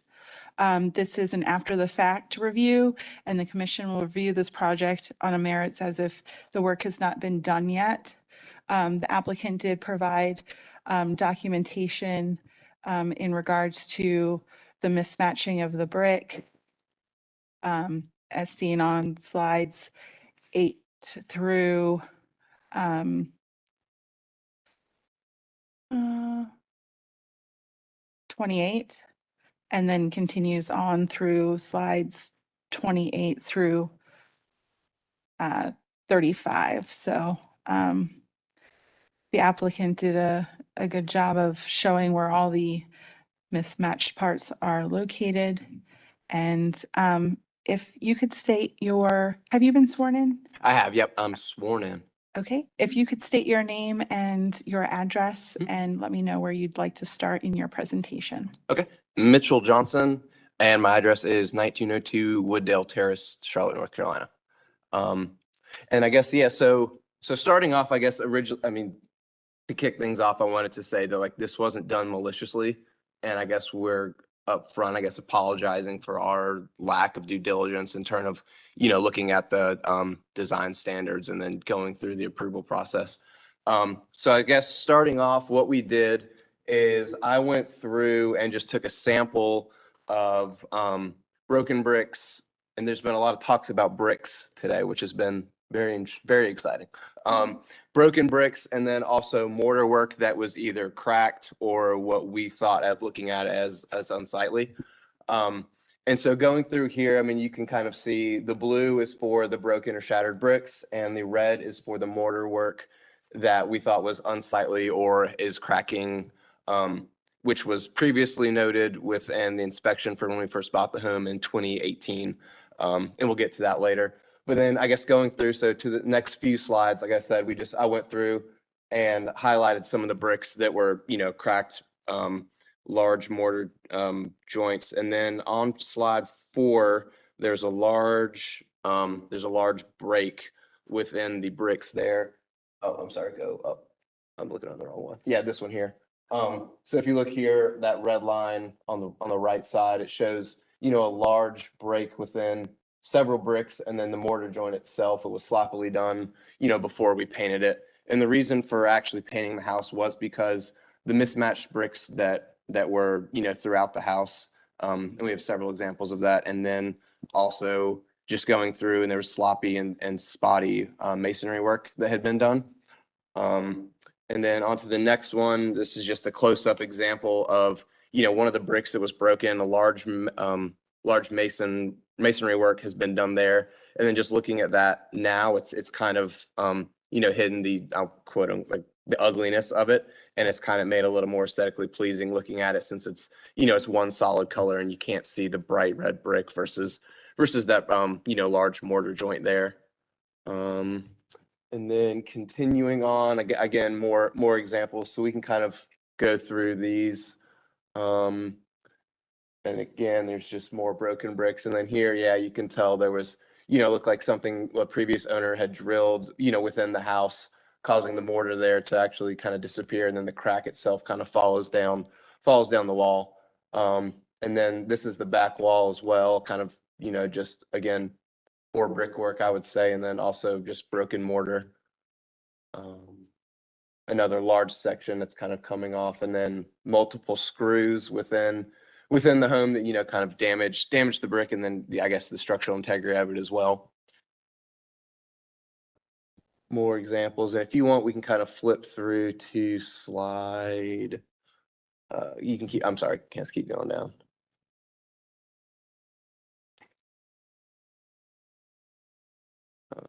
Yeah, 28, I'm sorry. Sorry, my slides are numbered differently than yours. So looking here, so this was the inspection report that we received, like I said, when we first bought the home, and there were 10 major cracks that the inspector went through and, noticed and identified and said that they were major mortars that needed to be fixed. And when they went through and looked at, when they fixed them, I would say they did a sloppy and quick job of it, because going down to the slide 30, you can see here, I mean, it's just a poorly done job, the mortar there. And all the major, the 10 major defects that the inspector found, that was how all of this were fixed and repaired. So, just looking at the house, it kind of looked like it had been band-aided together. And then if you go up one slide, Candace, I'm sorry. This one here, this red section, it looks like this whole part of the wall, and it's hard to tell now because this is a picture from 2018.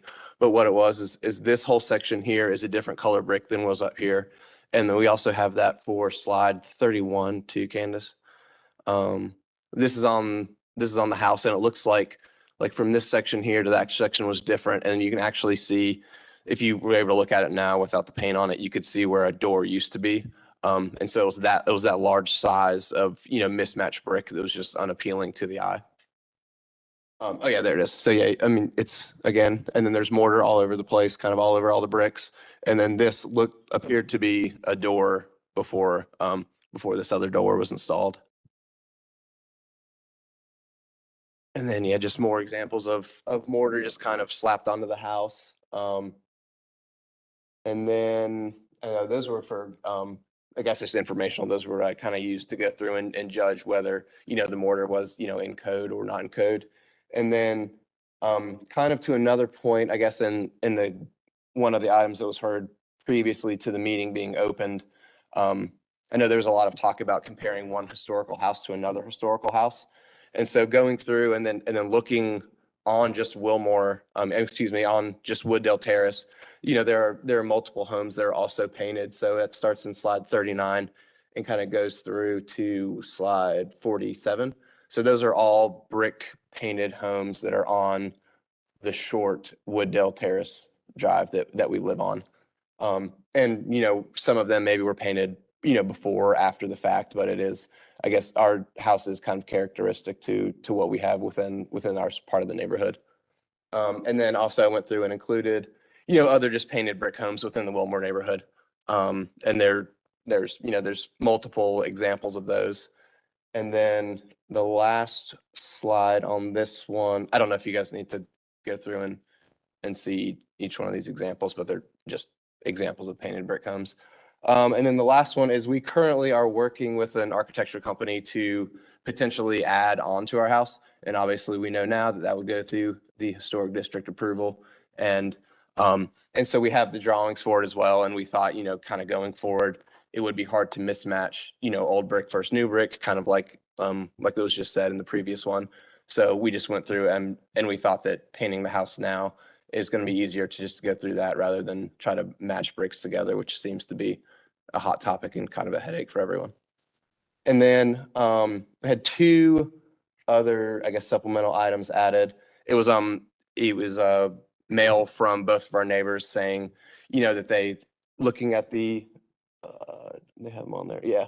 So this one neighbor, he wrote a letter stating that he was looking for a home within the Wilmore neighborhood and deciding to move into our house. He noticed that we kind of took pride in our home, and it kind of reflected what he thought a traditional Wilmore home would be. And then the next one was just our neighbors as well, showing, I guess, their support for us painting the home. And they even noted that we'd won, the huge prize of Wilmore Yard of the Month, which is kind of given out by the Wilmore Neighborhood Association. So that's it. Thank you. I believe your wife might be online. Do you I don't know if she is or not. Okay. She left No. behind. Okay. Do we have one unknown caller? Unknown caller, if you're calling about 1902 Wooddale Terrace, could you please state your name? Hello?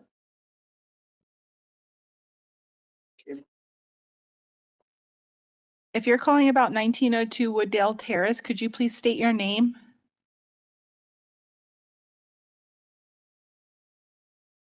No. Okay. I didn't expect anyone. If that Okay. helps. Thank you. Mhm.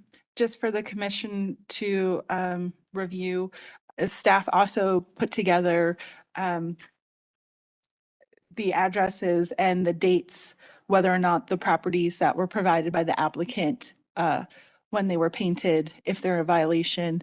I will say that this particular project, 534 West Kingston Avenue, was painted blue as a violation case. The commission denied that, and they actually had to go and remove the paint, and they did. And this is what it looked like after. So this is here for the commission's review as well. That's really helpful, Candace. Thank you. I don't know that we get to see the after that often. Commissioners, questions for the applicant? I have a statement.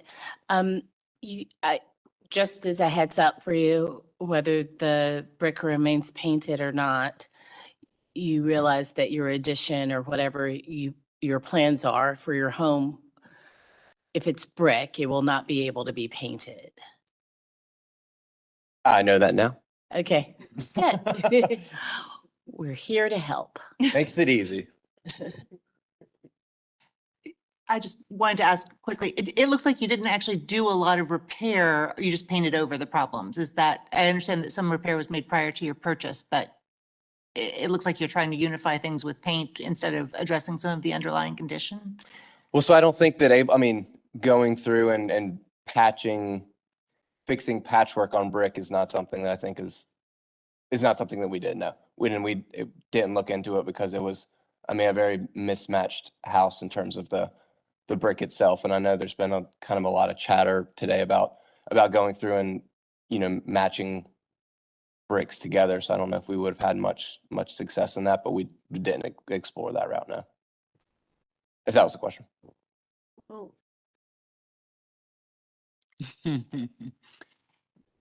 Commissioner Wojcik? I think she's talking about the places where the mortar is cracked and the bricks are moving. It doesn't look like that you actually did repair work. Oh, That I'm you're sorry. Trying to match the brick or fix the bricks, but where there's actual damage in the veneer and there's cracking, it didn't look like you went in and re-mortared anything or tried to fix the cracks. Right now, no, I didn't try to go through and do any of that. Or are you asking before the fact? Before the fact. No, that because I guess right the there. cracks, the major cracks that were identified had the examples. I mean, there was the poor masonry work that they came in and did prior to us moving in, I guess in our due diligence period. They went through and fixed those with, you know, with additional mortar. But it was like on, I think it was slide 31, just had slide 30. I mean, that's what they all look like. And so it was 10 of those throughout the whole outside of the house. And I understand not being happy with the appearance of that, but the solution simply is not to paint. Painting is just it's not the right approach. It's inconsistent with the standards. It's been very clear that that's not what you do in a historic district. I don't, it's just wrong to do this in the historic district. I understand the issues with the brick. I understand the underlying things, but this is. If it's before the fact, if he comes Yeah. into and brings it to us, we may approve it. I cannot imagine having approved this. I will say that we just had an application last month where to your, much like in your situation, Mr. White, where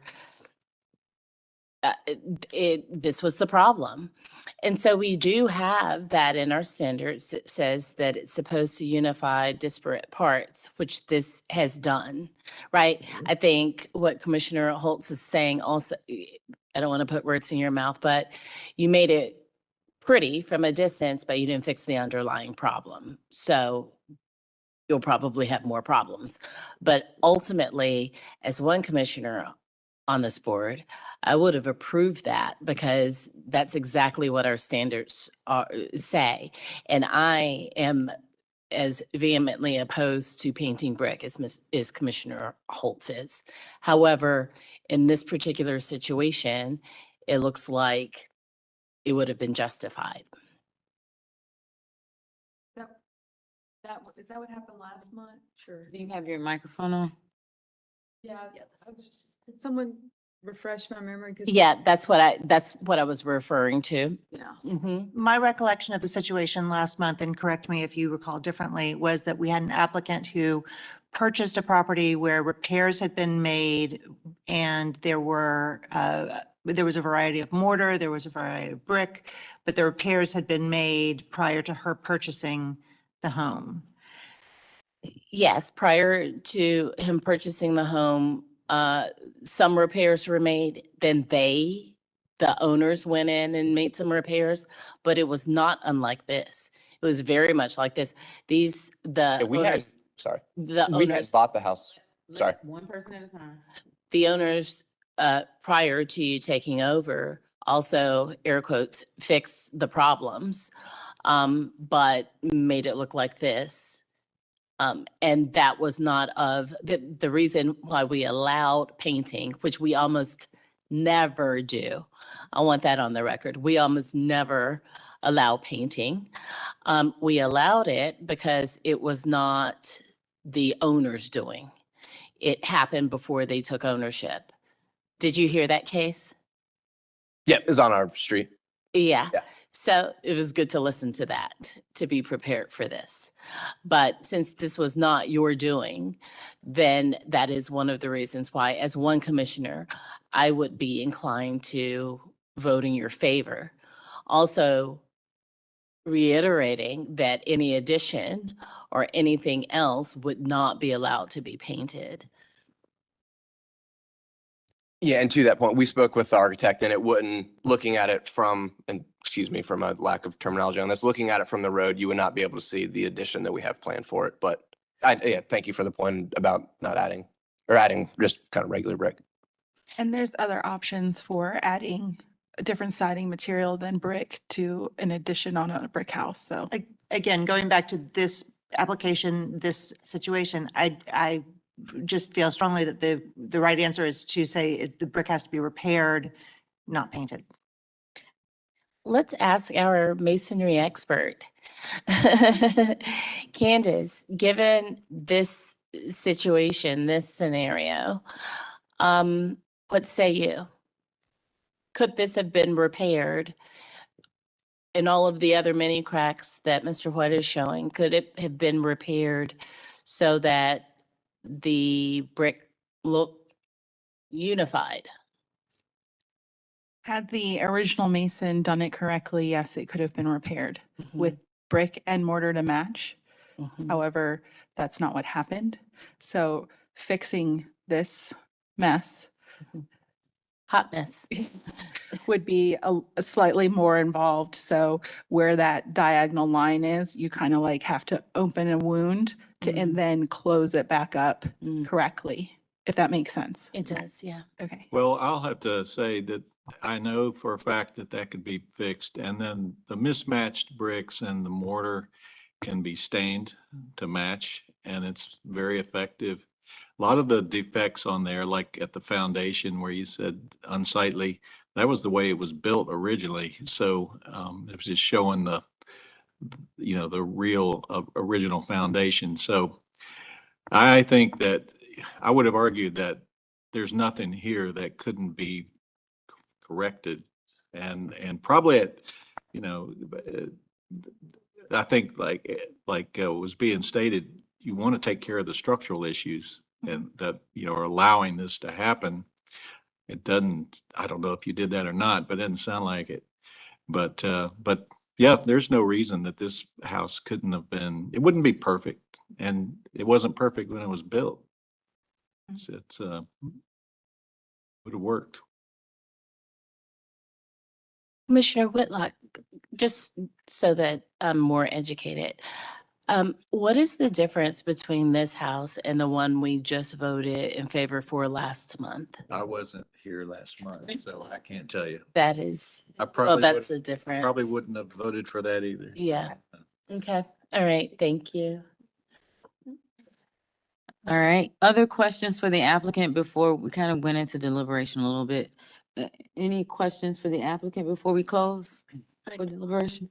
Yep. So you have documentation of all of those large cracks from the inspection report? Yes, yes, I have the full inspection report Alright. of those documented. That was just the snippet that kind of, pointed out the specific, So you can provide that to us? the entire inspection report. Mm-hmm. And are there underlying structural issues that created this problem to begin with? I do not know. You're referring to this cracks? Yeah, I'm not sure. Yeah, Mhm. well, interesting. Well, I know, but there's a difference. I mean, is he gonna keep having issues in the future? That's his problem. Yeah. True. That's true. I Well, don't know. Thank you. then, just to push it, does that not go back to this being caused by, potentially, being caused by the current owner? No, it could be any number of things that it could be going on, or it could have happened and it's done now, or it could have happened and it's been fixed. We don't know. I mean, we're gonna conjecture on how to fix this house. I mean, we got better things to do. Fair enough. Thank you, Commissioner. All right, any other questions for the applicant before we close for deliberation? All right, we're now closed. So we have some very strong opinions about this, so let's go around the horn. Round robin? Well, So our standard says you can paint to make it more, unified. unified. That is a reasonable, according to our standards, it's a reasonable step to take to make it more unified. Whether you can stain brick or rip veneer off and redo it or whatever, it's in our standard that it is an application that we accept. Yeah. Yeah, if approved. Yeah, I am not in favor of painting the brick.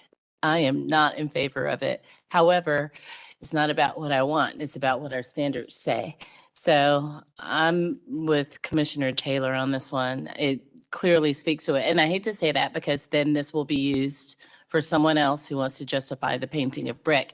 However, this is a clear case to me in terms of it unifying disparate parts. So. Right, because if the applicant could not show these disjointed parts and it was just a painted house, then we would say absolutely not. We saw an example of what it looks like post or after the paint has been removed. So we know that can be done, but this clearly does have, I mean, diagonal, which to everybody's point, it looks like something else is going on, but it shows that there are huge cracks throughout this property or this building. So if painting is what unifies it, as one commissioner, I do see that in this case, this is applicable. I don't, however, agree with it being done after the fact. May I also say, I think that painting to unify is silly if you're not fixing the underlying problem. I think the solution is to fix the problem and unify by having the right masonry, But the problem's not within our purview.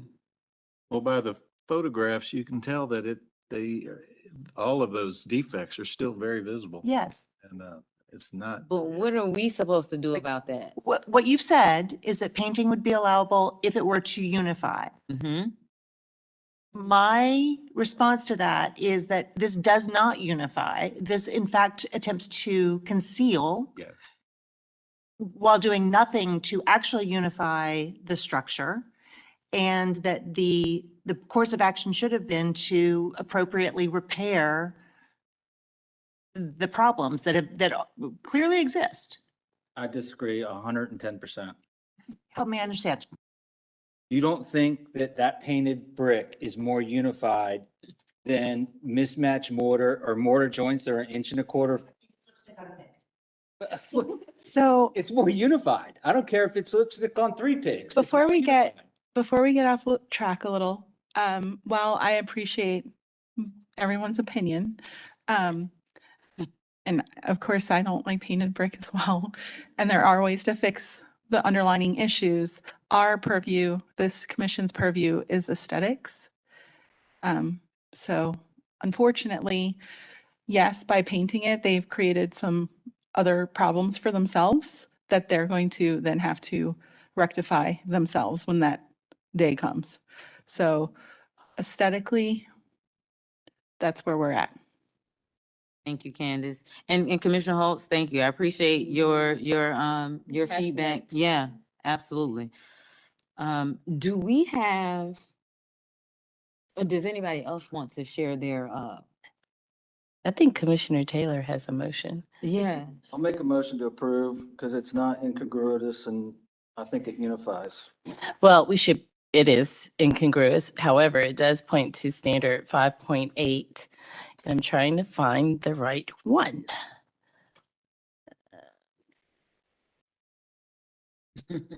5.8, the first paragraph. the preamble? Yeah, painting may be considered if documentation will unify disparate parts of the building. Yep. Provided disparate work is not of one's own doing. I'll say second that one. All right, motion by Commissioner Taylor, seconded by Commissioner Parati. Any further discussion on the motion or discussion on the motion? So The excited. only suggestion I would add to the commission is just to include additional facts that were presented in evidence to support the commission's determination that this project fits within the exception. As an example, from your last meeting where you had a similarly situated case, you can add facts such as you made a determination that the particular issues that led to the disparate parts were not created by the current applicant, so on and so forth. So I'll amend that to show that we are approving this because the applicant provided an inspection report from 2018 showing that the conditions existed prior to his owning the property. I'd like to amend that and say it wasn't his inspection report, but a handful of photos that still shows that there were problems prior to him taking ownership. Accepted. Accepted. Okay. All right. Any further discussion? I'll second that. All right, let's vote. Commissioner Holtz. Commissioner Whitlock. No. Commissioner Parati. Yes. Commissioner Wojcik. Yes. Commissioner Taylor. Yes. Commissioner Kerm. Commissioner Hawkins. Yes. Vote to approve passes 4-3. I don't think I've ever experienced that before. It's great to have this healthy debate. Okay, Yeah. okay. I'm glad I was your first. Okay. Thank you. Thank you. Thank you. And tell all your neighbors, don't paint their house. Don't I'll- paint the brick. I will, definitely. Okay. Do we need a 5-minute break? Break, or we gonna keep going? Keep going? Okay. I need a break. I think I just. 5 minutes? Okay, thank you. Just 5 minutes. Be back at 5:13. Commissioner Holt.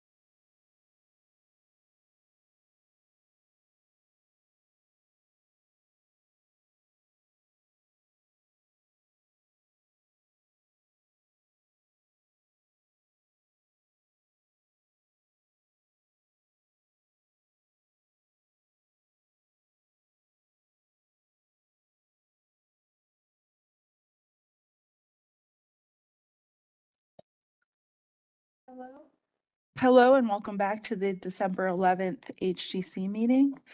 Our next application is 918 Magnolia Avenue, and the applicants are in the room. And I believe they've been sworn in. We have. Yes, they have. Okay. This project is the replacement of the existing broken terracotta tile porch with with a brick border. The restoration of the porch was approved by the commission on September 13, 2023, and a COA was issued for the restoration of the broken tile on March 22nd, 2024. The applicant has since decided to move towards a brick flooring for the porch. Let me pull it. If you both could state your names and addresses for the court reporter, and then let me know what page you'd like to start on for your presentation. Tim, I'll let you start if you lean in toward me. Okay. So just your name and your address. Name's James Wisnett on 918 Magnolia Avenue, Charlotte 28203. And I'm Mary Wisnett, and I don't tend to talk loud, so will you let me know, or somebody wave your hand if I don't talk loud enough, at 918 Magnolia. And I'm going to start at the beginning. I will say,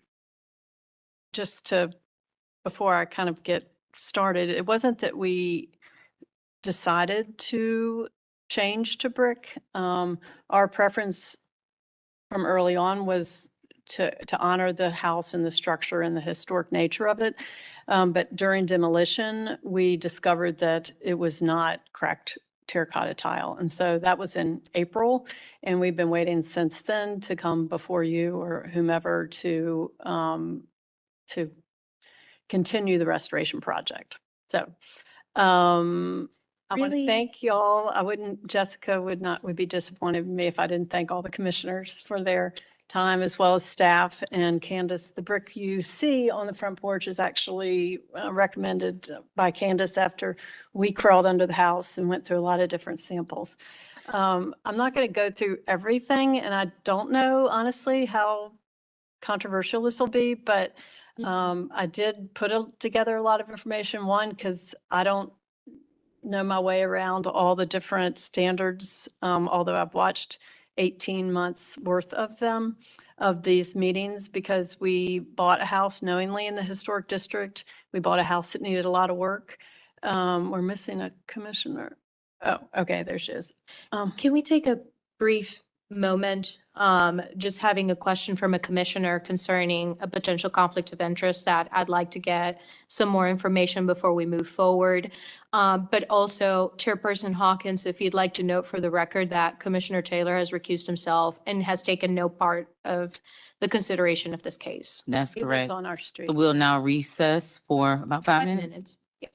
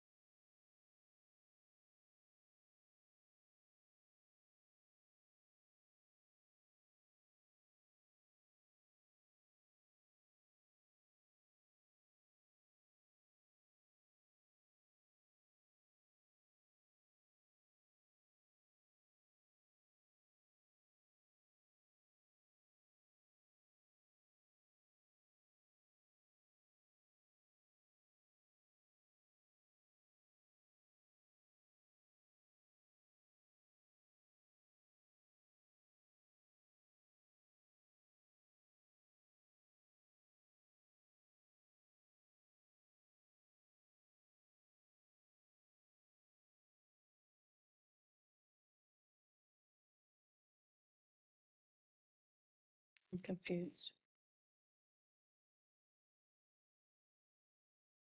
We're back. Thank you for that short recess, Attorney Hewitt. Chairperson Hawkins, Commissioner Kerm approached me as the applicant was getting started with her presentation and mentioned that she has previously been acquainted with the applicant. Commissioner Kerm, is it correct that you met the applicant at an event about, as you stated, 6 weeks ago? 6 or 8 weeks ago, yeah. Okay. Do you have any prior knowledge about this case? Have you had any conversations about this particular case or property? Please turn on your microphone. No, I have not. No, we haven't had any conversations. Correct. You do not live anywhere near this particular property, within the 300 feet of this particular property? No, I do not. You don't have any do you have any financial benefit associated with this particular property? I do not. Do you believe you can be fair and impartial in the consideration of this case? Yes, I can. At this point, I would say that the commission can ask any additional questions of Commissioner Kerm, as well as the applicant could ask any questions of Commissioner Kerm before I provide an opinion. Commissioners? I think I we're would- good. Just say that we volunteered together. As soon as I found out she was rolling on the commission, I said, I don't want you to have to recuse yourself. So I don't want to discuss our project at all. And I think we even, she had reached out, and I felt, just for the sake of making sure we didn't lose another commissioner, that if we were to ever see each other outside of this, that it would have to be like out of this, past this date, if you will, socially. Any additional comments? For Commissioner Kerm? No, and I just didn't even recognize who it was until you sat up there a few minutes ago. Based on the information presented and the question and answers from Commissioner Kerm, I do not believe there is a conflict of interest in this particular case. My recommendation would be that we continue the consideration. Thank you.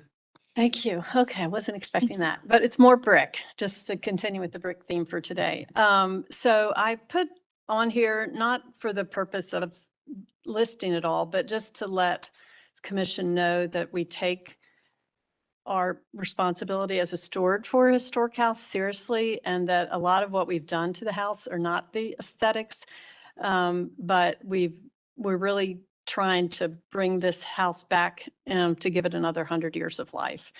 And part of that effort was hiring Jessica Hinman, from having watched her on the commission, to have somebody that we said we don't want to break any rules. So we had the porch approved. It was a restoration, which is kind of I'm learning a different kind of ball of wax. We all believed that it was cracked red tile. And so we started with that process. We did have trouble even finding some contractors that would bid on it or knew how to bid on it, because they weren't sure what material to use, and then any kind of guarantee, for example. As soon as the demolition started in April, we determined that the tile was not original. And we also determined the fact that we had that tile poured in this thick basis against the wood, which is another issue with our house. You'll see a lot of cracked red tile against brick in historic Dilworth, but it's not as common against the wood. And I've learned from a lot of different people, probably Candace as well, that it tends to make the wood dry rot, I think is the right word, because it sucks the moisture out. So we've had to replace the entire band. We had a lot of structural issues, which we have repaired, to your point. We've jacked up the structure. We got as far as we could go, and then we had to stop work in June as we worked through this issue of what we could do with the replacement. I've got on there what it looks like now, and we are just in a standstill, basically. We've done everything we can, and we're waiting to approve the surface. They poured that gravel in there to give us just something, because it was like you had this little tiny thing to step up on and step down from. It still made it a little quite precarious, especially, for our situation. Let's see, my understanding is when we originally talked about what if it's not original, they said you're going to have to provide proof. So I want to start with that, which is toward the back of the presentation. And if Jessica came at the very end, Jessica has the pictures. Actually, go back up, I'm sorry. Keep going, up, that 22, I think it is. Yeah. So let me try to catch up to you. Oh, there we go. So these are Jessica's pictures and Jessica's words. And it's so hard. I found out today you could have submitted a video. I didn't know that, but our porch is shaped like it comes like this and that, and then it sticks out in the center, and then it goes back toward the house. So we have these two, what I call the wings. And we determined, or Jessica and the contractor determined, that they were not original. And that's part of what created the issue in the first place, is it's like this, and then they built the wings, and then these kind of collapsed, and then it collapsed toward the house. So all this water was dumped into the house. I see you. Yeah. I'm sorry. Okay. Thank you. Sorry. So I don't know what some of these words mean, but she's pointed out that it revealed the row lock of the 3 courses of running bond brick. And that's all the different destruction that we had. They actually, when they installed it, they poured it up over 2 rows of shingles. So all those shingles were rotted, all have had to been removed and rebuilt, in addition to the wood that's behind them. And that's the bottom left picture is the best example of that. I added some pictures of my own on, let's see, that would be closer up to the front. Starting on page 6 of 16. And again, that's the old shingles you can see that were under this thick, about 8 to 12 inches, depending on where it was, of a combination of cement and this tile on top of it. And again, that image that you see of the front house with the box around it, the determination was that was originally the main porch, and then the wings were added on. So that, and then if you go to 7 of 16, you can see the original porch wall just went along the sides of the part that extends straight back to the house, and it was brick. And I've got Jessica's notes. Am I assuming y'all have read all of this material? Okay, great. Then I won't go through it. So I feel like we've done as well as we could have approving that. So then you get into the actual standards for what we want to do, which are in restoration. And we are in the process of working with SHPA for historic credit, at least on the tax credits on the front. And so I reached out to Brett, and there's another woman I think that I've talked to as well. And his point was that it was not historic. And I know from reading the standards and watching all the commission meetings that there's a belief that over time it can become historic, if you will. And so that's kind of what we were dealing with. So we wanted to be sensitive to that. And so, but again, since we're doing a restoration, the standards say it should depict the property at that particular time in history and remove evidence of other periods. So we feel that this removing, which we did as part of the rebuilding, is consistent with the removing evidence of other periods. It says remove masonry features from other periods. Let's see, it's not recommended failing to remove a masonry feature from another period, thereby confusing the depiction of the building's appearance. And we go on to, let's see what else. Let's see, after the materials have been identified, they should be maintained, protected, repaired, and replaced when necessary. Again, the restoration, which is our original approval, is removal from any other periods. So we feel like the removal of the cracked red tile and replacement with something of that original period is consistent with the restoration standards. And then going on to, let's see, I'll go to page 8. And let's see, what else am I saying? Okay. So we rebuilt the band members and the side porches. We had ID involved. They rebuilt it from the ground up, and then we had to crank up the house to kind of make it level. All the columns will be resurfaced, and our request is to use something of that period, which our options would be wood, which SHPA has said, and one, we can't do it at this point because there's no aeration, I guess, under it. We'd have to unbuild the porch. And SHPA said they didn't recommend it because we have such an unusually exposed porch. Or a combination of brick and cement. And we haven't been able to source the cracked red tile. I alone haven't been able to source it. And then I've reached out to staff a couple times and have not gotten any suggestions for what is in any material that's intended for this purpose. So as part of the summary, we feel like it will allow us to repair it and maintain it over time. There is, unfortunately, and I know you'll probably see more of these because a lot of people in the neighborhood have used that bluestone or whatever kind of stone. There's a lot of that, and I know and honor. We've had builders that actually suggested that to us, and I knew enough from watching and reading the standards that that was a no-go. But SHPA 100% agrees with that, by the way. They made it clear that that would be a, quote, step in the wrong direction. But we do feel like the brick is of the period. It is a historic material, and it's something that we can maintain over a period of time should we have any kind of issues. I do have precedents.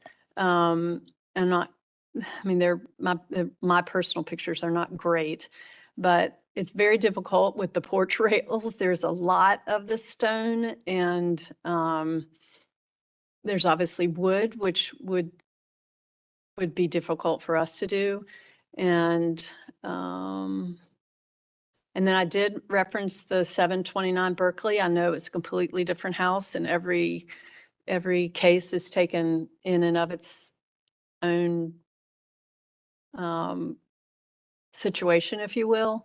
But it just the note that it says it was approved based on the fact that it's not repairable, which ours wasn't, and that they were requesting historic material that's typically approved.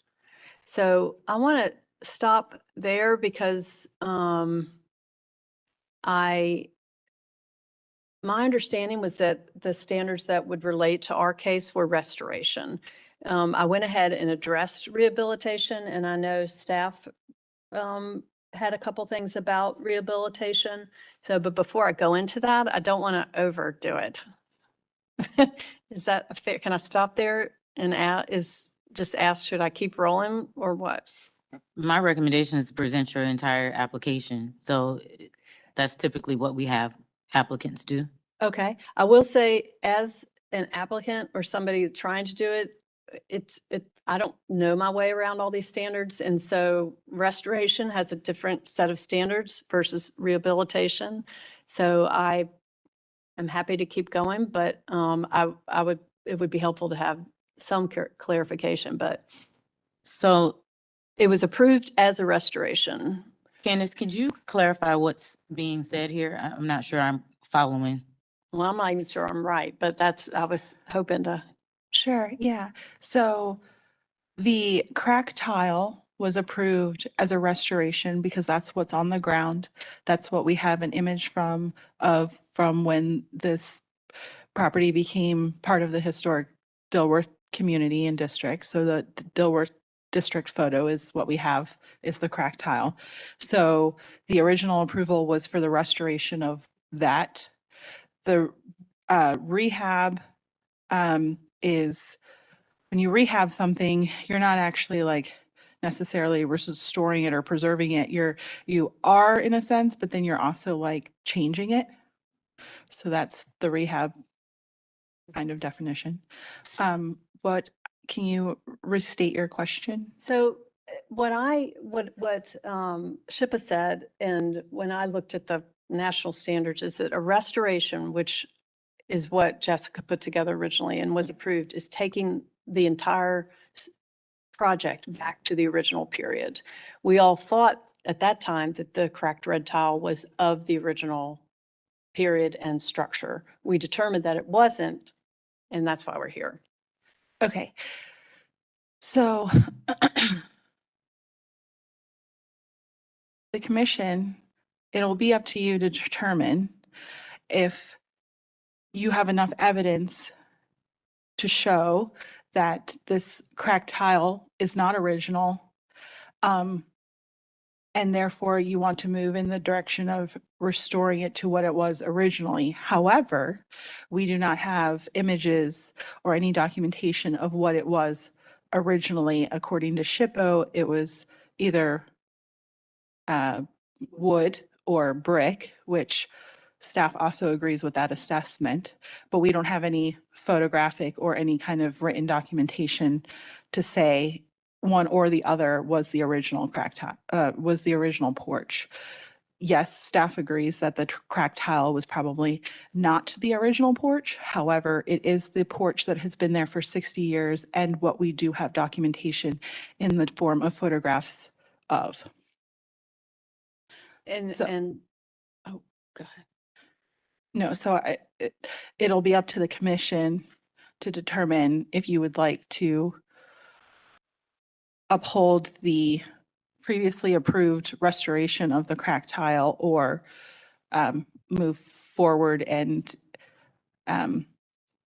try to go back with an equally similar original porch material.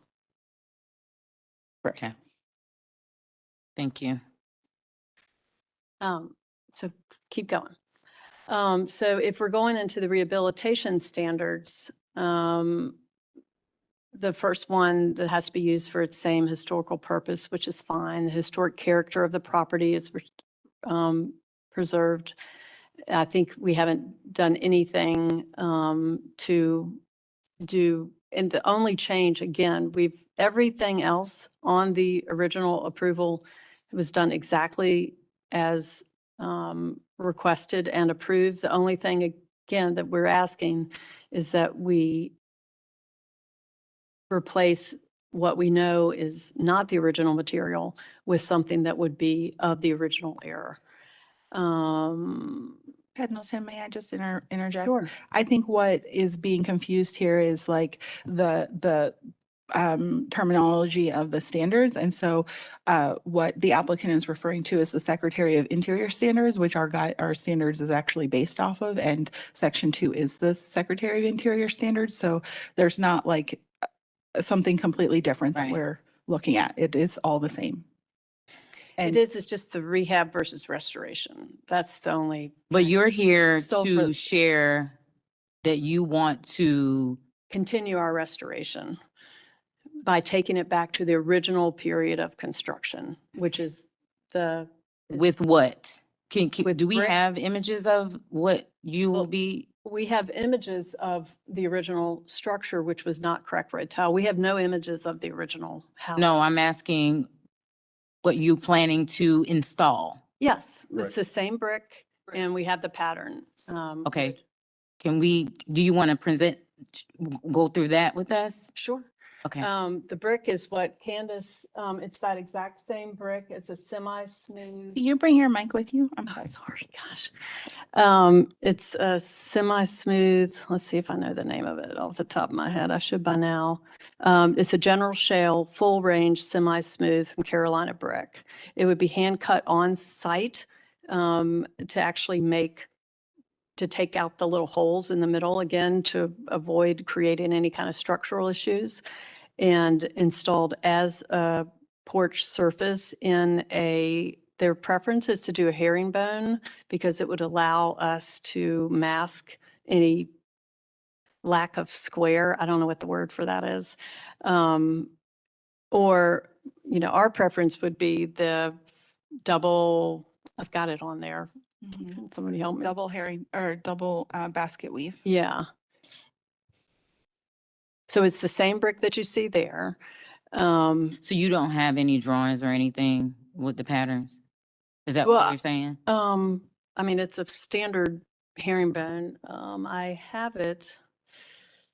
I didn't attach it. I didn't know that it would be,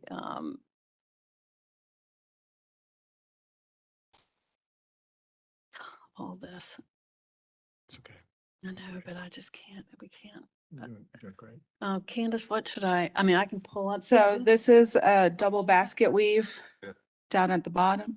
Sorry. One person at a time. Can we hear from her and then you can? Sure. So the brick is this brick that's shown in the photograph on slide 8. And the pattern that the applicant is requesting is a double basket weave as seen on the screen, or a herringbone, which is also seen on the screen. There's more precedent for this. There's a lot of herringbone sidewalks.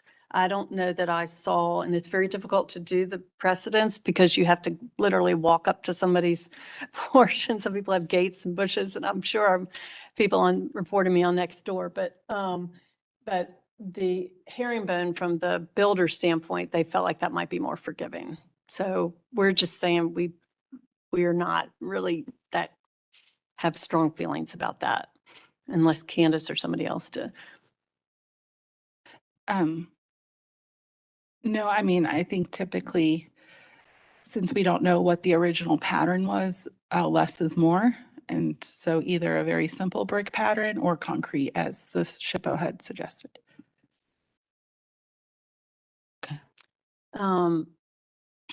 So if we go down the route of, let me go back.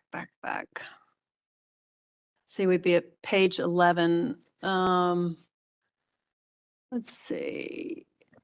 I say I'm on 12 now. So the different standards, the Secretary of Interior standards for rehabilitation.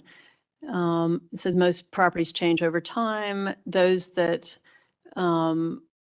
have acquired historical significance, which is reported out to us, along the way, shall in their own right be retained. Now, this is for rehabilitation versus restoration, which we're doing a restoration, but I wanted to address those concerns. We are unable to preserve that, and SHPO had said that it's more creating a false sense of history, and it's also and I don't know the right architectural term, but it's like too many different components. It would make it too busy, if that's a word, for our modest bungalow. And we haven't been able to source it, nor have we found any precedent for somebody in historic Dilworth that has rebuilt it using the cracked red tile. So then we get into distinctive features, blah, blah, blah, shall be preserved. We contend respectfully that the distinctive features of our house are the columns, the 7 open sides, and the huge gables, with the exception of the airplane house. I don't know that there's another house quite like ours, for better or worse.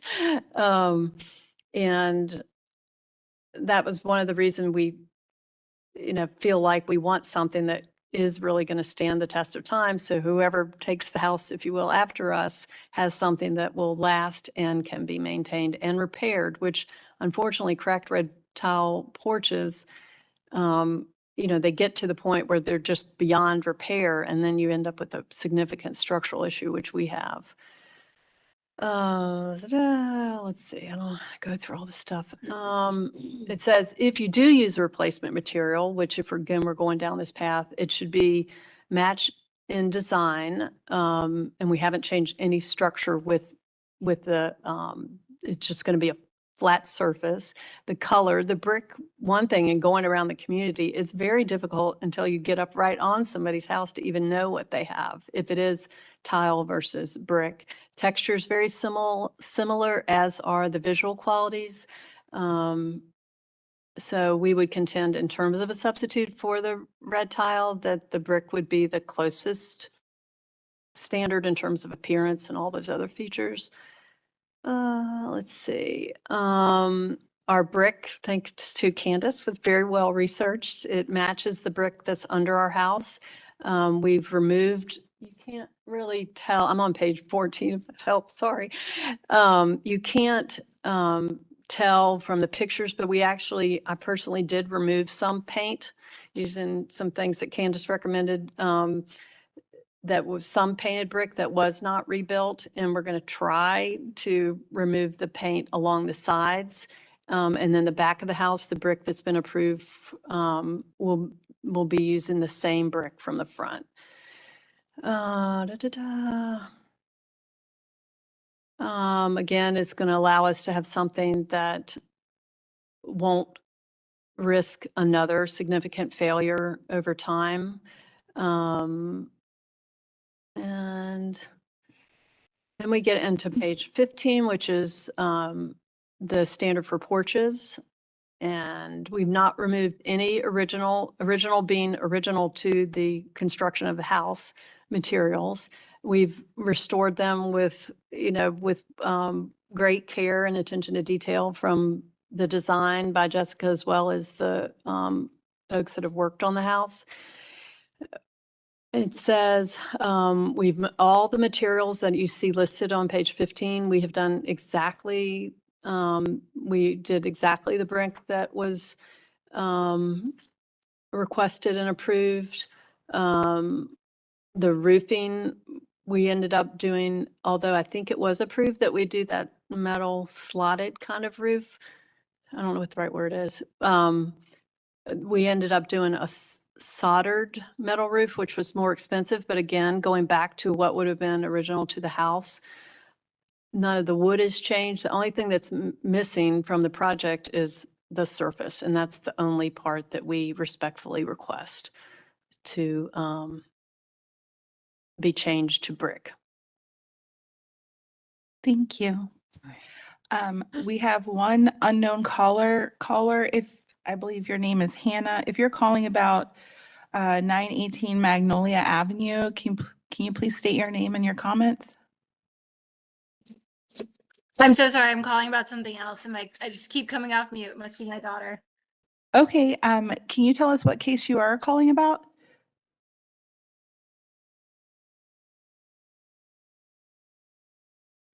I can't. Sorry, I'm unable to unmute myself. I am calling about 1541 Wickford Place. Okay. Thank you very much. Thank you. Okay, sure. All right. And just as a reminder to commissioners, we want to make sure everybody stays present and is paying attention to the applicants as they are presenting information. If you need to step away for any reason, feel free to let us know so that we can ensure we give our undivided attention. For the applicant, any questions, commissioners? Commissioner Whitlock? Yeah, so when you took the broken tile out, you said it wasn't the original, so you went down and you found another slab, I believe. And, No, it was all it was installed. It literally was like they poured it up over about, in certain places 12 inches, but at least 8 up over the original Oh, I see what you're saying. The original structure, the original center was probably concrete. But, well, see, I'm not even sure that's true. Jessica said that you can see her notes. I'm looking at Thomas Fenstermacher's notes. Yes, where is that? So it's right under Jessica's, but just my question is, all right, so Okay. you had, it was built up, up over the siding and that rotted in your sill. And, are you planning to go back on the same level, or are you dropping it down to what was probably original? We are going back to what was original. How far are you dropping it to? Well, it's just okay, so I can show you on this picture. Take your microphone. Thank you. Does it come with me? Oh my goodness. Okay. So if you like right here, this is all below that, there was at least this much. It's actually a good way to see it because like this would continue right there. If you go to the pictures, I have some more recent pictures of the front of the house where it says current condition. And they would show, oh gosh, I don't have it right up against the house, but it will go to be level with that brick. Okay. So you've already dropped it from where it was originally. Yes. Okay. And I will add just, you've stated that the broken tile will be problematic over time, and I disagree. So if everything's properly flashed and installed and sloped properly, it's going to hold up equally to brick or concrete or anything. So you're not really, that's really not a, I mean, I think if it's a preference that you don't like the broken tile, that's one thing, but it's not a defective product. And I agree and I respect that point of view. I guess what I was trying to say is that the way it was installed it was cracked, which I have not been able to find. You're taking something that's sealed around, or I don't know that much. So please correct me if I'm wrong, but I've talked to a couple of different manufacturers and they said, we don't make a product that's intended to be cracked and then installed in essentially cement. I don't know if that's true or not, but to your point, yes, we've done everything we can to prevent any kind of water penetrating up against the house again. No, I mean, yeah, it can be done. And, But we were hoping to find another case that it had been done and everybody kept saying, oh, well, the bluestone will be beautiful. And I'm like, yeah, we're not going to fight that battle. We don't want to break any rules. That's really not what, our intent has been from the start. Just to Commissioner Whitlock's point, 206 Grandin also had a restoration of their crack tile and it was approved, a COA was issued, and they have since completed the project and the applicant's actually in the room. So it is possible to have it done. Yeah, I requested, but that's the first time I've heard of that, so. okay. Well, I think that you answered my questions. Thank you. Other questions for the applicant? Commissioner Waldron? If you could get the resource to go back with broken tile, would you prefer to do that? We Or would is your not. Preference? I mean, again, we bought it and it was so damaged. And again, in our opinion and in SHPA's opinion, it creates a very busy. Our house is already very open. It's got this beautiful millwork, which we want to highlight. Now it's even prettier because it's all been restored. So okay, thank you. That's not. Chairperson Hawkins. Yes. Just a brief reminder to the commission that if witnesses are not here to testify on matters of which they have firsthand knowledge, that information is hearsay. So unless you have any materials from SHPA, any written materials explaining what is being provided today, you may want to consider what weight you give that evidence. Again, it's not that you cannot hear it, it's just you have to make determinations about what weight you're going to give that.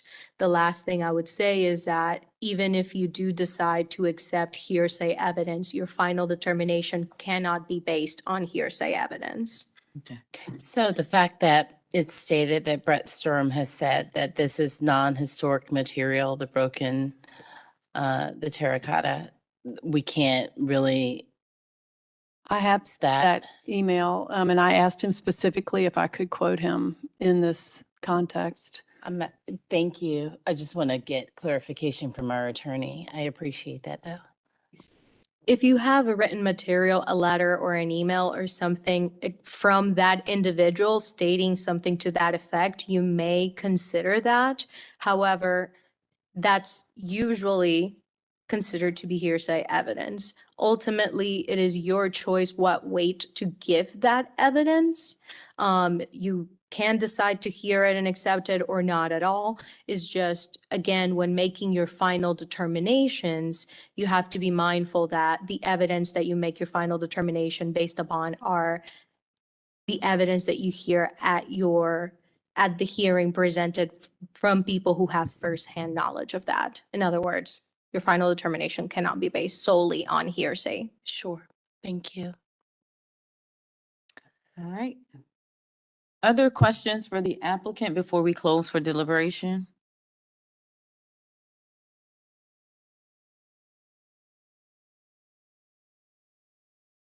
All right. We are now closed for deliberation. Yep, go ahead. I have a question for Candace. Yeah. She made a comment about the concrete or one other thing, and I want to ask her about that again. Was concrete or brick is what was stated as being good, what they could use to restore their porch. Because that was a historic material or because that was what they thought was there originally? They didn't know what was there originally, but because of the historic materials. Okay. I just wanted clarification. So I'm just going to throw out my 2 cents. We've gone over this type of project before, and I know that we got stuck on this cracked tile situation before. And mine, just gonna tell you, my opinion is if they're going back with the historic material, I have no issue with it. So just want to say that. Yeah, I feel that way too, just to be the fly in the ointment though, so that we can thoroughly vet this. After a certain point, 60 years, that material also becomes historic, particularly in the face of not knowing exactly what was there before. I mean, I agree with you, but I just want it on record that, even changes done to a historic structure become, as we were talking about earlier, a mark in time. And after 50 years, that becomes historic. And so it would be perfectly reasonable to go back with that, particularly because we don't know what was there before.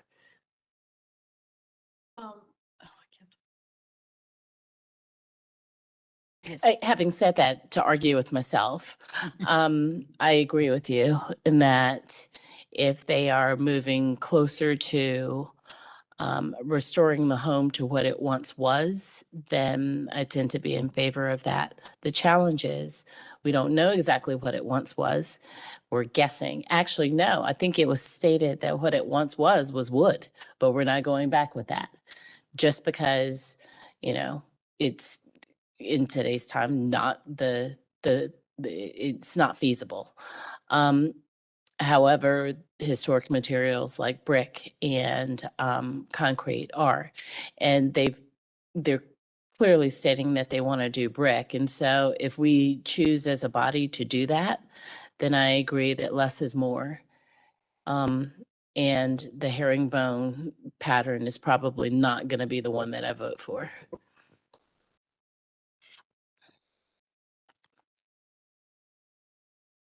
Other thoughts?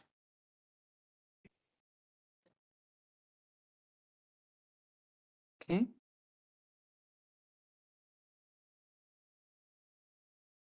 Commissioner Kerm, any thoughts from you on this one? No. Looking at the Make sure to turn your mic on, please. Commissioner Whitlock, your thoughts? I agree with Commissioner Parati, and I agree about the herringbone. I actually think the herringbone, I think the herringbone would actually show the out of squareness more so, because it's, anyway, yeah, I agree. Okay, well, does anybody want to float a float a motion? Now, I will say this, I want to say this before. Not seeing what is gonna go back, any kind of drawings or anything, that's not normally what we receive. We typically see some mock-up of what is to go, some kind of design. So, but because this is something that I think that they could work with staff on, since it's a contained site, a contained area, I'm willing to, forego that piece, but, typically we do see a design of some sort so that we can envision or visualize what we are effectively making a decision on. So, yeah, would anybody have a motion? I would like to make a motion, and I completely agree with you, Chairperson Hawkins. We do like to see what is going to be there. Having said that, because we have a masonry expert on staff, I feel good about kicking it back to them.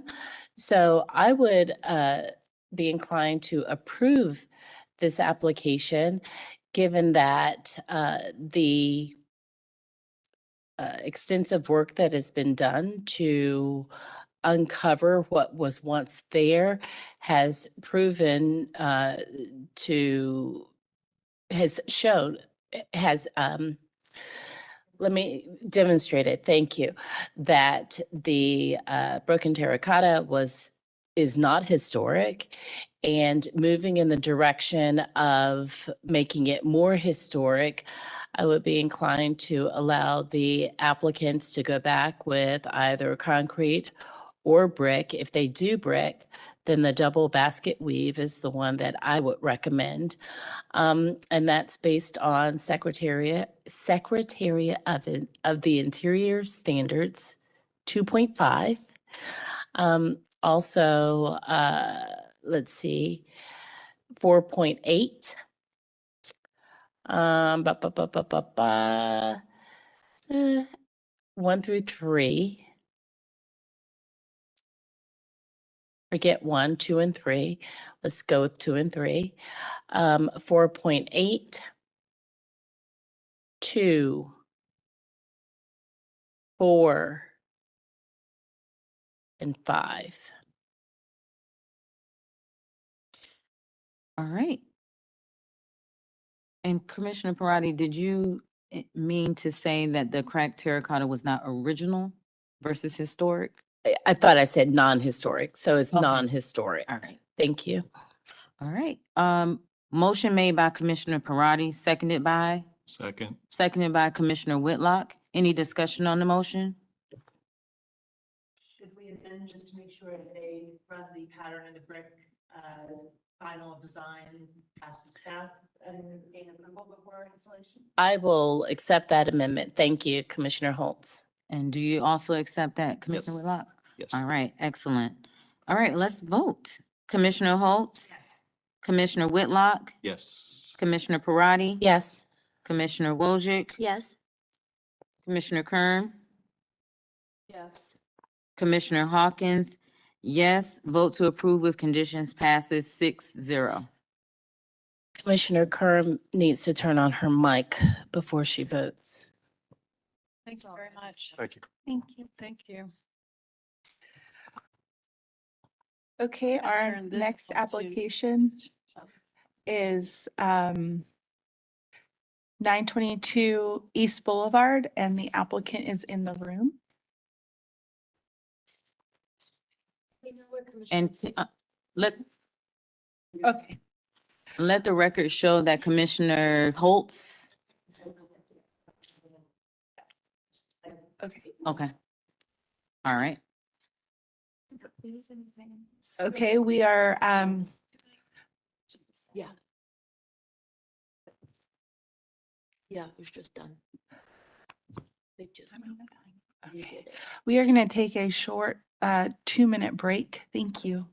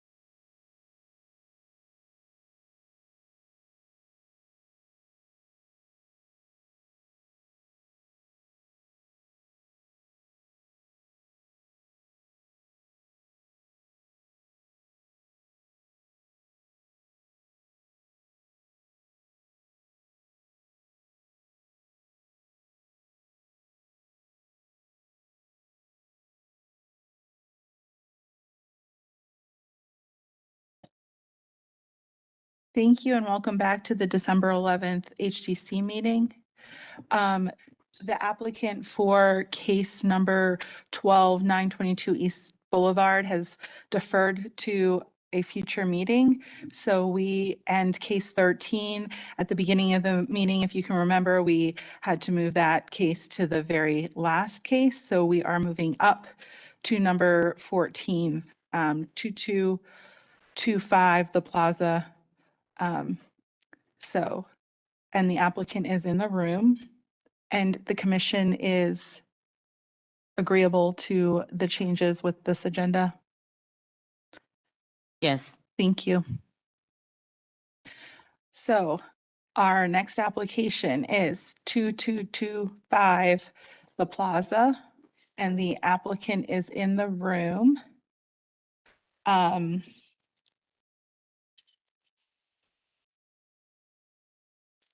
The proposal is the full demolition of the existing building. The application or the applicant has provided digital photographs of all sides of the building, digital photographs of the significant architectural features, a property survey, elevation drawings, a Zalt wall survey, and a tree letter has all been provided in the application. And I can run through those slides real quick. So these photographs of the property start on slide 7, slide 8, slide 9, slide 10, slide 11, slide 12. Those include all sides of the building and architectural features. Slide 13 shows front elevation and site plan. Slide 14 shows slide 14 shows site survey. And then architectural drawings are shown on 15, 16, and the Zalt wall on 17, and floor plan on 18, and the tree letter on 19. Angie, if you could state your name and address for the court reporter. Angie has been sworn in, and if you have any further comments. Okay. Angie Lauer, ALB Design, 901 Berry Hill Road, Suite B1, Charlotte, North Carolina, 28208. Thank you. So before you, yes, there is an application for demolition. The house, as personally visited by myself and photographed, documented, measured, and accurately portrayed, is a 1930s craftsman style home. The house is not structurally sound. There are a lot of issues that we determined once we evaluated the house. The front porch is completely detached structurally from the main body of the house. Internally, there's previous owner had done some interior renovations. There are studs missing, walls missing, framing issues. The house is currently vacant, and initially when we went in June to photograph and document the house, you could see there's some issues. I went back in November to re-photograph the house. And I'm just going to tell you, I walked in, my hair on my arms crawled because somebody was living in the house in that condition. And there was a sleeping bag and other components of active habit, somebody like living in the house. I don't know if they jumped into the attic, but I left because there was somebody sleeping in the house. The house is completely unsafe. The crawl space door there on the left-hand side, you could see that a previous owner put in a girder that is not supported by any piers. So the house is unsafe right now. So the current owners want to build it back. So I know that this is not part of your application. Your application is for demolition, but our intent is to build back something that is of the same spirit and aesthetics architecturally of what's there. We do like the bungalow style. We'd like to build it back. I don't believe this house is salvageable because of the damage that's already there. So I'm going to go to a few slides. Candace, so I got to some of the porch details, specifically slide number 9. And I want to draw your attention to the front porch. Angie, will you just take your mic with you? I'm sorry. Just, yeah. Okay. Thank you. So please look at the bottom of slide 9 on the right-hand side, where you can actually see that the masonry columns have disconnected from the body of the house. So the front porch is actually leaning, and that is approximately a half a brick width from the main body. The siding on the slide number 9, we actually have documentation of the dimensions of the siding, so you can see it is a wood siding. It's measured, documented. So everything that we see that we want to rebuild is documented. On the left-hand side of slide 9, you can see there's an actual crawl space door that leads to the body of the house. Internally, those piers are missing from the inside of the house. Slide 10, the lap siding has been replaced, repaired at one point, and the siding that was put in doesn't match the window casing, especially around slide 10 on the bottom left-hand side. I'm sorry. Well, here's the missing. Here's the girder that's supposed to be there is not there. Slide 11. The back of the house was closed in. We believe there was a porch of some sort where there's glass block window. There's a bathroom in this location. The back porch was added on. I don't know when because it is not original, has different windows. It has the awning type windows. Internally, you can see there's some slide 11. So the case for demolition is pretty solid in our professional opinion. Slide 12. Internally, the doorway that was added into the new, that sunroom to the back, the structural, the header is not connected to any studs. You could see they're cut in the bottom left-hand corner of slide 12, really uninhabitable. And so our request is for complete demolition. I know that there's a tree that needs to be located on the survey, which we will have located. It is a very, very large tree. The grade and the topography of this property slopes from back to front. I want to say there's about an 8-foot delta. But what we want to build back is going to be reminiscent of what's here. This property is on the perimeter of the historic district. To its right is convenience store. So it's not adjacent to any other residential structure.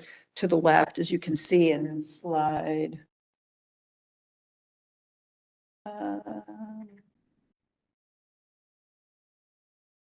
Yes, so Paper North, I guess to the north is the convenience store, to its south is the border of the property. So it is going to be a gateway home for us.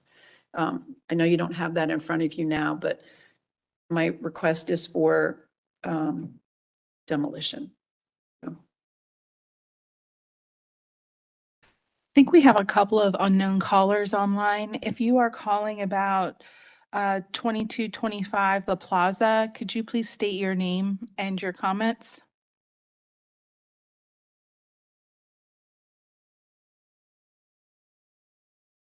Okay.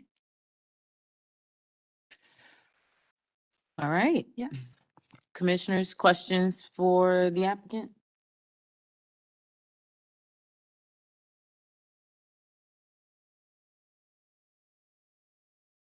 All right.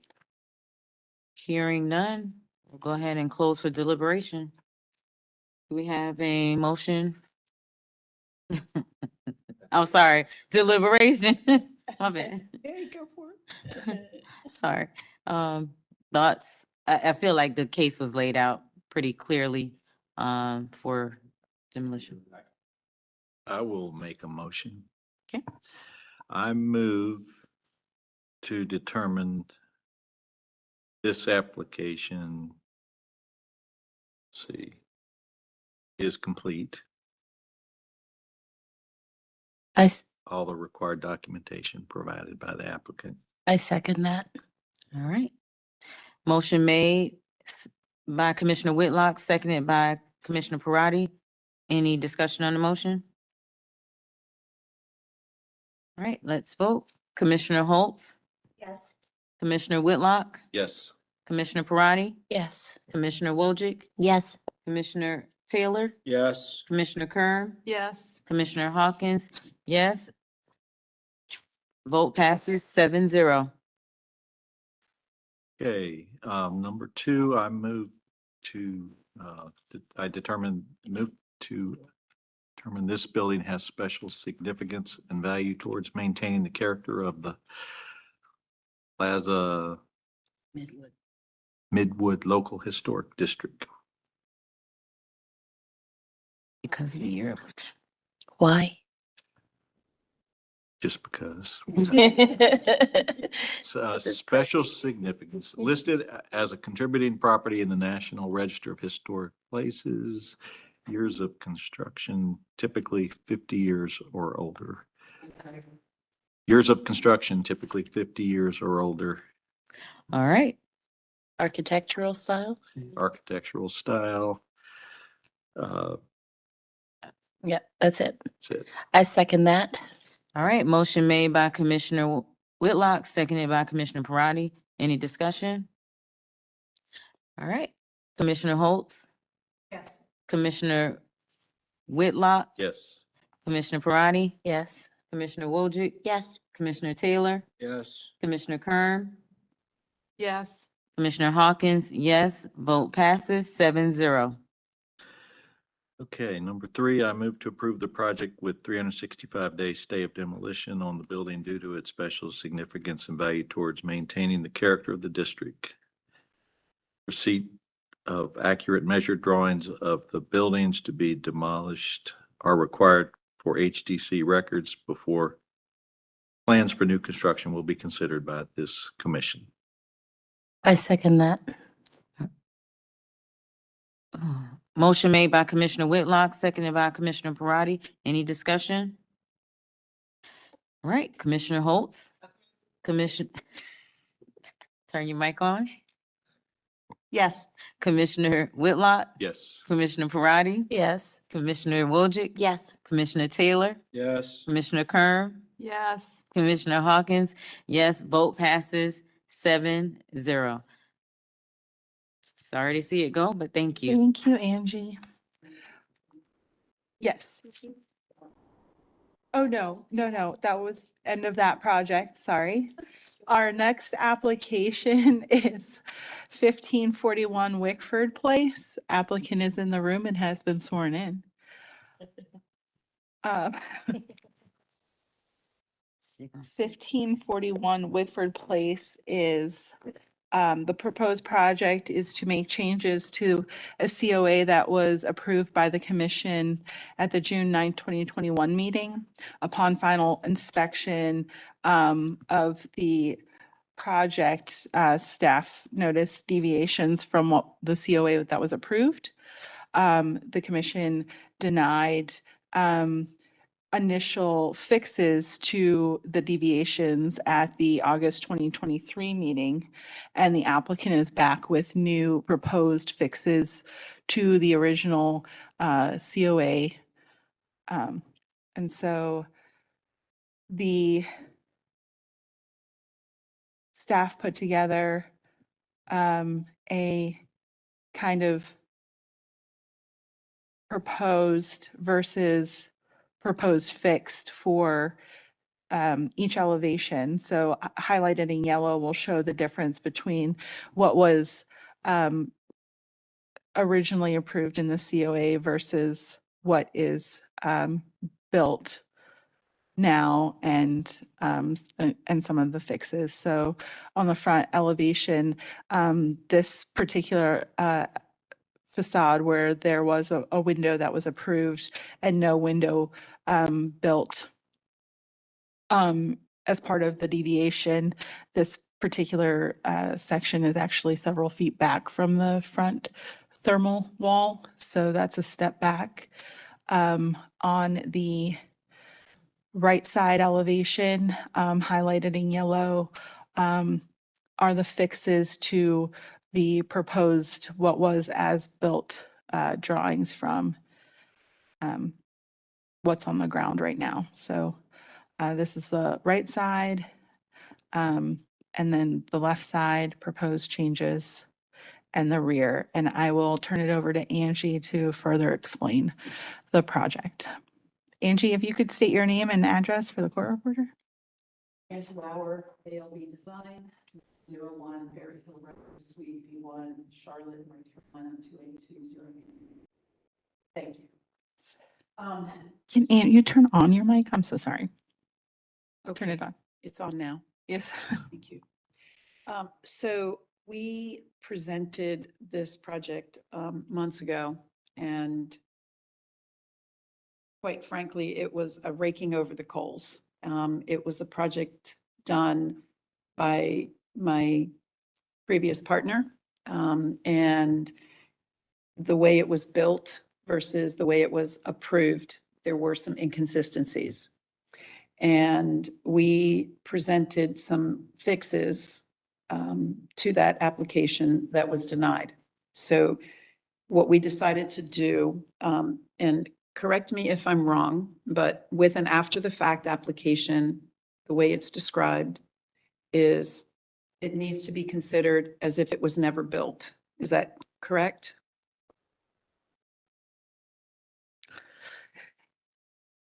Yes. Okay, so if that is the case, then what we presented, the package that we presented, as well as the evaluation from staff, is the way the house was before it was renovated and our proposed elevations.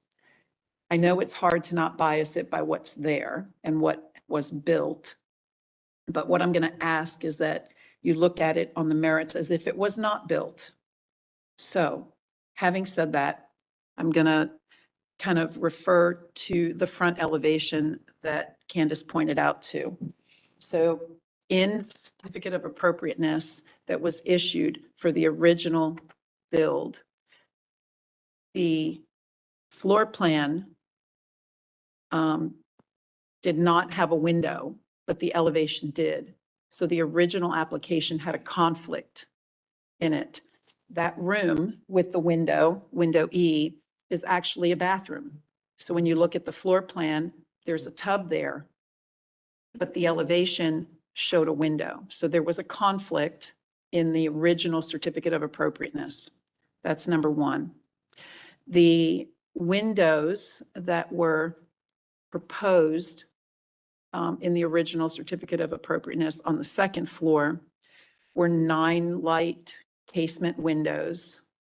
And what's installed was an 8 light window. So our proposed application in this case is to replace the sash that are there with the new sash that are going to be simulated double hung, but they are casements.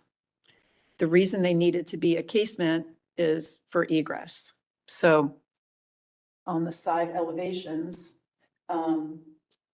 what was proposed originally was 9. And we're proposing simulated double hungs, but they're going to be the 6/6.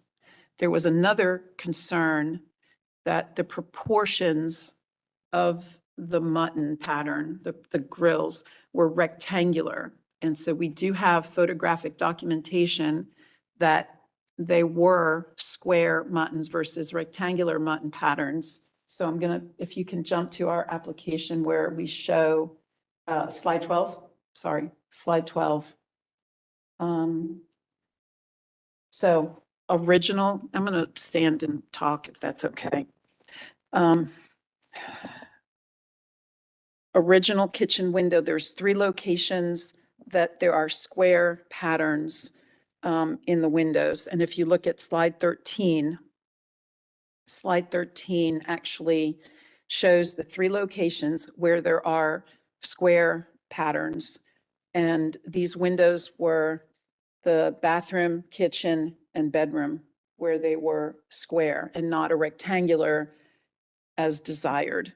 So there was a combination. So what I wanted to show was that you had a variety of window sizes with a variety of mutton patterns that are acceptable.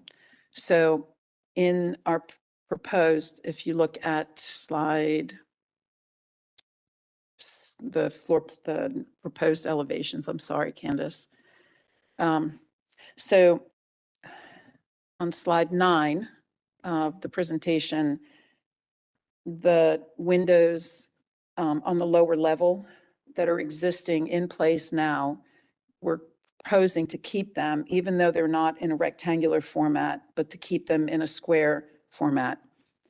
The windows on the second floor, we're proposing to change the sash in its existing locations so that, and they're actually built this far apart from each other. So this is physically built now. Changing the inside or changing the locations of the windows would impact some of the structure that's on the inside. So this, as it's drawn, is what we would propose. There was also some overhang issues. There were some brick and stucco concerns of where stucco would return onto itself.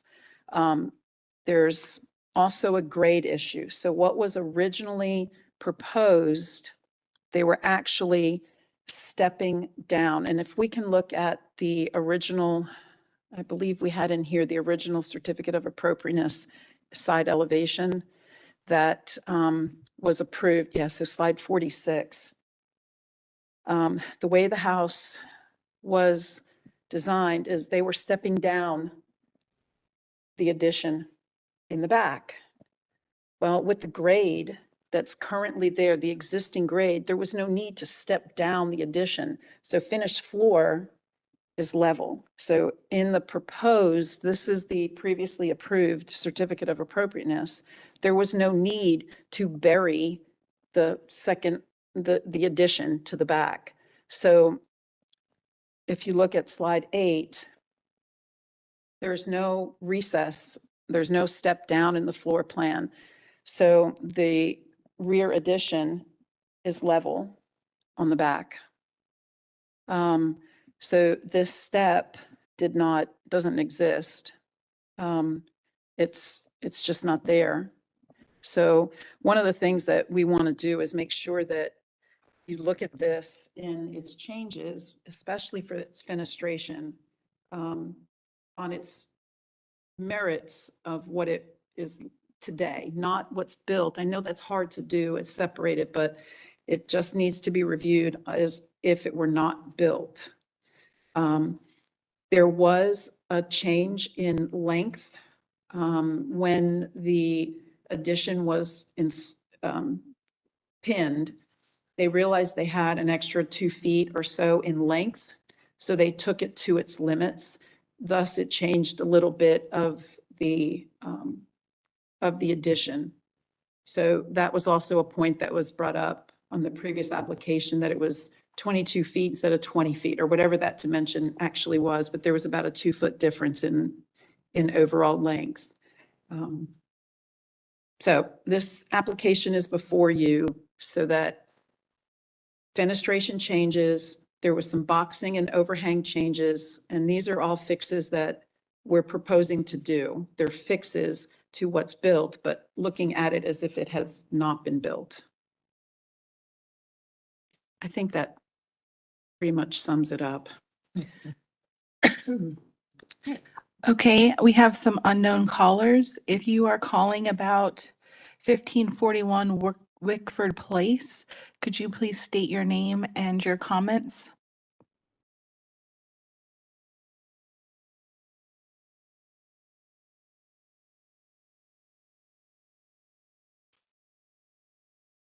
One more time for unknown callers, if you're calling about 1541 Wickford Place, if you could state your name and your comments. Wasn't there somebody on the phone for 15? There's been a couple of people, but. Hi, Hello? this is Hannah Davis and Willard Sessler. We're just on the phone listening. We're the current owners of 1541 Wickford Place. We bought the house roughly 2.5 months ago and really Hannah? enjoying the neighborhood. Yes. If you're going to make any comments, we need to swear you in. Oh, you been okay. sworn in? No, I'm just in listen only mode. Okay, thank you.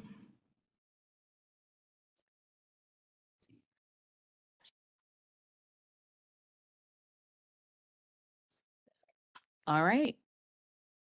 Commissioners, any questions for the applicant? Commissioner Wojcik? Chairperson Hawkins, I Yes. believe the owner of the property, if I'm not mistaken, wanted to speak, unless I got that wrong. She said she would go into listen only mode. 'cause she- Okay, it wasn't clear to me, just wanted to make sure. Apologies. So Angie, I remember this project. The window changes seem to be the only thing that and maybe just the soffit or the eave details that you're addressing. Yes, so the window changes, the proposed extension of the extra 2 feet, right? These are all bullet points that were previously addressed. The boxing and overhang on the back where the previous application had very little overhang, like 4 inches, but it actually needed to be 8 so that both sides of the eave aligned. It stopped short. So when it stopped short, it didn't project on a horizontal plane as the 2 starting points of the boxing. So the proposition is to extend the overhang appropriately where it needed to be, and this is especially on the back. There's two window changes, one door change and one window change. So the window change on the front where there is a bathroom, and then on the back of the house, there is a door that was proposed, but it's where all the utilities are. So being on the back of the house, eliminating the door was appropriate. The other change on the back, and I apologize for this, the other change on the back was previous certificate of appropriateness had a pair of French doors and two side lights. It's not characteristic of a house of this style. So it was a pair of French doors, not doors and side lights. But also because of the grade change, there was no need for retaining walls. There was a few things that just based on grade that that did help the project. It was a deviation of the plans. Yes, it should have come before you. It did not, and thus the application. But if we look at our, I know that Candace did a great job pulling out and identifying the areas that were slightly different. But they are all proposes. We had identified these pieces. I know that chimney was fixed. That is not an issue. So the fireplace was fixed in the previous, but the proposed revisions don't have the impact on the structure that from the previous redlined application. I mean, I know you guys remember it, so. Yeah. So the big elements that stood out to me was the back roof line was at a different angle than it wasn't a symmetrical gable on that back piece. Did that Yes. get addressed? Yeah, that has been addressed. So let me take this with me again. So previously, and let's go to the other side. I think it was Right. To your right. the other elevation. So it'd be the left elevation. Who's that one? The right elevation. So I think it was more clear on the right elevation where there was a lot of geometry going on.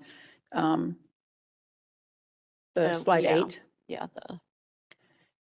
Okay, so slide 8 that's the front of the house to the left. So this boxing here and this boxing did not align because this boxing ended up higher Yes. than this, right? So by shortening this, if just follow the finished floor line, you could see that this boxing is going to be extended. Because right now it ends, like, if you look above, it ends at a different point. And by extending the boxing and the eave, you're going to create the same alignment. And there was also the column bases that were different. These are actually the correct base for the correct column.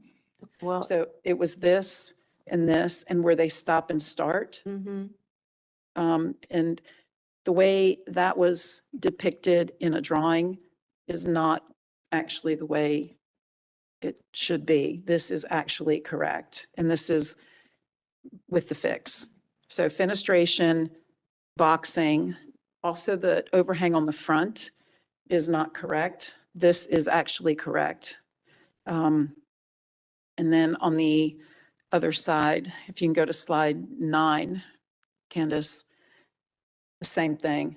This overhang, this is the front of the house. This is where that window is. So you can see how far back that window would have been, but this is the bathroom and this is the actual window. So there's a tub here, boxing, and then fenestration changes. And then here, the way this plane of the wall actually sits out further than this, and there's a return here. So we're proposing a return of the stucco right here. So this was depicted in one of the images that, so this is current condition. So slide 35 is current condition where the stucco did not return onto itself. And then you have this awkward brick.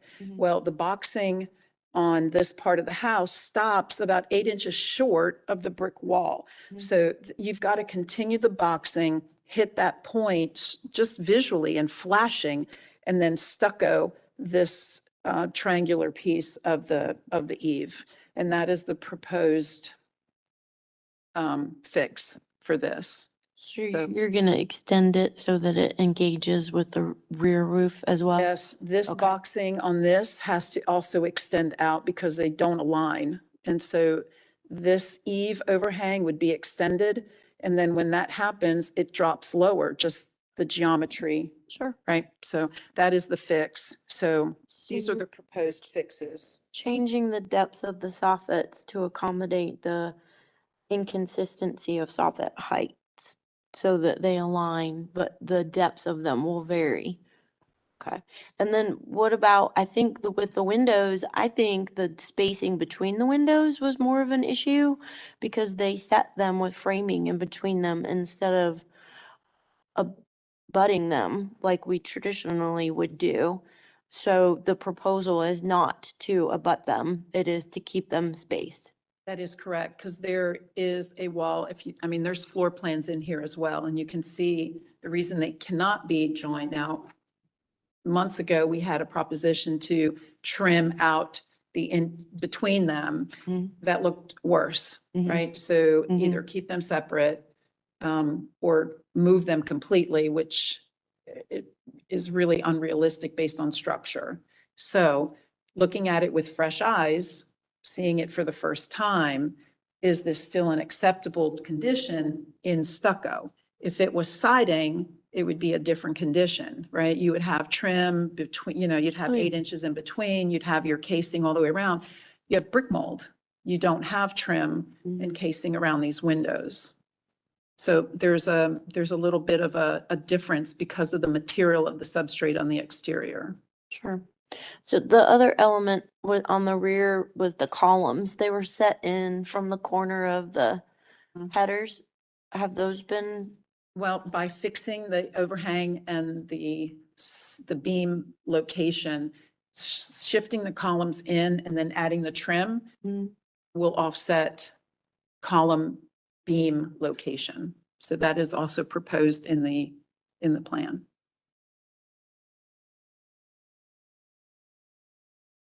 Okay. Okay. One to the other.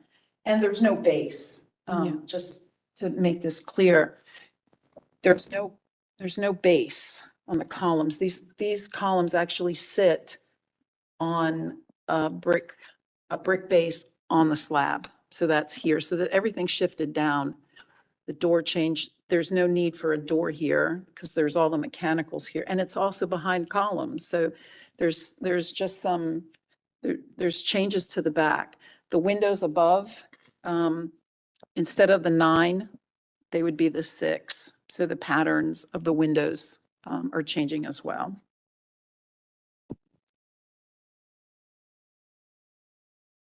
Okay. Thank you. Other questions for the applicant?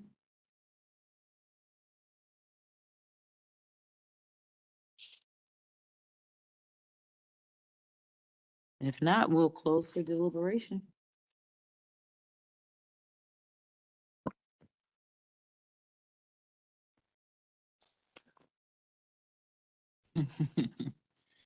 Any thoughts? I will say, as someone who doesn't have the building science expertise, the only change that I saw that they made that I do question, but I get programmatically why there wouldn't be 2 windows in a bathroom, but it's on the front, it's facing the primary elevation. And so perhaps I should have asked this while we were open. We tend to ask applicants, would they be willing to put in, even if it's like a fake window? Just so that the fenestration is there, because it looks odd as like that void. I mean, not void, but I think that's a contextual issue where the houses typically have a relationship to the street that works with the fenestration, and Yeah. that blank wall Yeah. is not typical. Yeah, exactly. Also, touching the historic house, there's, let's see, where is it?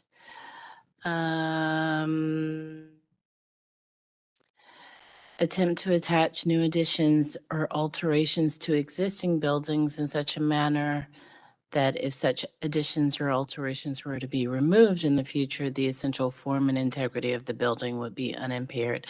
I mean, the eaves have, it feels like the Pinocchio of eaves. They've grown on the historic house. And so that and on the second floor, I know it's stucco, but not seeing the windows ganged is, I don't think that's something that we would have approved. I also see, like, there's a pork chop somewhere, a couple places. Yeah. So, Picture of the front. turn your mic on, please. Is the only picture of the front of the house on slide 33, like looking at it where you can actually see the front and the side addition?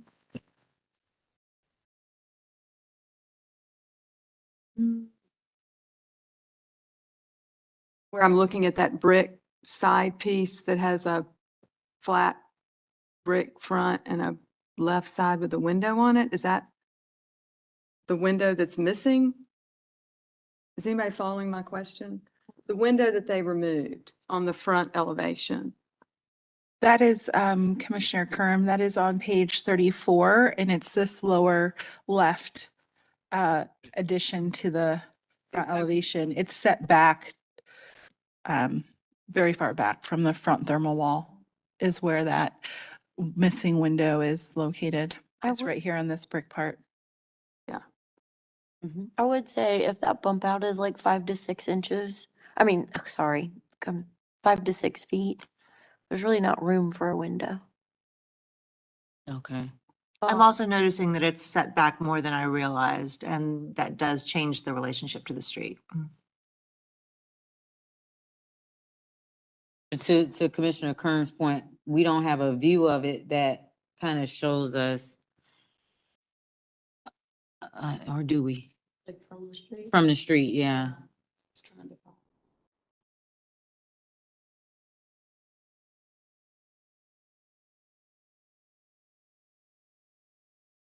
Yeah, 'cause that would be helpful. Okay.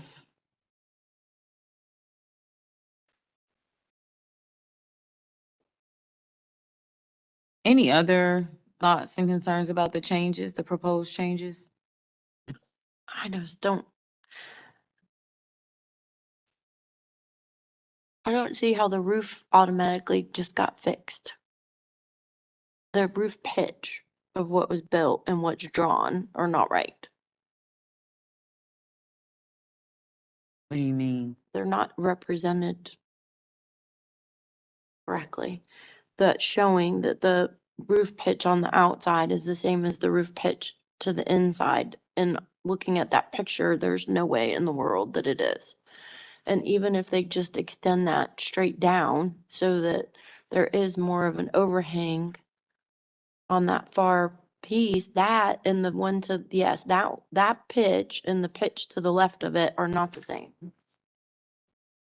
I mean, there's no way. I know perception and I'm pretty good at eyeballing stuff, and there's no way that that is the pitch. And if they extend that down so that the soffit lines up with the one that's to the left of it, they're gonna have a 2-foot overhang. There's like 1, 2, 3, 4 brick rides. There's like a 4 brick elevation change. I just don't see how those drawings are correct.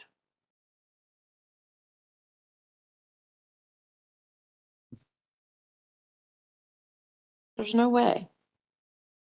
Maybe they could paint it to kind of make. Hey, All those hey. disparate parts would go away. That is a desperate part house for sure. Put some caulk on it. You may want to ask the applicant how they're Yeah, going to achieve that in let's- real life. Let's reopen. Commissioner. Angie, I know that this has got to be a thorn in your side and I feel for you so much. I just don't see it. I don't see how you're gonna fix that. So if I may, what you're referring to is this point here. Now, this is sticking out further, but if you were to take that line and you go straight across, you're here. This is only 4 inches. This actually has to move out. So by the time you extend, this goes away. This moves down with it. Bring your finger down about a foot from where, yeah. Right, it's right here. This this photo is taken in a perspective, but Mm-hmm. when we've actually pulled lines, this point on the wall, by the time you get to here, this needs to come out Mm-hmm.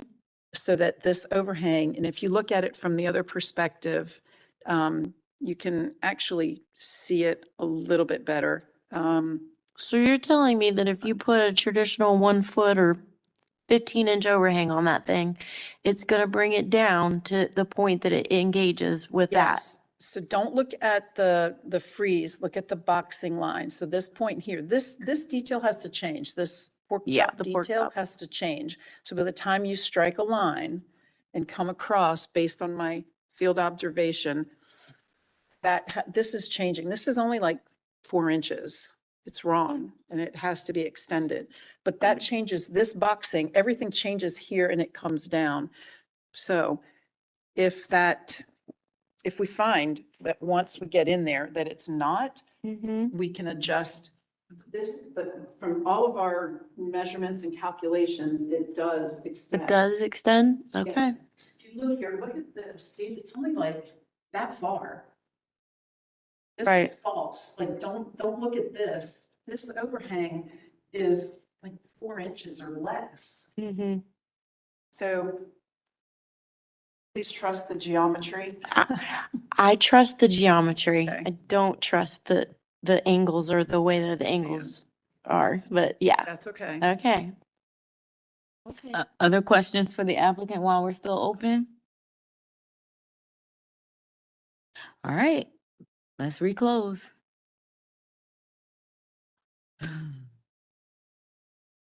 Now I'm confused because we're talking about something that, like, what is does something actually need to change beyond the changes that are already out there? Well, I mean, at this point, if they're telling us that that's gonna work, we can check it. May I suggest that the information that's been presented does not give me confidence that the geometry will come out the way the architect is proposing. I understand my perception from these photographs may not be what you're saying, but if we are to approve something, I think we need drawings and photographs that give us confidence that those things will in fact work. So unless the architects can help me understand something differently, I think that would be a good next step, is to ask for more information and drawings, renderings that give us that confidence. So we thinking we're gonna get something different than what we have? I think they're gonna have to 103 of get these. into it.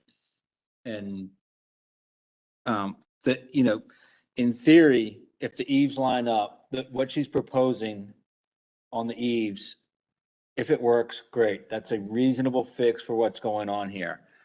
Now, if they get into it and they realize, oh, those are 2 different pitches or whatever, then they're gonna have to come up with another fix. I mean, that's just, you know, tear the roof off and reframe it or whatever. I mean, that's what, you know, if your fix doesn't fix, then you gotta go to plan. Gotta find C or another D. fix. What about the windows, guys? So, I mean, I feel like the eave detail is repairable. It may not be exactly what this is because it may be a little bit different in 2 months when they get into this, but then I think they probably figured out that they need to figure this out before they try and get their CO or whatnot. So this will be back in front of us if it's not, or staff will say, yeah, that's pretty darn close. Looks good. Isn't there someone already living there? I don't know. Yes, 2 months. So, I'm so confused. the windows, I think, they're gonna have to, in my mind, they're gonna have to fix the roof. You just cannot not leave it like that. I don't care how it gets fixed, it's just gotta get fixed. The windows, the roof seems very much, it's gotta be right, make it right. The windows are like, do I feel good about it? Do I not feel good about it? Would we have approved it? Would we not have approved it? The roof is like, all right, it's got, the eaves got to line up. You can't do these funky details. Go make it right. I feel that way about the windows too. I mean, the windows are a pretty significant part of the houses, of the buildings in our historic districts. Yeah, I'm not disagreeing with that. Yeah, yeah. But you're like bigger fish to fry. Yeah, But they need to roof fry is some like- more fish. Yeah. There's a whole lot of fish to fry. Yeah. So On that bathroom window, I just, I've sat in here and cringed when we're adding windows and moving windows, and I question why we're messing with them. And we mess with them, and a lot of times it comes out better. Sometimes, in my opinion, it's worse. But I just don't know that we would have let that one slide on that bathroom. never would have let that fly. Never. I would have, but y'all, That's why I said we. I'm joking. Oh, It's Yeah. unfortunate. I mean, I know it's gotta be hard. Okay, so the 3 sticking points are the eaves are not the right angles or the geometry isn't geometrying. The windows, well, the roof the roof needs to be fixed. The roof needs to be fixed. And subsequently, that will impact the eaves. Mhm.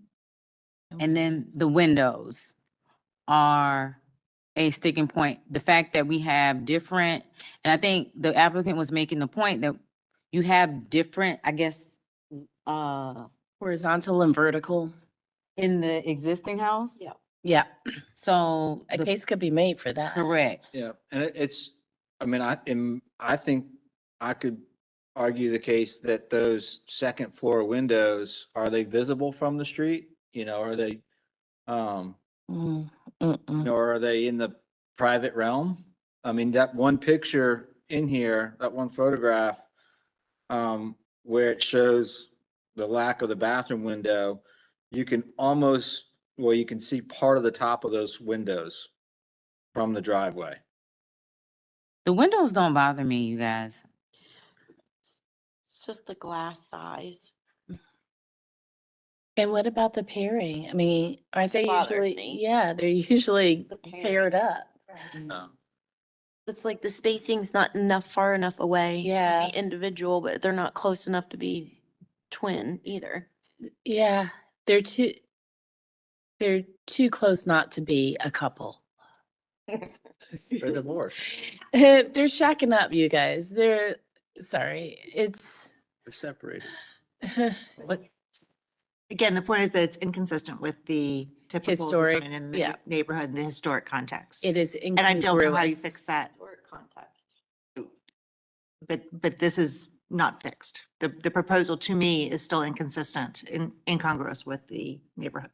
Then to your point, I'm all about giving another shot, another chance. I mean, I think that is excruciating because I don't know how you'll fix it. If anyone can fix it, I think Angie can, but at the same time, Again, it's a important that we lot. remember as our commission's responsibility is not to tell how to fix it, it's to say that it has to be fixed. And this is still not okay, in my opinion. Candace, you were gonna say something? Yes, in terms of the windows, and if you want to reopen, you can for the applicant, but I don't think these windows can get any closer together. There's a beam running between Mhm. these windows, so at the very least, they're going to get further apart. Is that something the commission is comfortable with? Just something to mull over.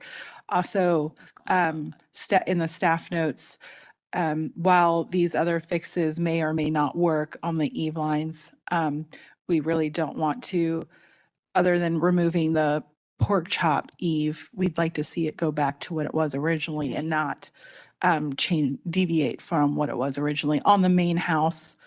The addition excluded from that. And I want to apologize. We're making light because you laugh to keep from crying. I know that the owners of this house of 2 months have to be completely floored by this. So please forgive us. We're not making light of your situation. We're not trying, that's not our intention.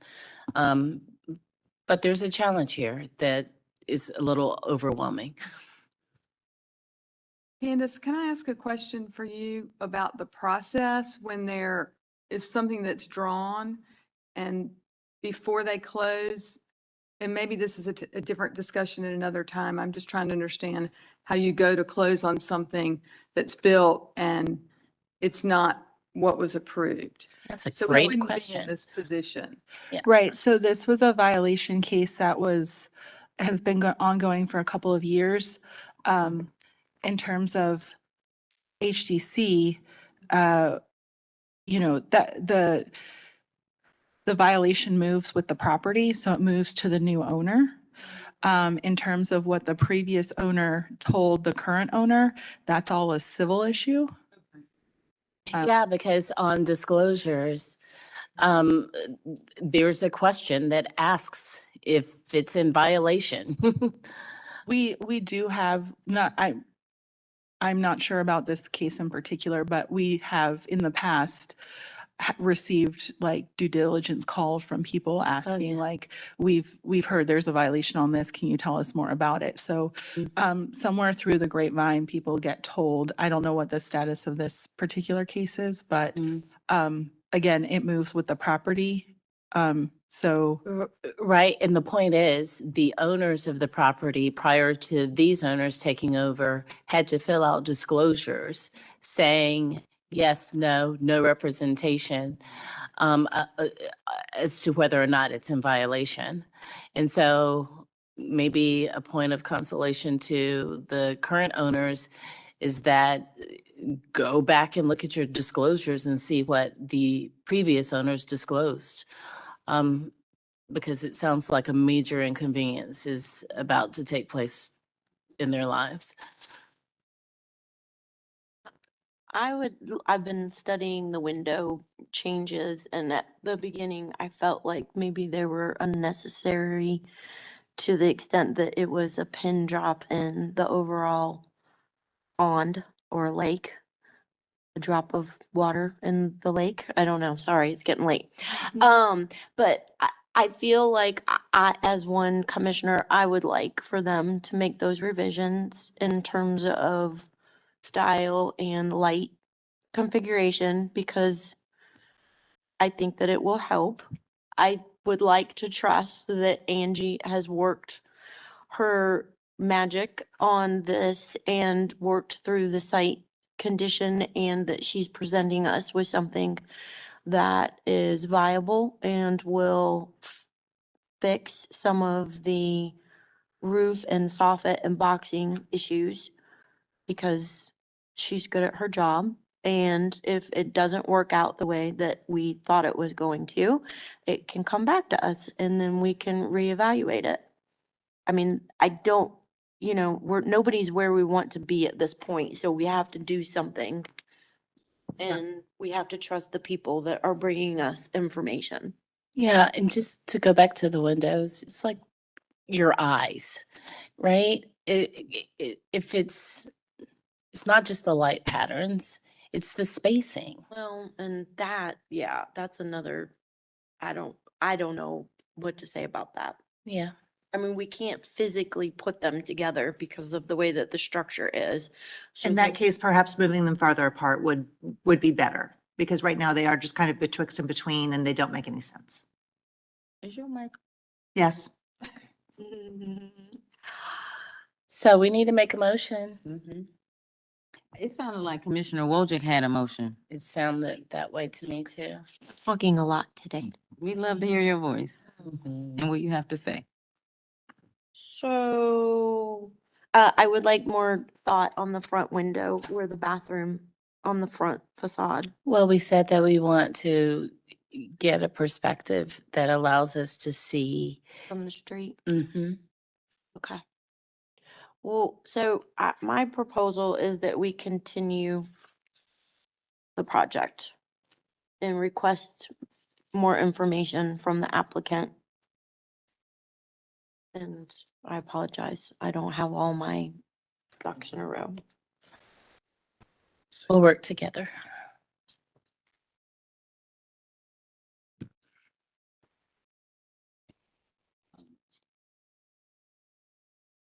No.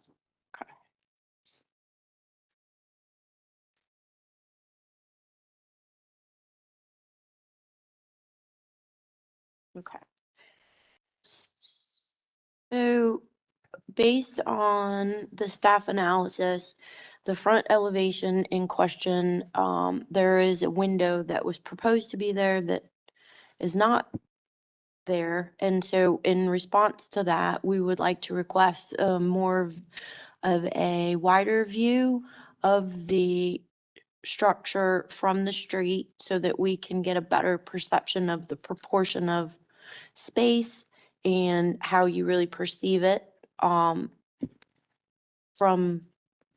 real life, not from the elevation. Number two, the right elevation changes. We are trusting that the boxing revisions will bring the house into consistency and align the eaves, the soffits. Requesting that the pork chop details be eliminated and historic condition be applied. We would request that the existing soffit on the front of the house not be modified. We are in understanding that the grade is different than was originally proposed and accept that as fact. But I think that the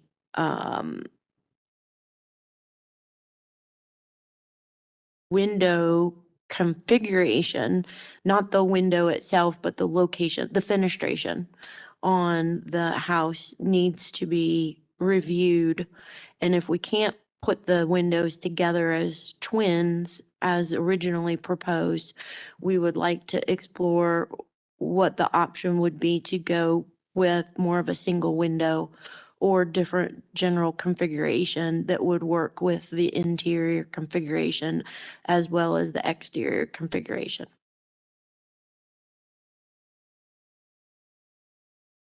We would like the exploration, or we would like the window light configuration and style to be addressed and changed to better meet our design standards in context for architectural style of the house. So changing to the 6/6 and the 4/4 would be requested. And then on the rear elevation,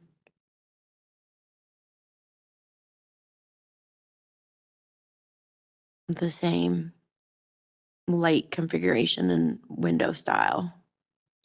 Understanding that the existing site elevation allowed us to eliminate allowed the applicant to remove the retaining wall. And so all of those items are covered in additions for residential, chapter 6.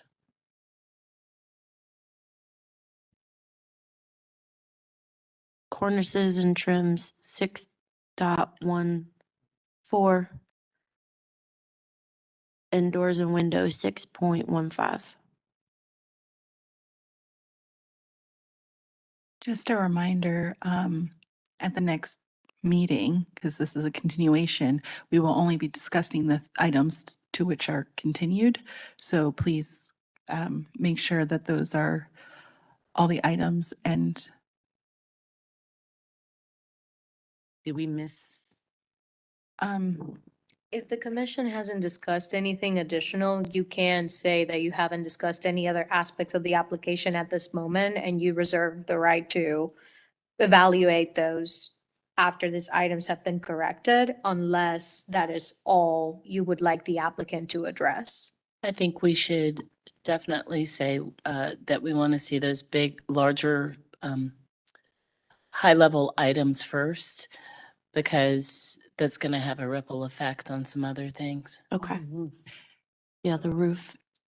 Yes, so So- other things remain or need to be discussed. I would like the applicant to confirm the accuracy of the roof pitch on the rear addition, and that we are addressing the high level items before we review details, as the request that we have asked for would potentially address those as we move forward. Commissioner Wojcik, you mentioned the roof detail for the rear.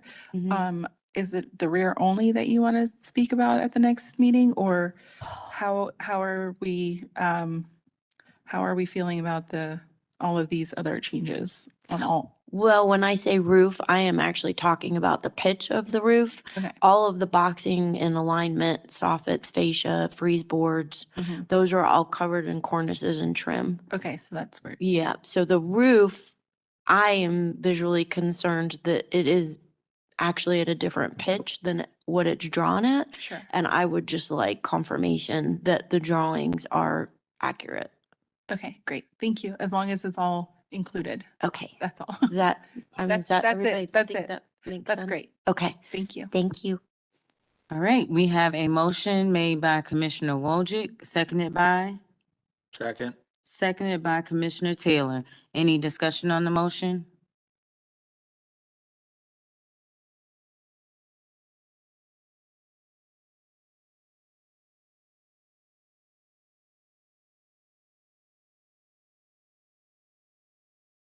All right, let's go ahead and vote.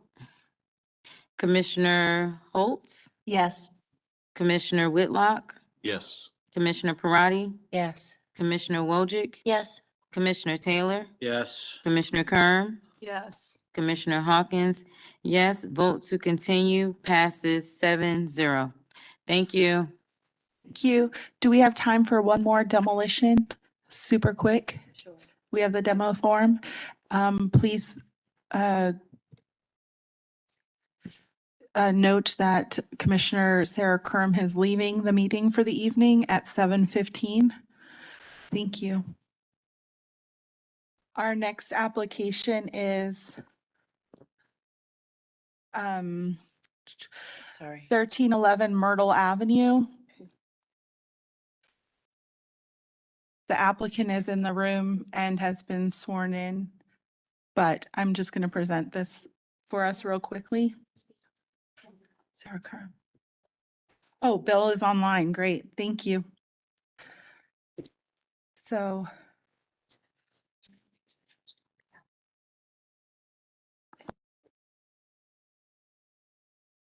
Bill, have you been sworn in?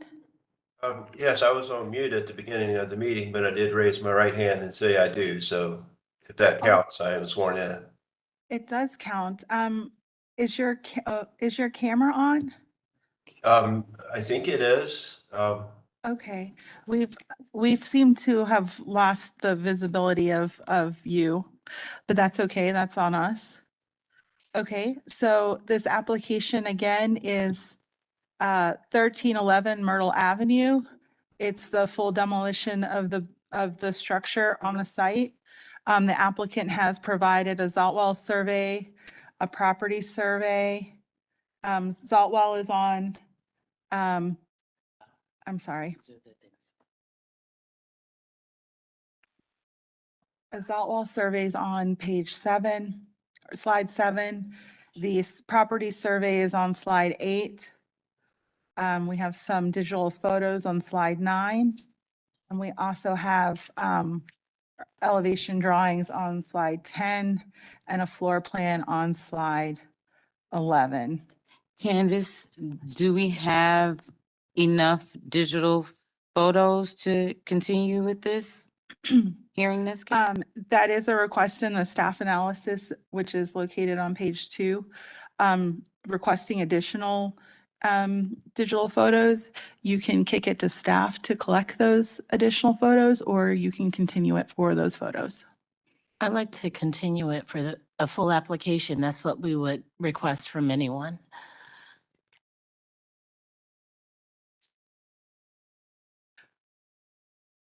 Would you like the applicant to say anything before you? I think, given that we don't have a complete application, I don't see why we would have any testimony. Okay. Or I mean, it could be a motion that says, Because this is a demo, your demo sheet has Not that complete, motion to yeah. continue. So if anybody wants to grab their demolition sheet and make the appropriate motion, Okay, I'll do it.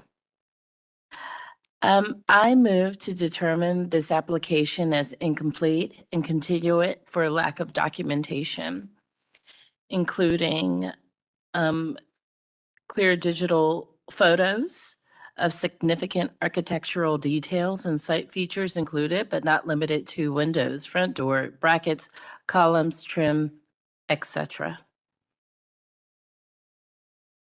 all right, motion made by Commissioner Parati, seconded by? Seconded by Commissioner Holtz. Any discussion?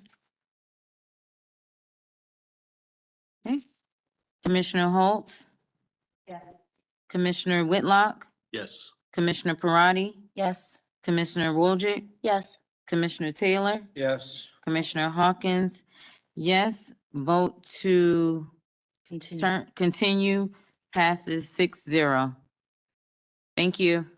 Are we voting on minutes at all? Did anybody review the minutes?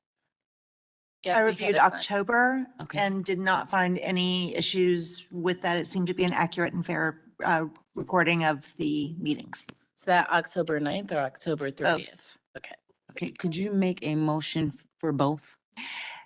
I move that the commission accepts the minutes as recorded for the extended October meeting, both sessions of that, and as presented to the commissioners in draft form. Second. Motion made by Commissioner Holtz, seconded by Commissioner Parati. All in favor, vote aye. Aye. Those opposed, vote nay. Okay, thank you. Ayes have it. Other meeting minutes? Commissioner Sean Sullivan. Sullivan, thank you, did review the September minutes, although he's not here tonight, and did not find any errors, clerical errors. Are we able to make a motion? to Yes. accept them?